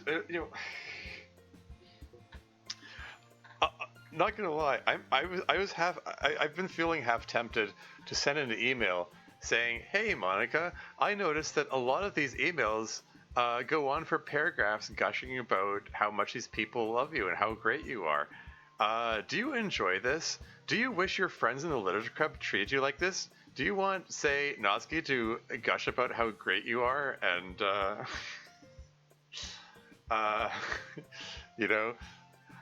just, I don't know, just really make fun of that whole thing. But that would be mean, and it's not really the style of email that I want to be sending in there. I do want to sort of try to play into the kayfabe, the whole role playing aspect of the emails. Like a couple of the emails I sent, I had to reword things like think about how to reword it so that I'm talking about the simulation, the simulation of your experience or whatever, or how to parse out these sentences so that it doesn't break the meta narrative or whatever. Anyway, I'm falling behind in chat here. What's going on? I thought she subjects everyone to them week after week, but also she's like, damn, a lot of riffraff here. Yeah. Maybe that's why she didn't enjoy the date with the players so much. She's like, dang, that's what the players like? Anyway, if Natsuki gushed for 8 paragraphs about how great I am, yes, I would love that. Yeah. Server, Monika does enjoy the emails much more than I do. Yeah. Server Monika does enjoy the emails. Okay. Yeah. She's also the one being like, include this extremely ridiculous email, and I'm the one who goes, no, I'm not putting that in the mod. Oh no. Yeah, you have to wonder about the ones that don't make the cut. Yeah. Okay, it kind of feels like the players laughing at me here and not with me, but that can't be right. Oof, oh no.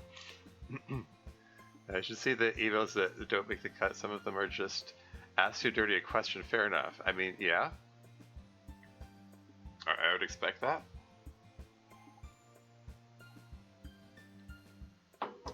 Like, wasn't there they had to read out an email that didn't make the cut. It was like, what was it? Is the piss yes p or whatever it was.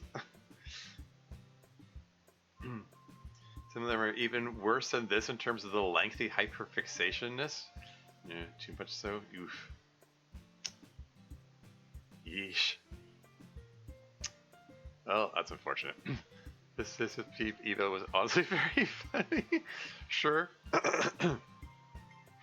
Anyway. Yeah, I recall them trying to answer that email. It'd be like, there doesn't seem to be a question here. I guess they're expressing, exhilaration at urination. Like, okay, good for you, I guess. Anyway.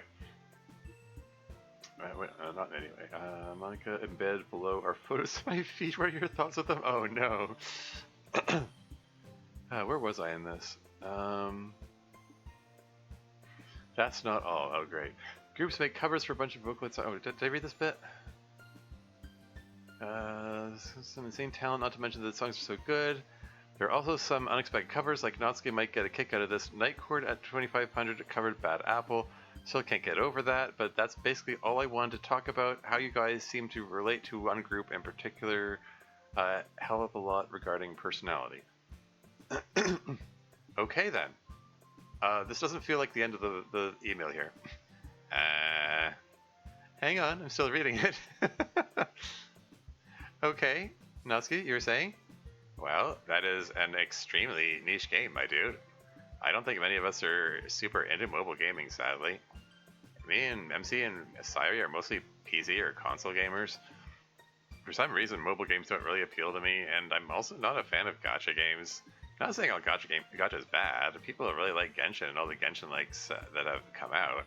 Of course, Uma Musume is a effing craze. And they're good games. Just not my jam. Sorry that no one here has played the Miku game. I do like Miku. I also like Miku. Yeah.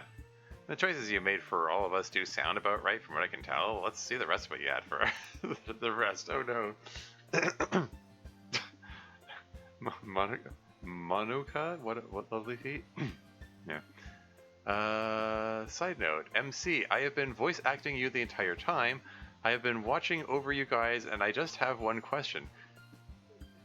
Block capitals, can you please stop saying such hard lines to say out loud? Exclamation point, question mark, exclamation point, question mark.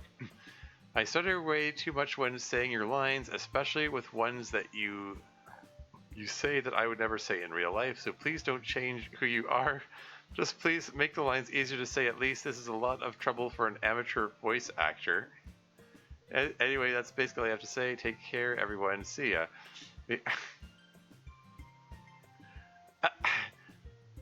Someone's to say things I would never say in real life. Yeah, MC, you should be gushing about Hatsune Miku or whatever. So I guess I'll whisper for now. Yeah. Okay. Guess that's the end of the email. Huh. I mean, I don't know what lines I say that are hard to say. I don't really know what makes a line harder or easier to say for a voice actor, I guess. Don't really think I'd change the way I talk for the sake of a voice actor anyway. But I am kind of curious what I say that's apparently so difficult. I feel like I talk pretty normally, I guess, but maybe I don't. I don't know. Like trying to shrug, and I can only get the hand over here. Like this hand's over here, and this hand's like. I can just angle it right. I can make it look like it's like shrugging properly. Anyway, yeah, but really it's like it's right over here. That's as far back as it goes. Anyway, maybe I don't. Write back and tell me what I say that's hard. Thanks for your email. Let's see. There's another one? Oh man. This next one is another long one, so let's make it the last one for today.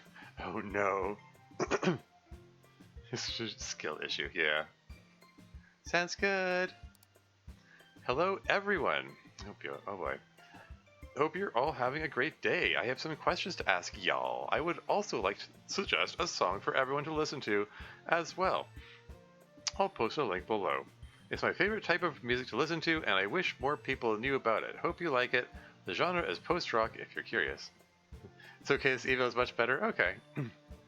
So this is for everyone. What other genres of music does the crew listen to besides what they have already talked about? I heard Natsuki likes rap, but I've never heard the rest say anything about rap. The genres I'm thinking of are reggae, rap, hip-hop, R&B, techno, dubstep, country, folk, bluegrass, jazz, pop, etc.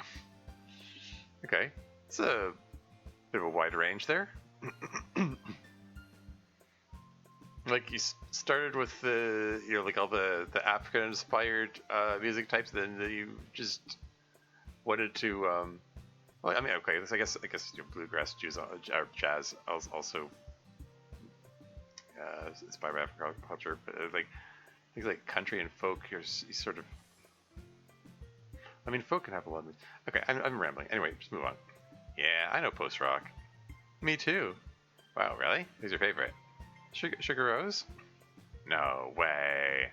Oh man, Monika, plus 10 awesome points. We have to talk about this sometime. Gladly.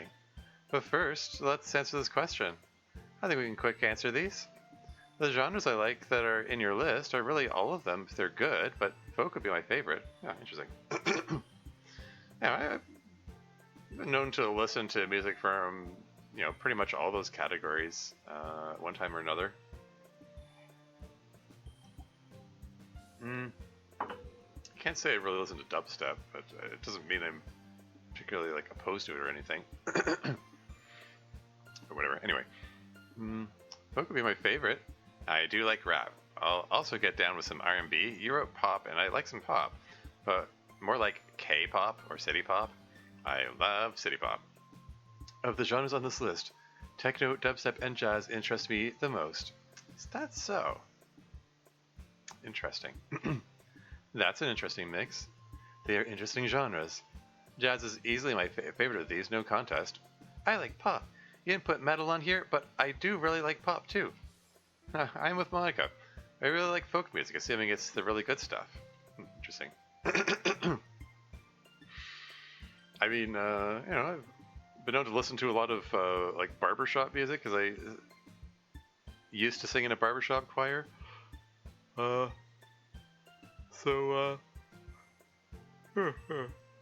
mean, it's like folk adjacent, kind of. Anyway, I mean, there's depends which barbershop group you listen to, I suppose. Plenty of quartets and choirs, barbershop choirs that do like more modern stuff or show tunes or whatever. Anyway, all right, on to the next part. Another question for everyone. What is your favorite sound? Mine is dead leaves getting blown by the wind and the sound they make when they scratch the sidewalk and move across the ground. I really like that. Interesting. It's just like something of an autism-coded question here. Like, stepping on that crunchy leaf during fall. Or in that crunchy bit of snow or ice. Either or. Anyway. Ooh, how poetic. This is a very thoughtful one, but I think we can quick answer this one as well. I also cannot think of a better sound than the piano. I like the sound of frogs croaking when it rains. That Stardew level up sound. I'm not even kidding. Love that sound. Stardew Valley level up sound? I'm trying to think back to... It's been long enough since I played Stardew Valley that I can't immediately bring that sound to mind. I think it's in there, but I don't know. Anyway, I guess in their auditory cortex, but love that sound. Natsuki's contented sigh. Wow. That's cute. Great. Now I sound like an asshole. No, you do not. I do not have you any other way but what you are. Shut up. Let me think. I think there's a complexity to the sound of opening a can of soda that I really like. Yeah? Metal clicking plus the sudden gas escape hiss and the bubbling sound of the soda. It all kind of combines into one. I really like it. What about you, Miss Ida?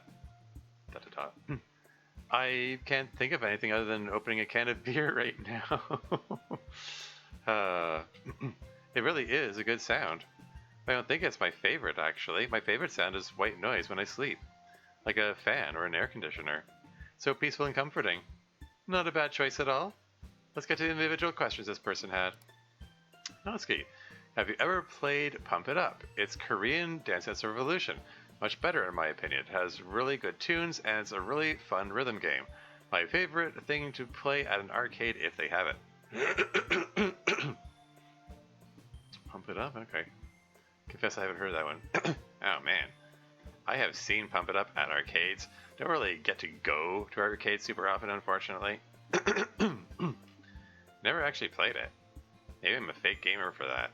But I'm just not very good at dance games, or dancing in general, I guess. Really? You seem to take to fencing footwork fast enough. Yeah, well, that's obviously because I long to kill. If it's stabbing, it's not really dancing. Violence seems to be a dance of its own, though. One you excel at. The plush. Okay, well, anyway, I haven't played Pump It Up. I do like the tracks on it, though. Fun game to watch other people play. 2. Sayuri, have you ever thought about a career working with animals? I could totally see you working in a vet office or doing something involving helping animals.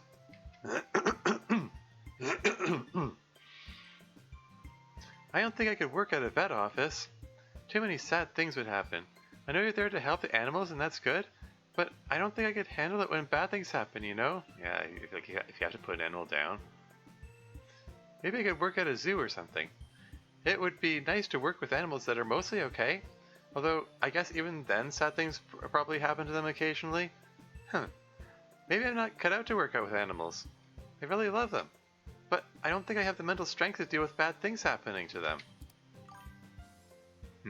Maybe Natsuki needs to be introduced to Capera? Yeah? That's like a Brazilian martial art, right? It's sort of dance-like.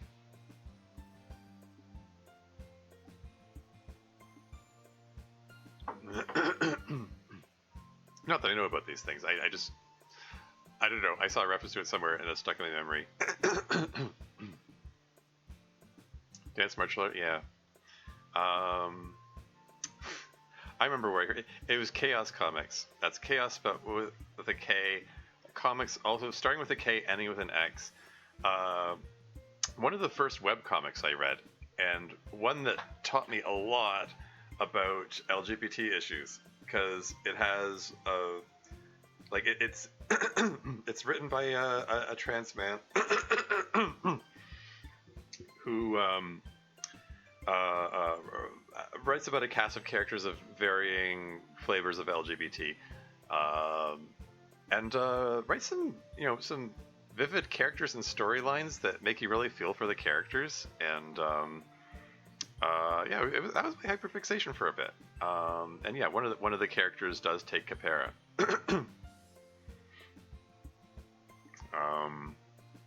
Yeah, I don't know. That just came to mind when you mentioned that. Moving right along. Monika, what do you think about Neuralink and the progression of AI so far? I think I might get to see real-life Ghost in the Shell in my lifetime. Crazy if you think about it. I'm sorry, Neuralink, is that Elon Musk's brain implant thing? Which I can't imagine anyone in their right mind putting one of those in their head. Can you imagine how much Elon would abuse that if he can just beam stuff into your brain? Like someone as egotistical and selfish as him. Yeah.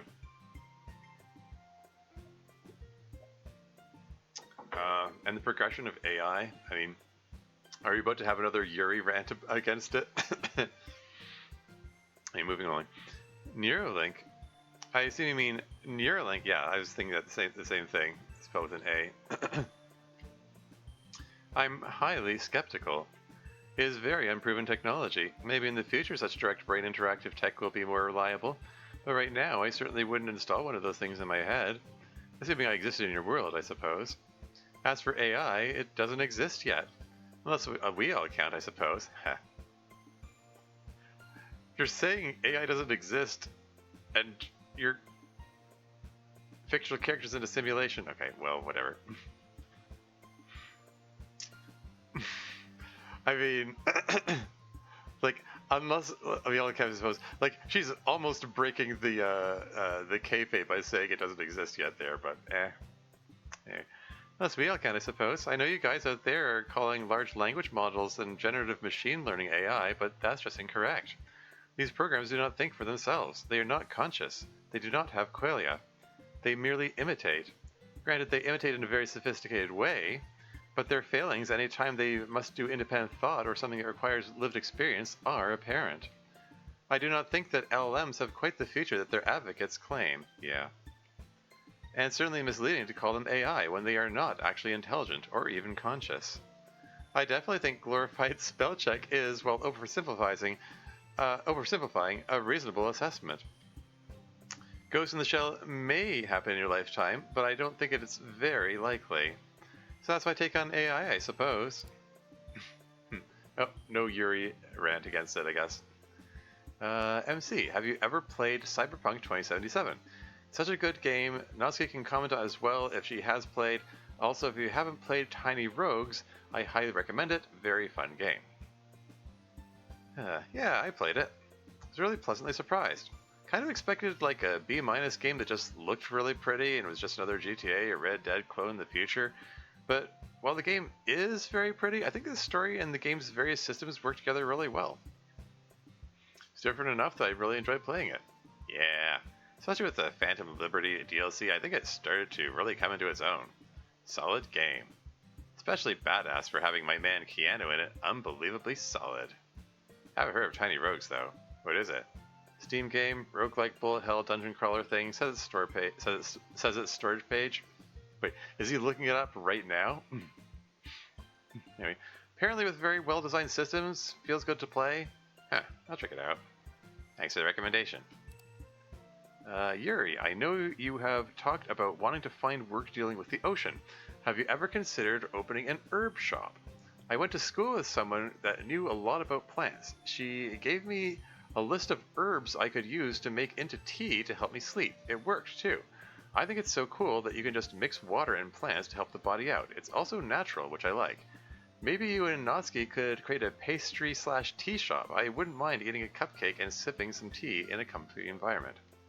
Herbs, you say? That does sound enticing. I could certainly see a very pleasant side to a life spent amidst wooden boxes of fragrant herbs, and certainly running a shop dually with Natsuki would be idyllic. Alas, I fear that such an endeavor wouldn't be particularly financially plausible. I've never really heard of a herb shop? Generally, I pronounce the word herb with the H being silent, and therefore it would be an herb shop, but maybe she pronounces the H? A herb shop? Herb? Yeah, I would say an herb shop. I don't know, I'll make a note of it anyway.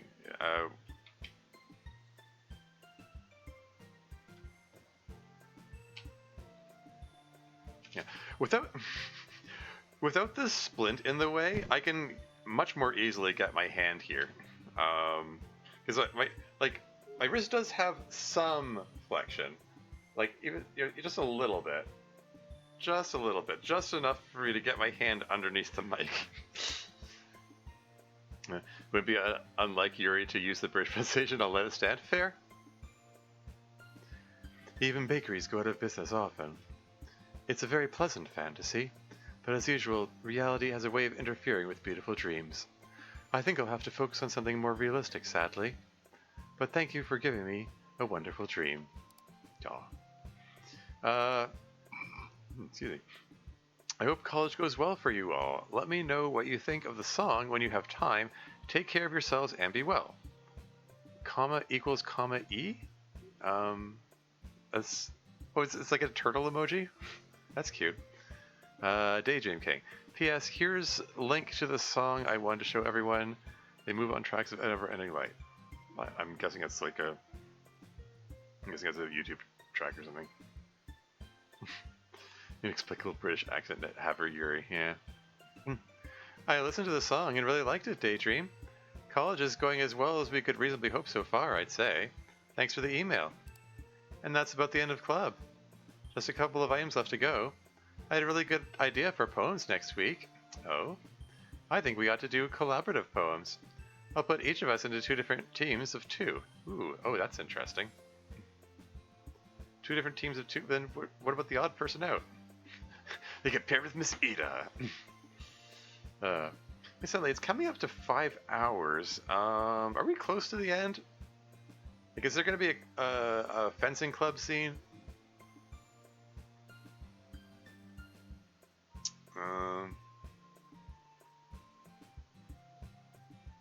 Post-club content is much shorter than the pre-club content? Okay, cool. Alright, I'll just press on then.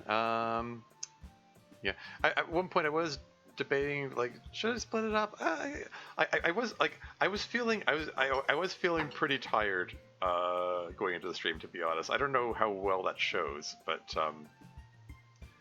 like, I have moments sometimes I feel like my commentary suffers. Like, I feel like I have to take longer to think of what to say, or you know, words and phrases take longer to come to me. Maybe it doesn't come across. I don't know. It feels that way in my mind anyway. A little over 3/4 done? Oh dear. According to the scroll bar? Well, I hope you did some heavy coding at the end.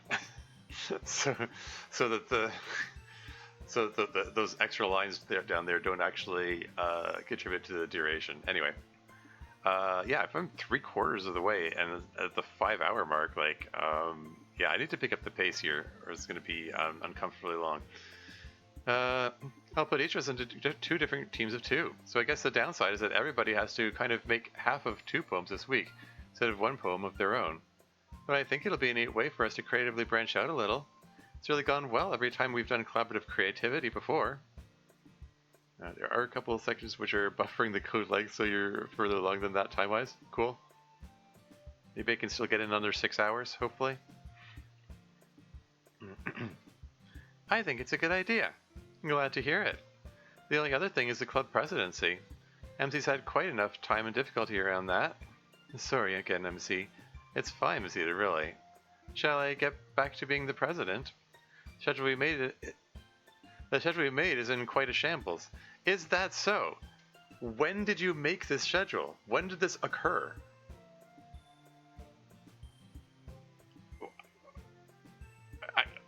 I don't know. Okay. Anyway. Been a hot minute since I've done it. I mean...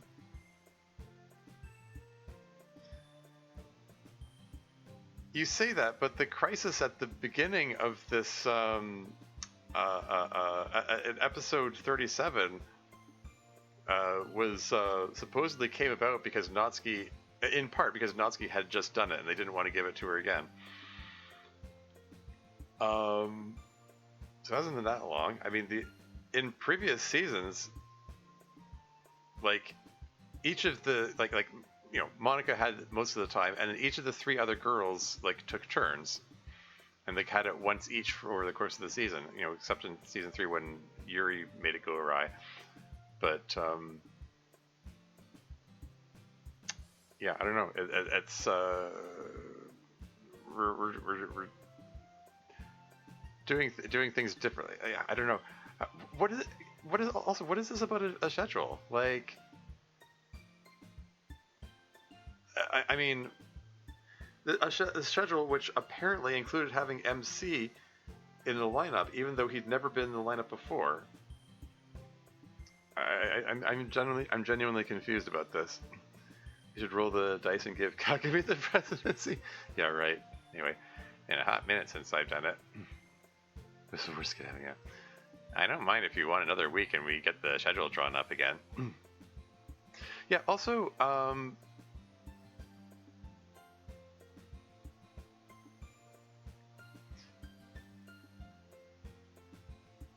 yeah, like each time they've switched presidencies, they switch to Monika in between. This seems to be implying that they're thinking of going straight from MC to Natsuki and skipping over Monika's turn. Giving the justification that the schedule they made is in quite a shambles. Like, what is this? Okay, I don't know. I was all complaining. It's just, I'm trying to parse it out and consider different possible interpretations, and nothing makes sense. Yeah, they're messing with those norms for some reason. Sure. Anyway, moving on. I don't mind if you want another week and we get the schedule drawn up again. Give you a little bit longer of a break. That sounds nice. I'll take you up on that.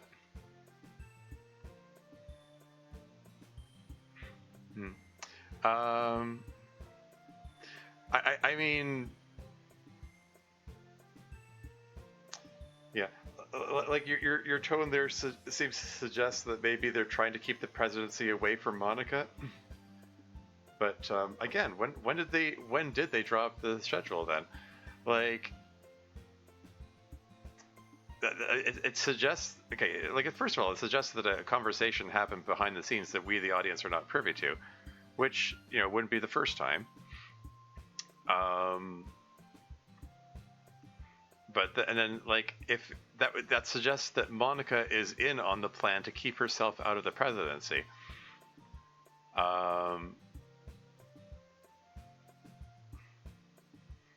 And in that case, what's the rationale? Like, the first thought is maybe the rationale is related to, you know, Ryan being a thing in Monika's life, which she keeps insisting that he's not. And maybe that's part of why they're needling her this week. Even ones who theoretically know they're not supposed to. Like, maybe Monika had a conversation behind the scenes and said that,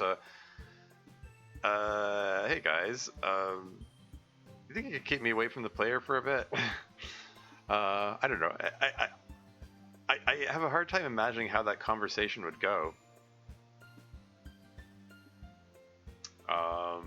Like, how would that start? Like, how would Monika bring it up? Assuming that Monika's the one that brought it up, or did they have the intervention style thing? I don't know. I mean, I could see an intervention kind of thing happening, because, like, I mean, after Monika had the date in whichever episode it was, 38, I think. Everyone had sad expressions on their faces in a very pointed manner, which implies they're all pitying Monika for her obsession with the player, etc. Anyway, moving right along. That sounds nice. I'll take you up on that. Then I move that, hang on, that Natsuki be made acting president, that MC return to being member at large, and that Monika be shifted to acting treasurer. And I second. Are any opposed? ... Then the motion passes. This whole thing is still so weird seeming. I suppose we've gotten used to it. It's, okay, just double checking to make sure that strand of hair is in front of, Natsuki. Anyway, we got an ad break coming up in 4 minutes and 45 seconds. If I can get this under 6 hours, then I can avoid having another ad break before the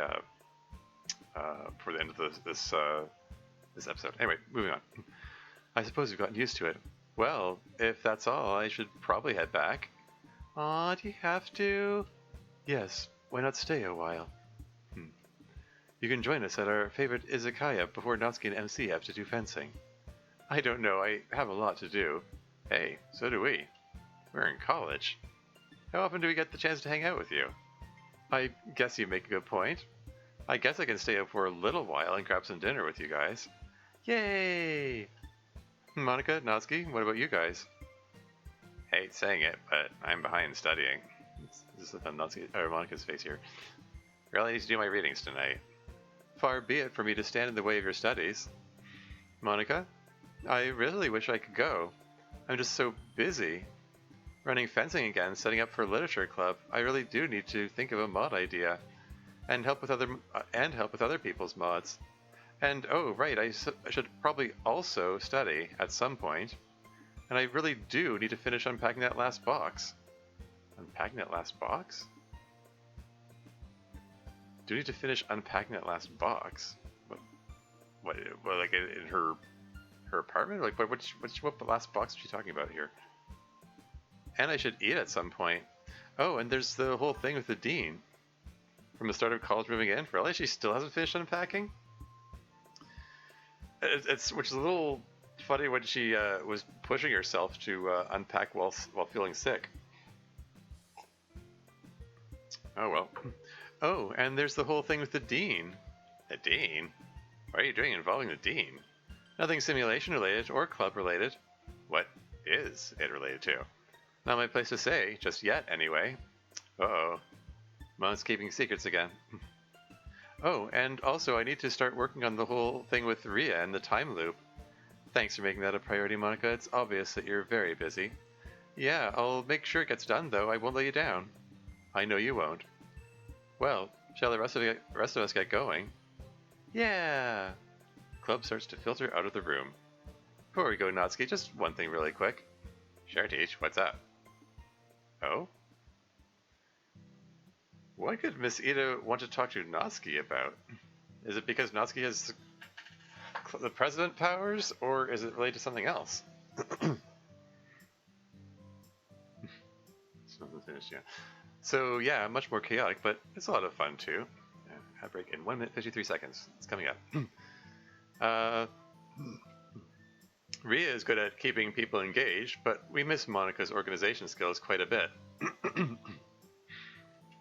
It sounds like you get along quite well without us in any event. We manage, but we certainly miss all of you. Or at least, those of us who were involved in the club when you were still there miss you. Man, what a change. I never would have expected that our tiny 4-person club would have become one of the biggest ones on campus. Yeah, it happened so fast. I'm still not sure on how Ria managed it all. Well, she's just really good at getting people to join. Well, she's certainly an excellent leader. Never would have expected it of her. I remember when she could barely talk to people. It was about like what you used to be like, Yuri. I had the benefit, too, of being shaken out of my own world by a marvelous revelation about the world at large. That changes one's perspective somewhat. Ria just grew on her own. Well, no one ever truly grows on their own, but Ria certainly made a big and impressive change. All the more reason why it's only fair to give her the chance to grow more. I don't think you need to worry about that too much, Miss Ida. Monika doesn't break her promises. Well, you say that. Anyway, once she makes them, yes. She and I were just talking about that this morning. I mean, yeah. How is Monika, by the way? She's always busy, but she seems especially busy right now. Yeah, she's overworking herself as usual. We have become accustomed to it. Even if we tried to intervene, she would resist our efforts. Yeah, plus we've intervened enough with Monika recently. What does that mean? And ad break is imminent, so we'll have to find out what that means when we get back. I'll be right back.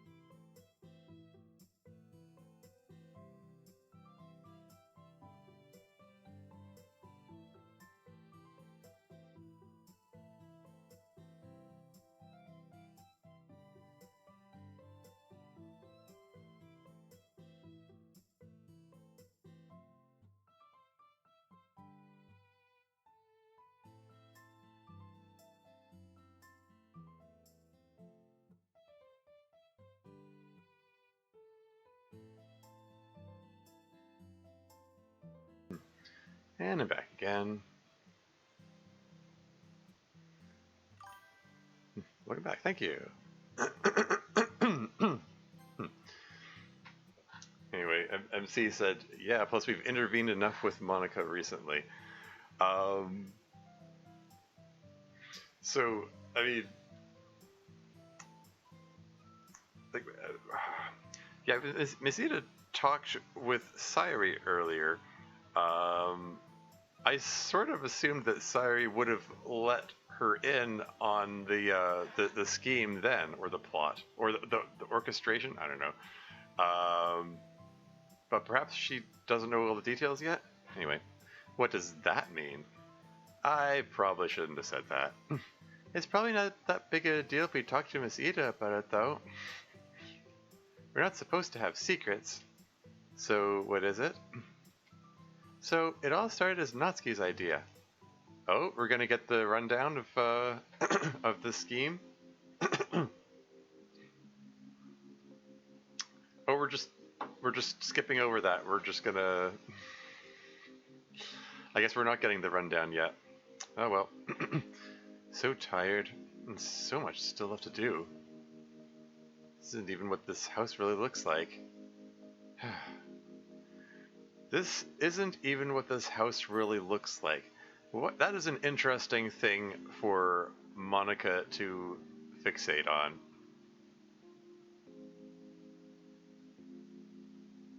That is a curious comment for her to make. Why is this on her mind? Why was it accompanied by a sigh and a sad face?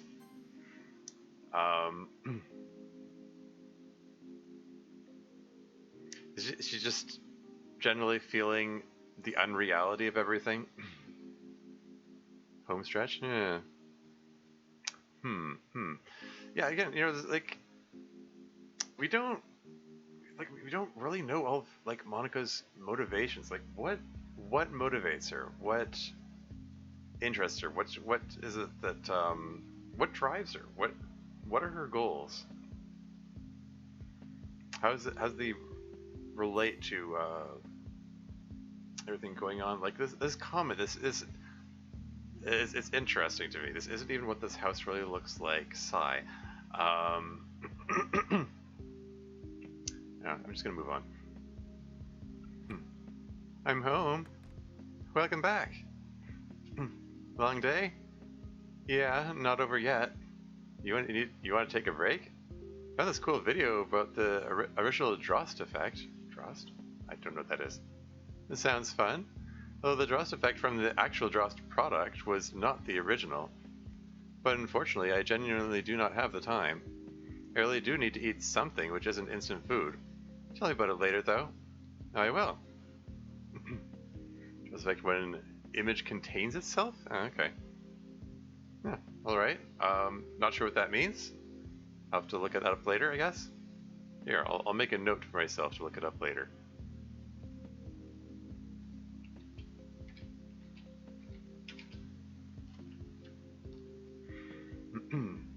Da-da-da.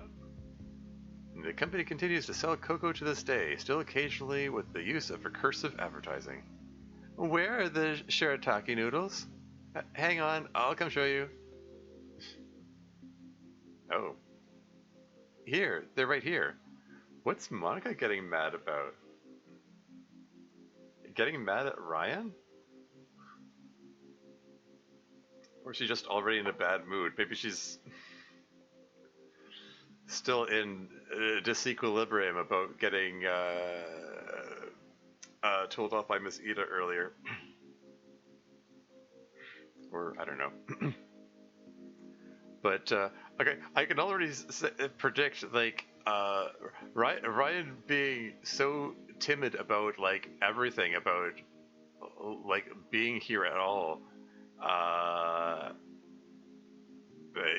probably wouldn't get, it probably would not take being told off well. Anyway, here, they're right here. I put them on the second shelf, just like you asked. But they're on the right side of the shelf. Okay.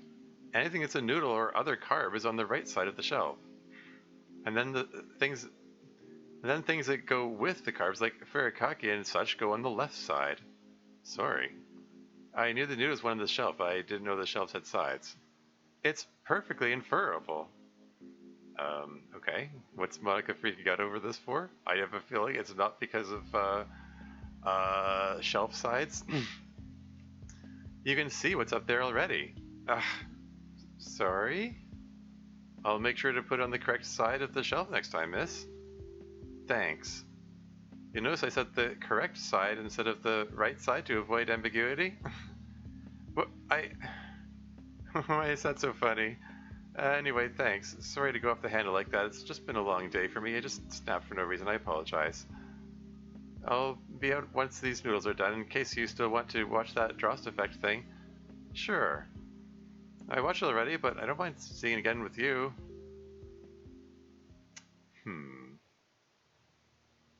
Okay, I think I'm ready for bed. Am I okay to turn the main lights off? Yeah, in just a minute. I'm still going to be doing some studying, but I can use my desk lamp. We got so much today that I didn't get the chance to actually do my readings for classes. Yeah, it was a lot of fun. Thanks for letting me spend so much time with you and your boyfriend. He's really cool. I like him. I think I have to break up with him. Whoops, that's awkward. Sorry, right after Sayori's tried to, yeah, anyway. I think I have to break up with him. But why? Seems really nice, and he loves you. Yeah, he is, and he does. I don't really want to talk about it right now. Oh boy, not again. You keep brushing it off. Ayami.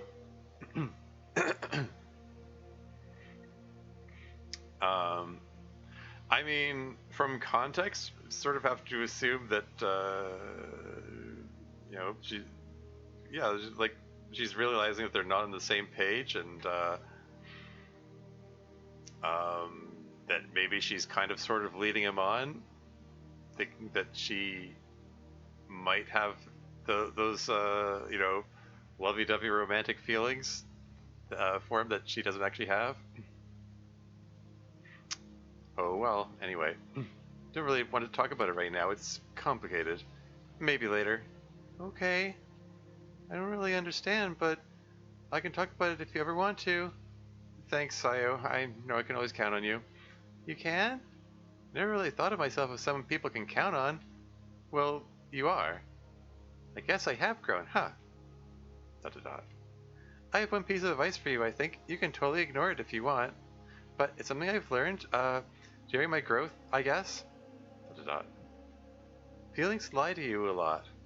Ooh, we're going there, are we? Sayori's opportunity to make a move. The Ayami is real. Sayori, you should kiss girls if boys aren't working out for you, is what I've learned. Yeah, right. Feelings lie to you a lot, and you can't always decide what's real based on them. Yeah, I mean, good lesson that Sayori's learned, and which is good for her to convey, for sure. Even though they feel real. Probably doesn't help, but something you said just reminded me of that. I don't want to meddle in your business too much, really. It's your relationship and your decision, obviously. You can completely ignore me, like I said, if you want. Sayori, it's fine, you don't need to freak out. We have the kind of relationship where you can give me unsolicited advice. It's not a thing you do often, or at all. But like I said, it's not something I'm ready to talk about yet. Okay. I'm gonna turn off the main lights now and get into bed. Good night, best roommate ever. Good night, Sayo.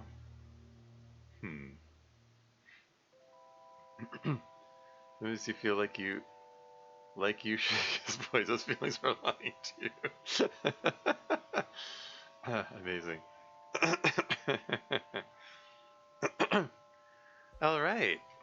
That was a good video recommendation. I would offer one for my turn, but I'm all out of ideas now. And that's okay. We should probably get to bed anyway, or at least I should get to bed. Didn't mean to mother you, and also, sorry again for freaking out at you earlier. You didn't deserve any of that, and it was incredibly unreasonable to expect you to follow a schema never described to you. I mean, yeah. I don't know why I'm so high-strung right now.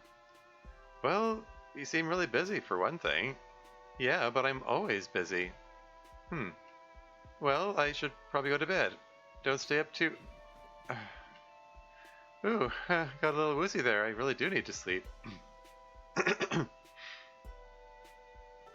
just already say, don't stay up too late as she's about to about to tell him what to do again. And did she just do the thing where she whoa, accidentally collided with him or something? I heard a sound effect play there. Anyway, I really do need to sleep. Hold on, was there a focus change error there? Oh, because I think after I did the dip, it didn't refocus her when she spoke.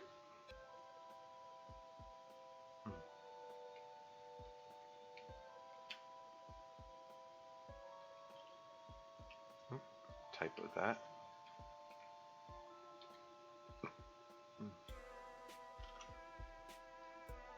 Fix +1? Cool. Still in D21, yeah. If you're so tired that you're getting dizzy, yes, you do. Come on, let's get you there without falling down. Ryan braces Monika's arm. He walks her down the hall. There, a little less woozy? I think so, thanks. I'll be alright now. You take care of yourself. I know you're busy, but you can't function if you don't rest. I know, it's just that getting the fencing club up and running is a lot of work. Once that's done, things should calm down a bit. Yeah, I guess we did skip over the fencing club today, assuming there was a fencing club instance today. Not clear if that's a thing that happens each week or what, but eh. Oh, and she, you should join. She did encourage him to join.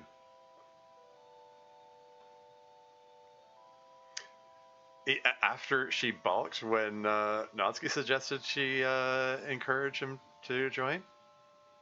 So, yeah, Monika's playing a different tune today. It's, how about that? Anyway, you should join. I think you'd enjoy it a lot. Maybe. Right now I'm more concerned about you. Very kind of you. You know, thinking about it, I think I figured out why you were snappy with me earlier. It's not just because you're tired. It's not just because you're tired. What is it?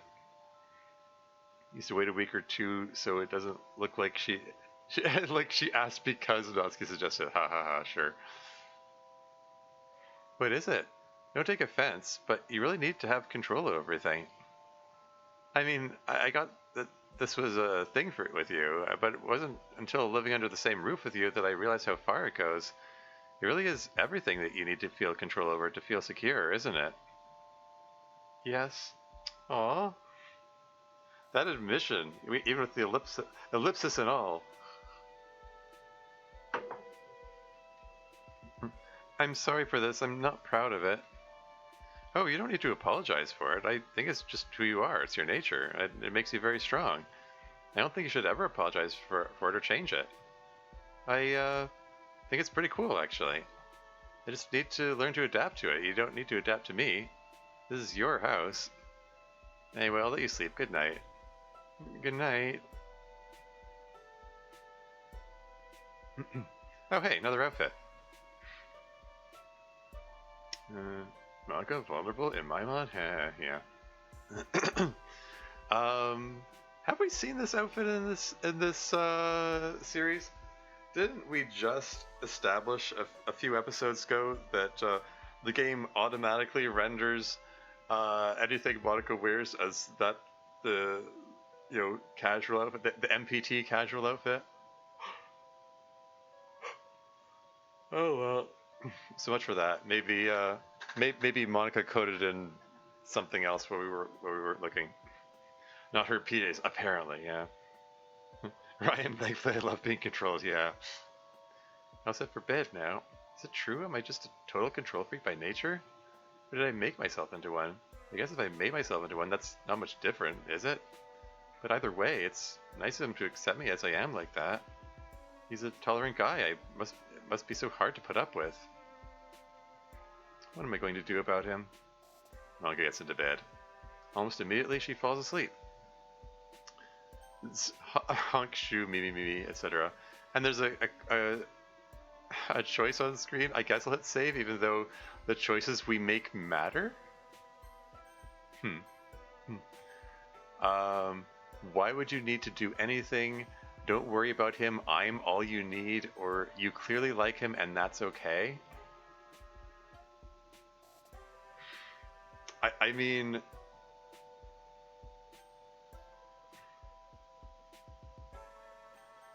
like the question of what am I going to do about him? Why would you need to do anything? I mean, it's not necessarily, like we talked about it before, not necessarily her responsibility to do anything, but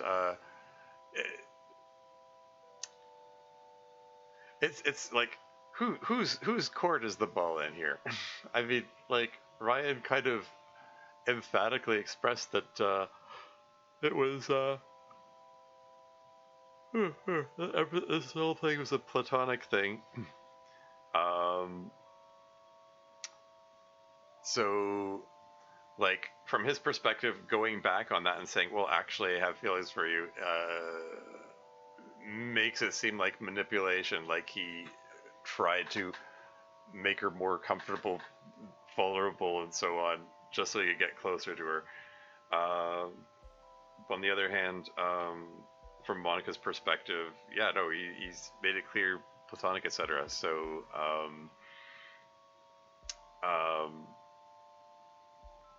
so she's not gonna want to make a move. So like they're a bit of a stasis there.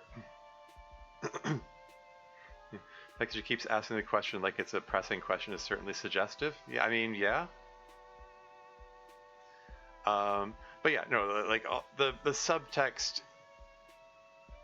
There is abundant subtext that she likes him, right? In that way, between the blushing and the like that one comment about that thing he did was cute and that makes it worse. Like it's bad that he's cute. Oh no. Like there's, like I said, abundant subtext, etc., etc. So leaning towards you clearly like him, that's okay. Because like, why would you need to do anything? Indications are that I don't know. Neither of them is ready to make a move, but if between the two of them, Monika seems like the one who would be most likely to make a move if a move was going to occur. At this point, Ryan is quite timid. Like, okay, he handled the kitchen altercation regarding the noodles very well, all things considered. Like, I half expected him to crumble and apologize, and but he handled it gracefully and said, "Okay, I'll remember that for future. No harm, no foul, etc." And then made a joke about it. So, Ryan has a lot of ability to roll with it. Yeah. No, it's the whole roll with it aspect of it, that he just goes along with everything, taking a step to be confrontational and say, hey, actually, I like you after all, etc. Doesn't seem to be in his wheelhouse, Like it really feels like Monika is the one that has to make the move if anything's going to happen. Much more than might be expected. Anyway, I'm going to go with you clearly like him and that's okay, even though Monika theoretically can't hear this response. But interestingly, when MC was president last week, he made a comment that implied that he knew what options the player chose while Monika was present, which is interesting. That suggests he has the ability to look back and see past choices.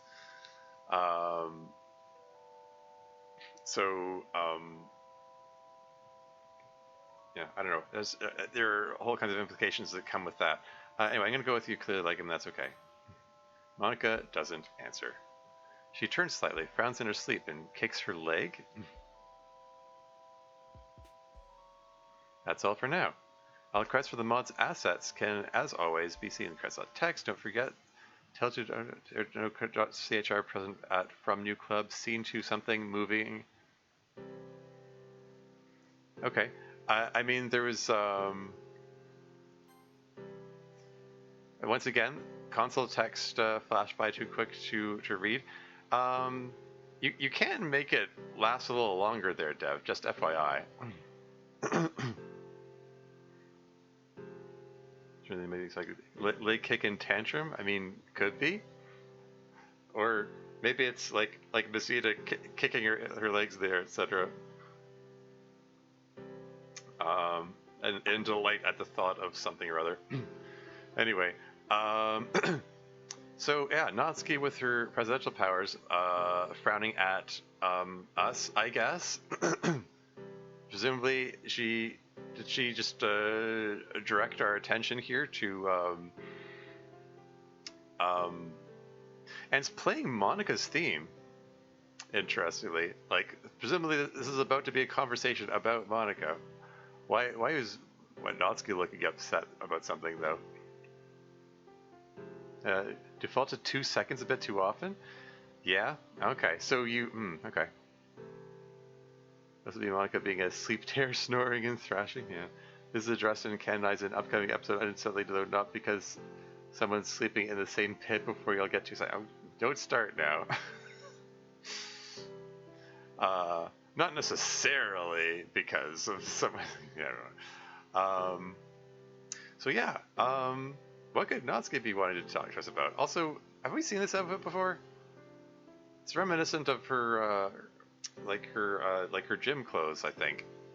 Maybe I'm thinking something different. I don't know. We still don't know what it was that Natsuki talked to Miss Ida about at the end of the club session. Like the fact that MC made the remark, "We've meddled too much into Monika's life lately," and Miss Ida seemed to not know what he meant by that. Implies that when Miss Ida talked to Natsuki afterward, they weren't talking about the scheme. So what were they talking about? Is this Natsuki passing on a message from Miss Ida, or something else entirely? I don't know. It feels like this season has a lot of balls in the air, and there are a lot of questions being raised which aren't being answered. Both her gym outfit and her PJs, yes, exactly, yeah. Anyway, moving right along. Natsuki, ... God, stupid console finally worked. Sorry to interrupt the game ending or whatever, but I wanted to talk really fast. It won't take long. Miss Ida wanted me to pass this on to you. We kind of agreed that we're not keeping secrets about this kind of stuff today. Oh, okay.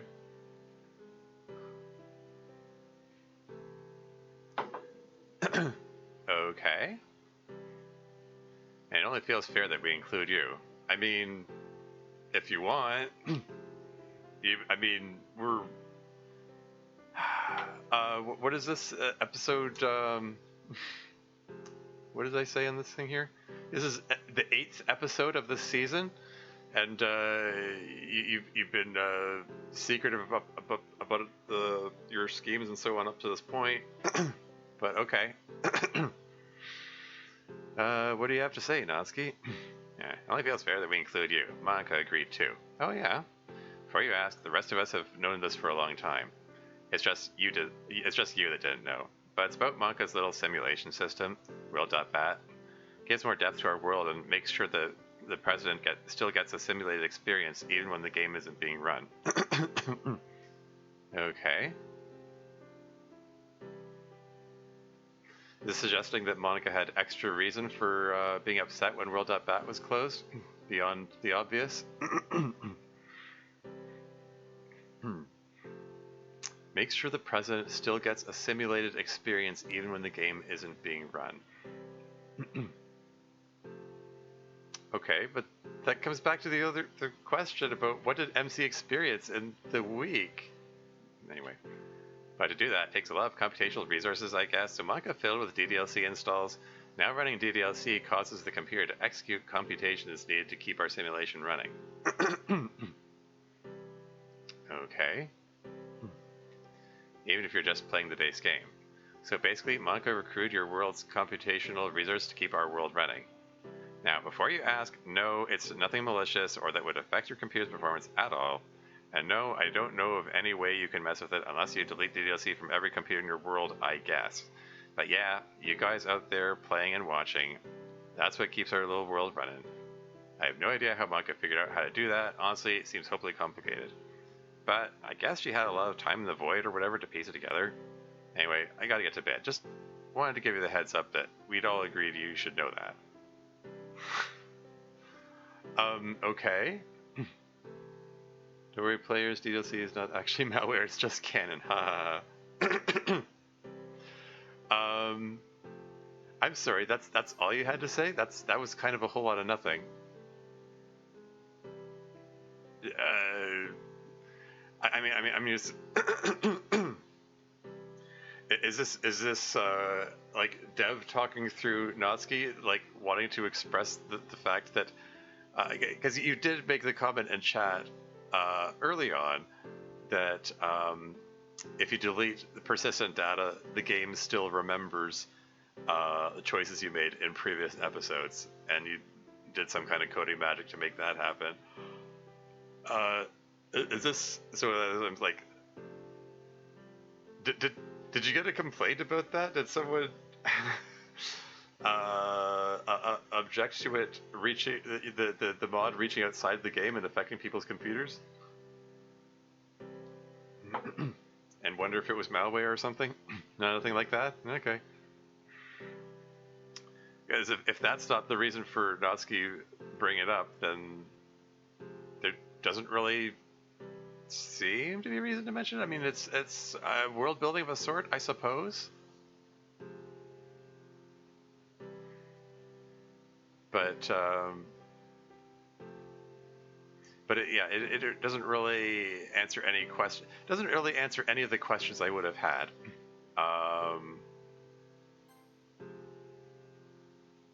Yeah, it really doesn't answer the questions that I would have had. Like, I'm still curious about how MC's week went if World.bat wasn't running, and you sort of touched on it in chat there earlier, but like, it's like, I don't know. The fact that you said something like that implies that I did fully answer the question. I don't know. I'm gonna move on. I just want to give the heads up that we all agreed you should know that. And see, I thought I should be the one to tell you. Like I said, no more secrets and everything. Okay, then what's going on with your scheme and your plot and whatnot? Not. Okay, one other thing, just for full disclosure. Trying to get Ryan and Monika together. There you go. Was that so hard? Don't know if you noticed. Huh. The rest of the club's all in on the plan. Sayori's been working on Monika, I've been working on Ryan through Ayami, and MC's job was to get you on board if he could. Niru's in charge of atmosphere. That's great. Yeah, I wanted to comment on it. Like, earlier on, when MC was president, he congratulated me, the player, for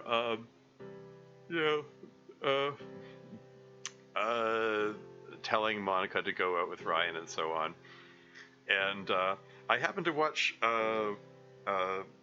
Code's stream where his version, like he picked all the other options. He reloaded and picked other options, and MC gave him a different conversation. Like urging us, the player, to let go of Monika because Monika doesn't know how to let go, and it's like she needs basically she needs to forget about you, or well, you didn't phrase it quite like that, but basically saying it's not healthy for Monica to have this obsession with you and you're enabling her, etc. I don't know if you even use the word enabling, but basically reminding the player that, hey, from your perspective, we're fictional, etc., etc. So, yes, that's what this MC's job was, to get you on board if he could.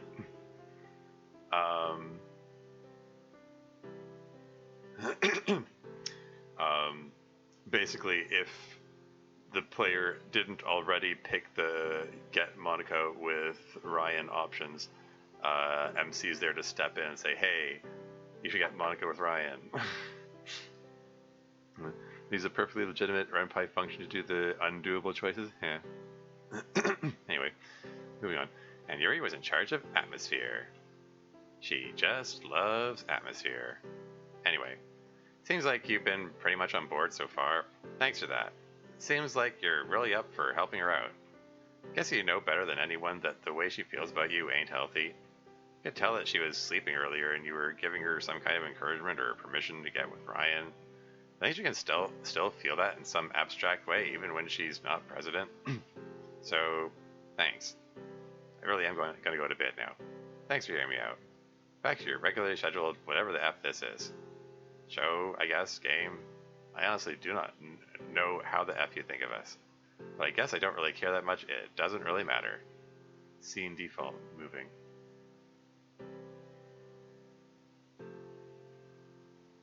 Don't forget that you can still email Monica and the club at lit.club.pres.monica@gmail.com. Thanks for playing.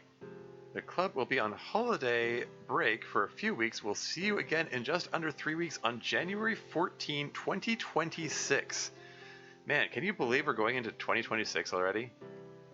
It's just a couple days away. Man, oh man. See you then. See you then, indeed. Well, there you have it. Eventful episode.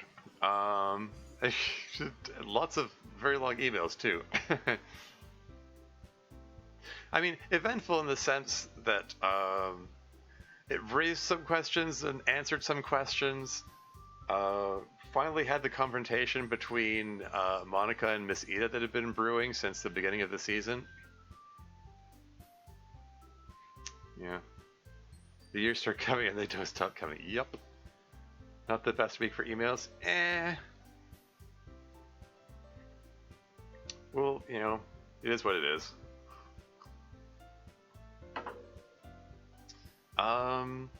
Yeah, I don't know. What else can I say about that?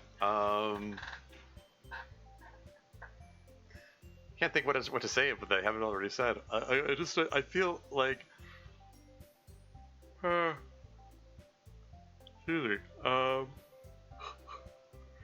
Like I can I can sense, Dev, that you're just sort of bustling with like just like eagerness to share the spoilers, or to like I'm asking questions about things that you intend to reveal later, and you're just vibrating over there.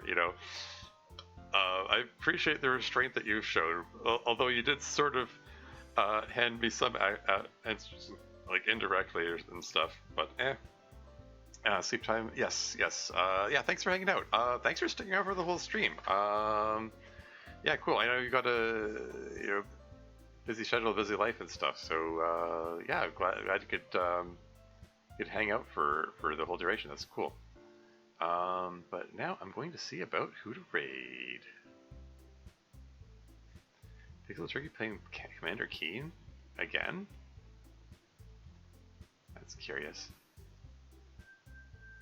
But I think I'm thinking of raiding Sylph. Unless yeah, let's give Sylph a raid. I haven't raided her in a bit. She's playing Raven's Watch, the roguelite game, playing a high difficulty game. Bit of a genre change. What can you do?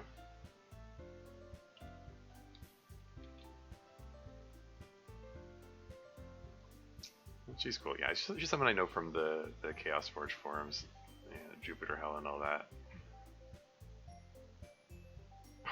She's 10 hours into the stream. She's a machine. What is going on in her life that she can do that? Oh well. Anyway, yeah, like I said before, like so many unanswered questions. I feel like, but I can see that there are things being set up. I just don't fully know what those things are. And we're just gonna have to wait and see how it plays out. We've got 4 more episodes in the season, assuming there are 48 episodes total. 12 episodes per season, as it has been. But that's all for now. Until next time.